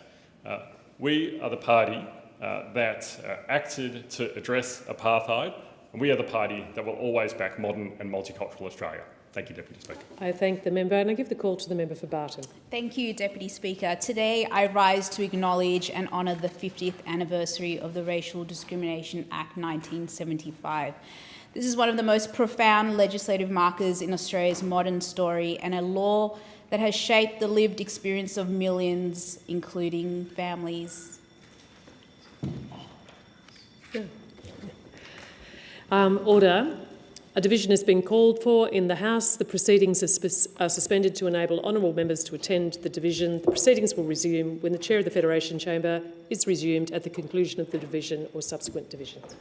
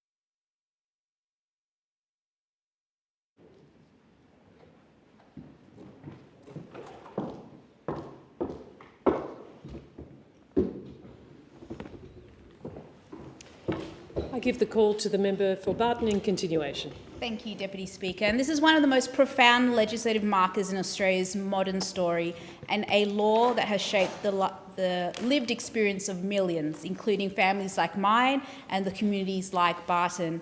The passage of the Racial Discrimination Act was not just legal reform, it was Australia declaring formally and finally that equality before the law is not optional, not conditional, not aspirational, but fundamental.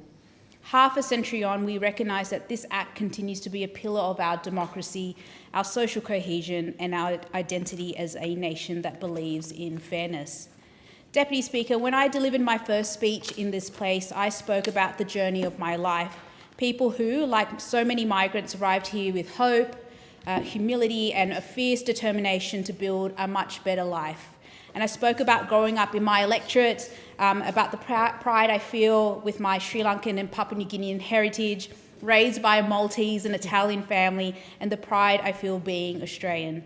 I spoke about the lessons of my late grandfather, a man who taught me that service, kindness and dignity are the measure of a life well lived. What I did not get the chance to say, but wish to say today, is that the lives and mine would have been very different if not for the Racial Discrimination Act. When the Racial Discrimination Act passed this Parliament in 1975, it did something incredibly simple yet profoundly transformative. It recognised that everyone in this country is entitled to the same respect, the same safety and the same dignity regardless of race or background. That principle sits at the heart of the electorate of Barton. Now, Barton is one of the most multicultural communities in the nation. Our residents come from every continent, every faith tradition and every culture, and we are stronger because of this. And I'm proud to represent a community where diversity is not just tolerated or accepted, but absolutely celebrated as our greatest asset. I'm proud to represent a community where diversity is, but the truth is that for many decades in this country, people of colour, First Nations people and multicultural communities face systemic discrimination. It occurred in housing, in employment, in education and in access to services. Many still face it today. The Racial Discrimination Act was a promise to all of those communities that the law would stand with them, not against them.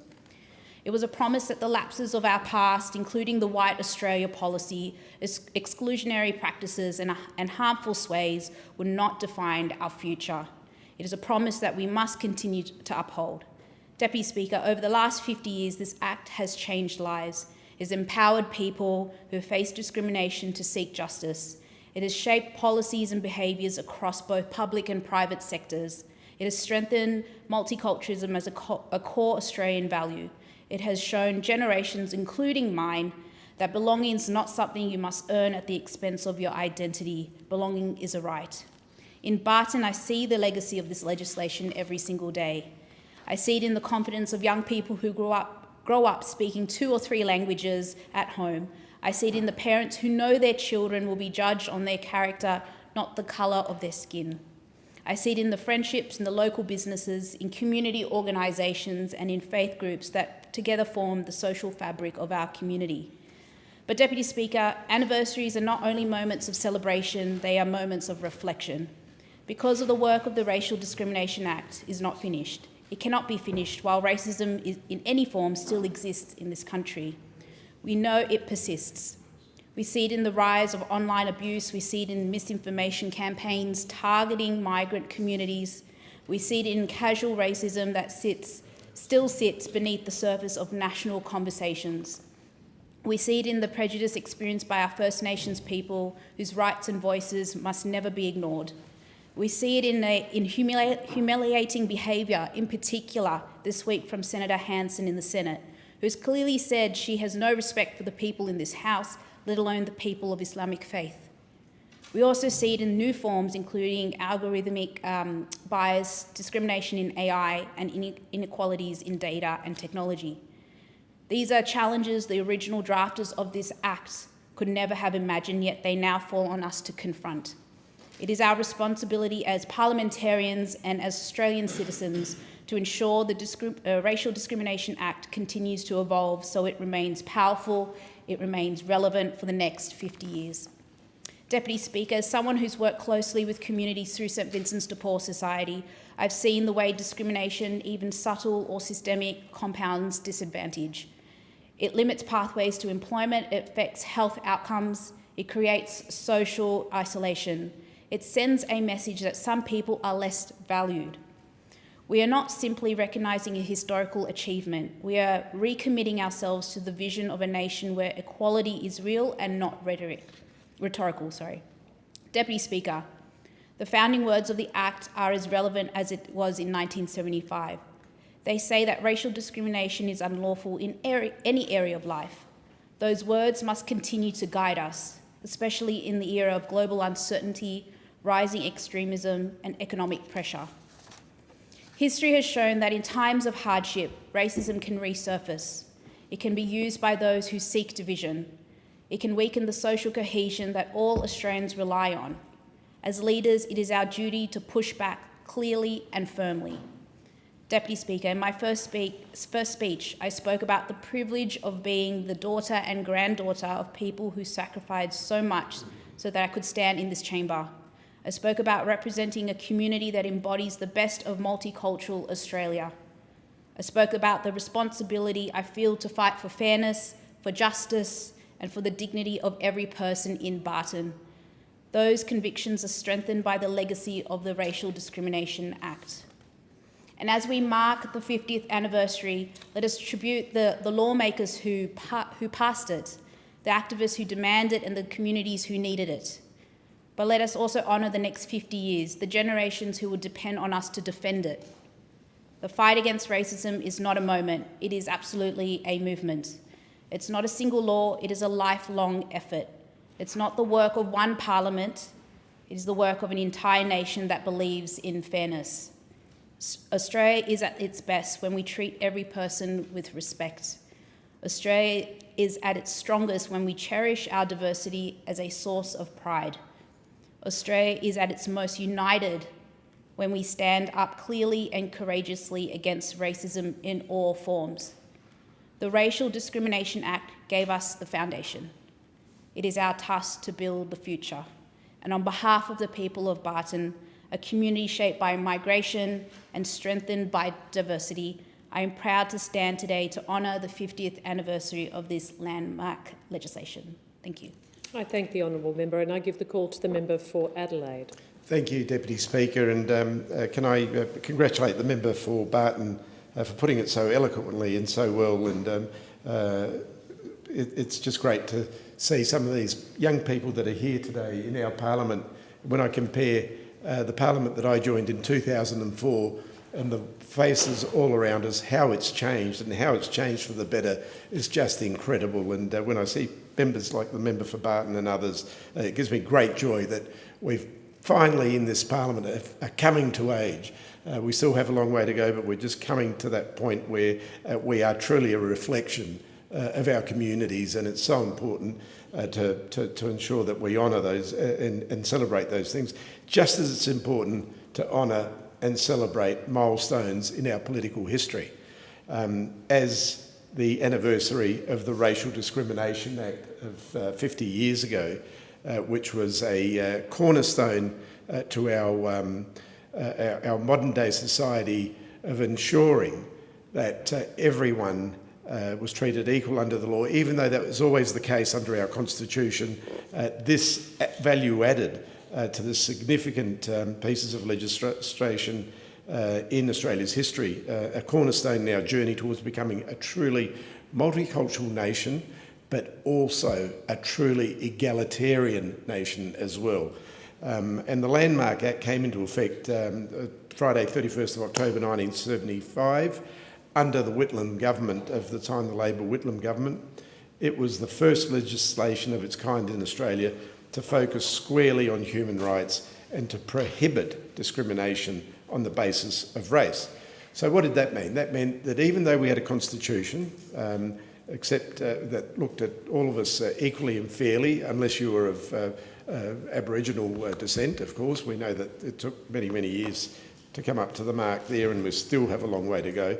But what this meant is that under the law, you could not be vilified. Under the law, under the human rights, squarely focusing this on human rights, and to prohibit discrimination on the basis of race. It embodied a principle that has long been part of our Australian spirit. Deputy Speaker, the Racial Discrimination Act gave life to Australia's commitment under the UN International Convention on the elimination of all forms of racial discrimination. It signalled a new direction for our nation, a future built on acceptance, inclusion and respect for all cultures. And this legislation, Deputy Speaker, protects people across Australia from unfair treatment based on race, colour, descent, national or ethnic origin in many areas of public life. Deputy Speaker, it also ensures equal footing and preserves fundamental freedoms. It goes further by prohibiting acts of insult, humiliation, vilification, actions that deny basic human rights, and in short, it guarantees equal enjoyment and exercise of those rights for all Australians. In other words, what we've seen, some pretty horrific things on our TV news and in our media on national days such as Anzac Day, and of course just recently, a couple of weeks ago, on Remembrance Day, certain groups that have great enjoyment of vilifying and ensuring that people are made to feel lesser than all of us, are areas where governments and police, etc., can take action because of this particular bill. If you remove this bill from 50 years ago, there would not be much action that you could take against groups like that. So it is squarely one of our fundamental laws in this country that ensures that that equality that I spoke about and the rights of everyone to coexist within a respectful way. At the heart of the Act is Section 18C, which provides protection against racial vilification, and alongside it is Section 18D, which offers exemptions for actions done in good faith, such as artistic work, research, etc. And the pathway to legislating this, I suppose, is the Act, I suppose, wasn't easy to get through. It was a testament to determination and grit of then Senator Lionel Murphy as Attorney General, who introduced the bill in the Senate, not once but 3 times. 3 times it was introduced, and it was rejected 3 times, or 3 times it was voted against. And you just something that is mind-boggling if you think about it today. A Racial Discrimination Act to ensure that everyone's rights are protected, and there was people in this place that were voting against it. The debate was divided, but the Whitlam government understood that the bill was more than just another bill or more than just law. It was about social change, and we see the fruits of that social change today. And then a bit later, Attorney General Kep Eddenby said at the time, the bill will perform an important educative role. In addition, the introduction of legislation will furnish legal background on which to rest changes reflecting basic community attitudes. The fact that racial discrimination is unlawful will make it easier for people to resist social pressures that result in discrimination. So Australian laws exist to express the values of a civilised society. The Whitlam government reflected the future and where we are today, and now the current values of Australia of today, a multicultural country that embraces diversity and is proud of it. And Deputy Speaker, when I think of our diggers that died in World War I in Gallipoli, right through World War II, the many theatres of war that we've engaged in, Afghanistan, Vietnam, it's all about the individual freedom, the ability to be free in a nation, in a vibrant democracy where everyone is treated equally regardless of race, religion, colour of their skin, etc. Deputy Speaker, going back to this 18C and this Act, and 18C, which forms a very important part of this bill. As I said, it hasn't been without challenges. Section 18C, the core protection against racial vilification, came under threat not that long ago. In 2016, I think it was, when the then, or maybe 2014, the then Attorney General of the Coalition introduced the bill proposing its repeal, and he argued that people have basically, that would have meant that people had rights to be bigots if that had gone through back then. And how could we allow that? How could we permit open racism and discrimination to creep back into our society? Imagine if that bill had passed.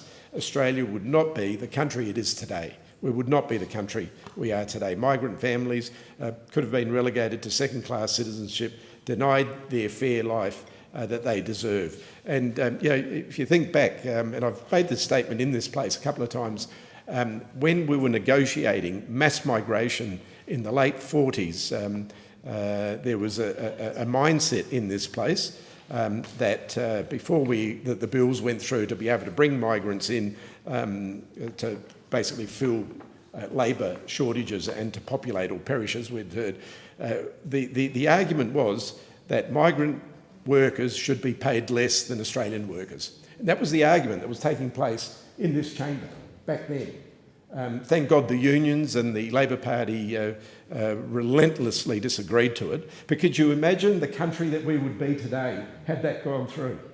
Can you imagine what sort of country Australia would be today had that gone through? So you need people with foresight, like Mr Whitlam, Lionel Bowen, to ensure that we put acts into place that preserve those rights, that preserve dignity and preserve an equal society that ensures that everyone is treated fairly, which I said is under our Constitution. But you also have to ensure that there is that ability of vilification to creep in, which could creep in slowly but gradually, then becomes a mass vilification, and we could have an entire upheaval of our society. So that's why this law that we're discussing today from 50 years ago is worth celebrating, and it's worth honouring, because it's laws like this that give the direction of the country, change the country, and benefit future generations, as we see today in a wonderful multicultural Australia that actually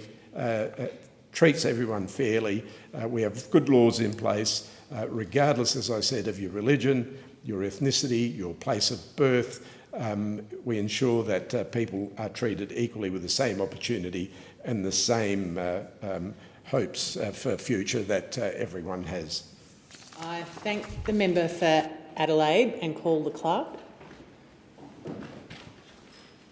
Government Business Order of the Day number 4, Annual Statement on Northern Australia, Ministerial Statement, Resumption of debate on the motion that the House take note of the document. The question is that the document be noted, and I call the member for Leichhardt. Thank you, Speaker. I rise today to speak on the statement made by the Minister for Northern Australia. My electorate, Leichhardt, is the perfect embodiment of Northern Australia, and while some will point to Townsville as the capital of the far north, they are wrong. It is in fact Cairns. But Cairns is just the gateway to a much broader and spectacular part of the world. And if you'll indulge me, Speaker, I would like to go on a little bit of a geography tour, a place I know that you know well, as I ran into you randomly one day at one of the local shopping centres as you were enjoying many of the delights that Cairns has to offer. So we'll start in Cairns. Cairns is a thriving metropolitan city. It is multicultural, it has many different industries, it is welcoming, it is beautiful. It is the home to the Reef Fleet and the Great Barrier Reef, the gateway to Green Island, Osprey, Lizard Island, Fitzroy Island, where I believe my daughter is right now celebrating schoolies. It is a truly magnificent place. We have over 128 different cultures that are celebrated en masse. Over 10,000 people went to the recent India Day festivals. Diwali was a huge celebration. We are multicultural, we are proud of it, and we pull together.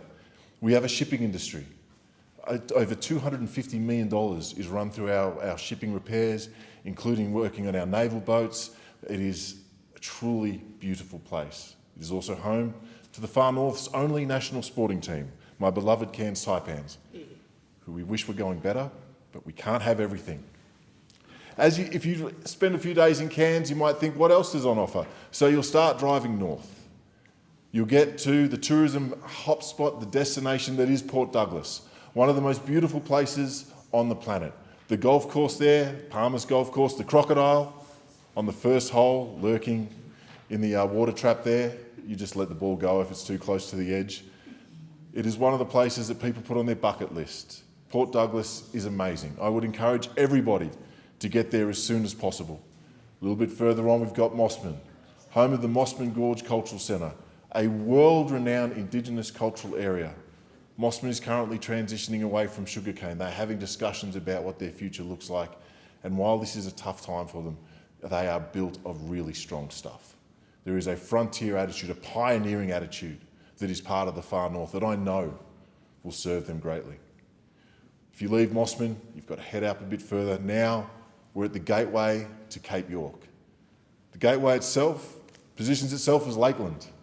Bananas. Some of the best bananas on the planet, as far as the eye can see. At Lakeland, you have a choice. Continue on straight, head up to Wudjal, Cooktown and Hopevale, or take a left. Drift out to Cowan, Cowanyama, Pomperau, Weipa, Arakoon, Lockhart. We'll stay right for the moment. Once you get to Cooktown, a historical place. It used to be over 30,000 people lived in Cooktown during the gold rush. It is now down to about 3,500, but they are proud. They have a great tourism industry, a great fishing industry, a fantastic bowls club if you need a cold beer and a good feed at the end of the day. Close to Cooktown is Wudjal, a beautiful, beautiful place nestled in the rainforest people. Wudjal obviously suffered catastrophic effects through Cyclone Jasper, and everyone had to move out, but I'm pleased to say they're back. The sports hall has reopened, they're rebuilding their arts centre, that community is as strong as ever. To the other side of Cooktown is Hopevale, home of Noel Pearson, who has brought so much change, positive change, to Indigenous Australians. A town that butts well above its weight. It is strong, it is proud. Back down to Lakeland, we're going to head out to the Western Cape now. We'll start at Lockhart River. Tucked away, it's actually on the Eastern Cape, you've got to go west first. It's a trick of the road. The PDR is one of those, well, look, it is a bucket list experience, the PDR. It gets you right all the way up to Pajinka. But Lockhart River, home of 5 different clans, fantastic fishing, and some of the best art in the Cape. It is also where the American fighter pilots were based during World War II, and the rocks in the ocean carry the scars of the 50mm guns that were shot during target practice. Back down onto the PDR, out to Arakoon, fantastic art, fantastic people. I've spent many, many days there running basketball clinics for kids, bringing up shoes, spending time with Steve and Norman at the PCYC as they show their children to make good choices and they build the leaders of tomorrow. Weipa is a mining town. Bauxite, as far as the eye can see. But it is developing. It is now a town. There are almost more small businesses now in Weipa than there are miners. It is ready to take that next step. Just south of Weipa is Napranum. Beautiful little spot. They want to become the food bowl for Rio Tinto. It's a really great ambition. To the north, Marpoon. They are getting ready for cultural tourism when the cruise ships start arriving in the Western Cape next year. Down further south, we've got Cowanyama and Pomperau, the place of many waters. Great art, great fishing. And then finally up top, the NPA. The NPA is a home to a truly unique culture, Aboriginal land gifted to the Torres Strait Islanders. It is a place where the two cultures mix and merge and create something truly unique and beautiful. And as a great industry, there's possibly gas out there, and people drive all the way up to Pajinka, staying in Bamaga. And then, of course, Zenithketh, the Torres Strait, home of Eddie Kokomabo, and the multiple different islands. The only regional council with an international border. Councillor Chelsea sits there and ticks people off as they drift over from PNG for cultural ceremonies and for trade. It is the most northern part of Northern Australia. And the thing that all of these places have in common is the limitless potential. The potential of the people, the potential of the minerals, the potential of the tourism. It is all there at our fingertips. And it is great to hear Minister King speak of the potential and the opportunity that is presented to Northern Australia, not just my part of the world, but right the way across. The world is pivoting north. All roads are leading north. We're pivoting our international look towards the South Pacific. We are tailor-made for it. We are in the right place geographically. We have the right things minerally. We have the right space, and we have the right people. I'm proud to be a part of a government. I'm proud to be put here by the people of Leichhardt to try to snatch these opportunities, to become the renewable powerhouse that I know we can be. Some of the best silica in the world is located in Leichhardt. Silica, as some might know, is essential in the building of solar panels. There is opportunity for manufacturing there. The Indigenous Rangers know country backwards. They understand carbon capture and farming and have been doing it for tens of thousands of years. And in doing so, they're showing the way for new industries to evolve. Carbon capture, blue carbon, all of these storage using ancient knowledge. And there is a lot of space up there, a lot of space for carbon capture. The cultural and tourism part of it. We have something unique, something nowhere else in the world can talk about. The world's oldest living culture, 60,000 years. The art decorates the rocks. The language is still spoken in many of the small communities. And it breathes and it's real. Sit with the elders. They'll tell you the stories. They'll show you the dances. Last time I was in Mapoon, I ran into a group called Indigital, who are taking the stories and putting them into a Minecraft-style game so that you can live and walk the dreaming. The kids get to design the characters. It is a great community building exercise as the elders sit down with the young ones and tell them the story. It takes ancient knowledge and puts it in a 21st century context. And that's what the Far North is, an ancient and wild place ready to take on the 21st century in a way that not many other places are positioned to do so. I want to commend the Minister for working with Northern Australia, for understanding the challenges that we face, but for not turning her back on us. Sometimes when challenges present themselves, it can become too hard for people. They're not sure what to do, where to go. But through every challenge there is opportunity, and we have so much opportunity. We will carry Australia forward in the renewable transition with our critical minerals. We will show the world who we are through our cultural tourism, and we will protect and promote the mighty Daintree, the Great Barrier Reef, and the wildness of Cape York. We will celebrate the unique culture of Zenith Kes, whose elders are actually in this building today, meeting with us. It is my honour to represent Northern Australia. It is my honour to defend Northern Australia. And I am so proud to be here doing so with a government that believes in the opportunity that my region possesses. Thank you. Thank the member for Leichhardt. That was magnificent. And I do understand that the member for Solomon is on his way, and so we're going to take a short recess and then I'll resume the chair.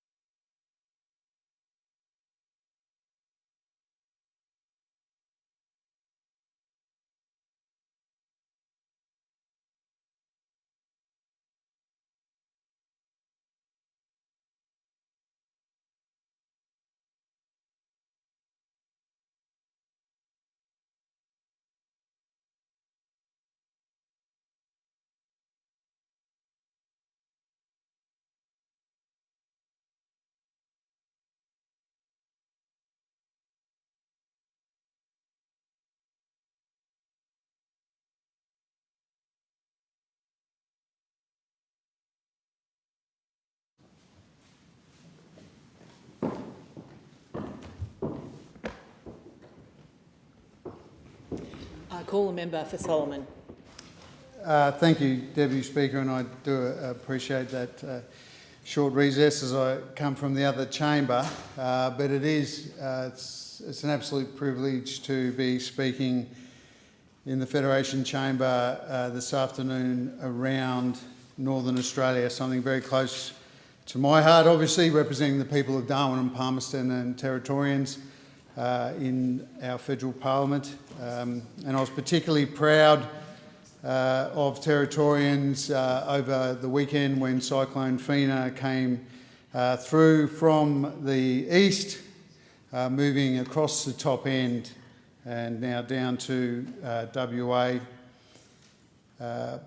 But that was the day, Monday, when we started the clean-up, that there was the statements on Northern Australia. And I couldn't be here, and I appreciate the opportunity to make some comments now. Cyclone Fina and the damage and disruption created are indeed a timely reminder of the extra challenges faced by people and communities right across the north of Australia. It's very heartening to hear about the progress being made through the Northern Australian Action Plan's first annual progress report. To see that progress on the ground is important, and part of my job as a Special Envoy for Northern Australia. The work being done is strengthening an already resilient north, because people living in the north of Australia are generally resilient, but there's also providing many further opportunities for the developments of both industries and infrastructure, and I want to go through those in a little bit of detail. The work addressing critical issues such as housing availability in the north, enabling greater First Nations economic self-determination and progress. Progress is only made possible through collaboration. So it was good to hear from the Minister, the member for Bran, about the decision to extend the life of the NAIF, the Northern Australia Infrastructure Fund. That 10-year extension of the NAIF will mean that the NAIF can continue to invest in projects right across the north, well beyond the current investment deadline of June 30 next year, reassuring communities and stakeholders in the north, many of whom contributed to the review. So the short story is that the NAIF has been topped up and is here to stay. And long may it be topped up and long may it stay. The Albanese Labor government has worked to ensure that the NAIF is supporting projects that deliver tangible benefits to Northern Australian communities. So far, $4.32 billion with a B to finance infrastructure development across the north of Australia. 14 projects in Queensland, 10 in WA, and 8 so far in the NT. The NAIF was designed to address a lack of private investment that sometimes we see in the north, although more enabling infrastructure is drawing more private investment. But it is understood by people living in the north that things cost more. There are higher risks associated because of our distance from the main population capitals in the south, the remoteness of many of these areas of the north that have abundant resources, the climate that we quite love, but the vagaries of tropical weather systems, as we saw on the weekend, also make it an interesting place, an exciting place to live, but also carries with it some challenges that the NAIF was set up to help with. Growing financial ecosystems throughout the north, responsible investment through the NAIF on those long-term development goals. The north is absolutely central and essential to our nation's future prosperity and, of course, our security. The reference group for Indigenous First Nations people across Northern Australia, I want to also give a shout out to. It is led, the IRG, the Indigenous Reference Group, by the esteemed chair, Professor Martin Nakata. And I was also delighted to spend some time with an IRG member, Alinta Maguire, in Darwin recently with my colleague, the Assistant Minister for Northern Australia, Senator Anita Green. Great conversation, but I want to publicly thank also past members of the Indigenous Reference Group, including Darwin fella and good bloke Jerome Cabillo, Tara Craigie, Peter Jeffries, Gillian Mailman, and the former chair, Colin Saltmere, for their contribution to the Indigenous Reference Group and support for Northern Australia. And I want to just make a quick comment about that. The financing that's involved with the NAIF is vital, but it's also vital that we're doing all the things that we're doing to get workforce and to provide pathways for not just First Nations people, but non-Indigenous people as well in the Northern Territory, WA and Queensland, that have been underemployed, and to build our own. That's what a lot of our policies are about in terms of fee-free TAFE and any work that we can do to have a pipeline of Northern Australians to do all the work that we need done in the north. They're the workers and the workforce that we can depend on the most, obviously, so that's also important work. Important work also done by the officers, so I want to give them a shout out as well to the NAIF office and to the Office of Northern Australia. They're providing great support, and long may it continue. Obviously with the extension of the NAIF, that's assured, but the Office of Northern Australia, they do great work to support industry, to support communities, including remote First Nations communities who have a deep and ancient connection to their country, but also want to have a future for their children and want to have their kids on a pathway to a sustainable future and a future of dignity. And if there's one thing about the North that all honourable members should know and would know, it's very rich in resources, whether it be sun, wind, gas, iron ore, but those important critical minerals. Those critical minerals are really crucial to our nation's future security and our engagement with our neighbours in the Indo-Pacific.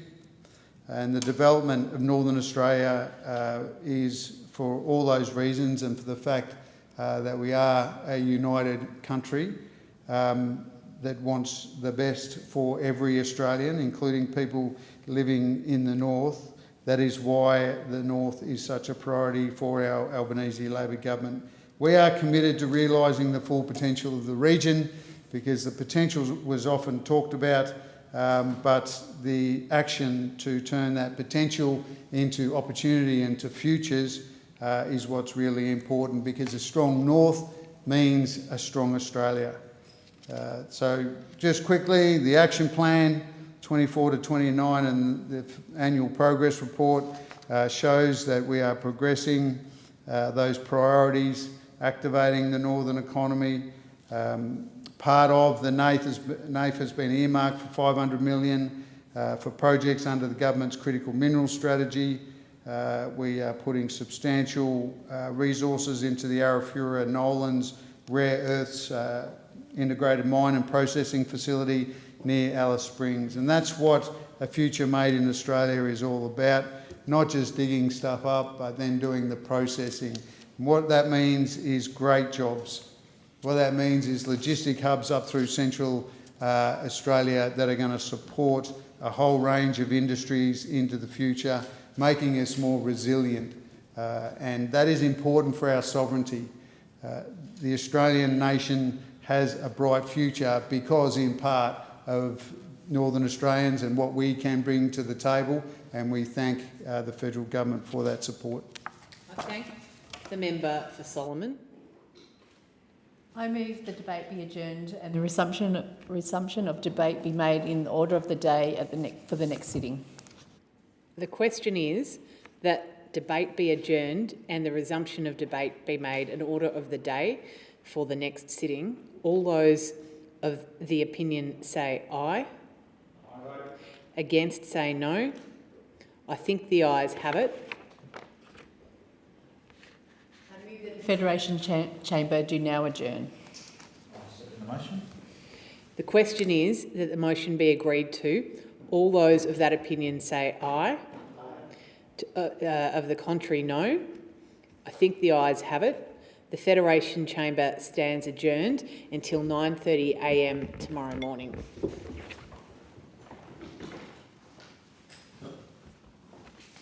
Thank you very much.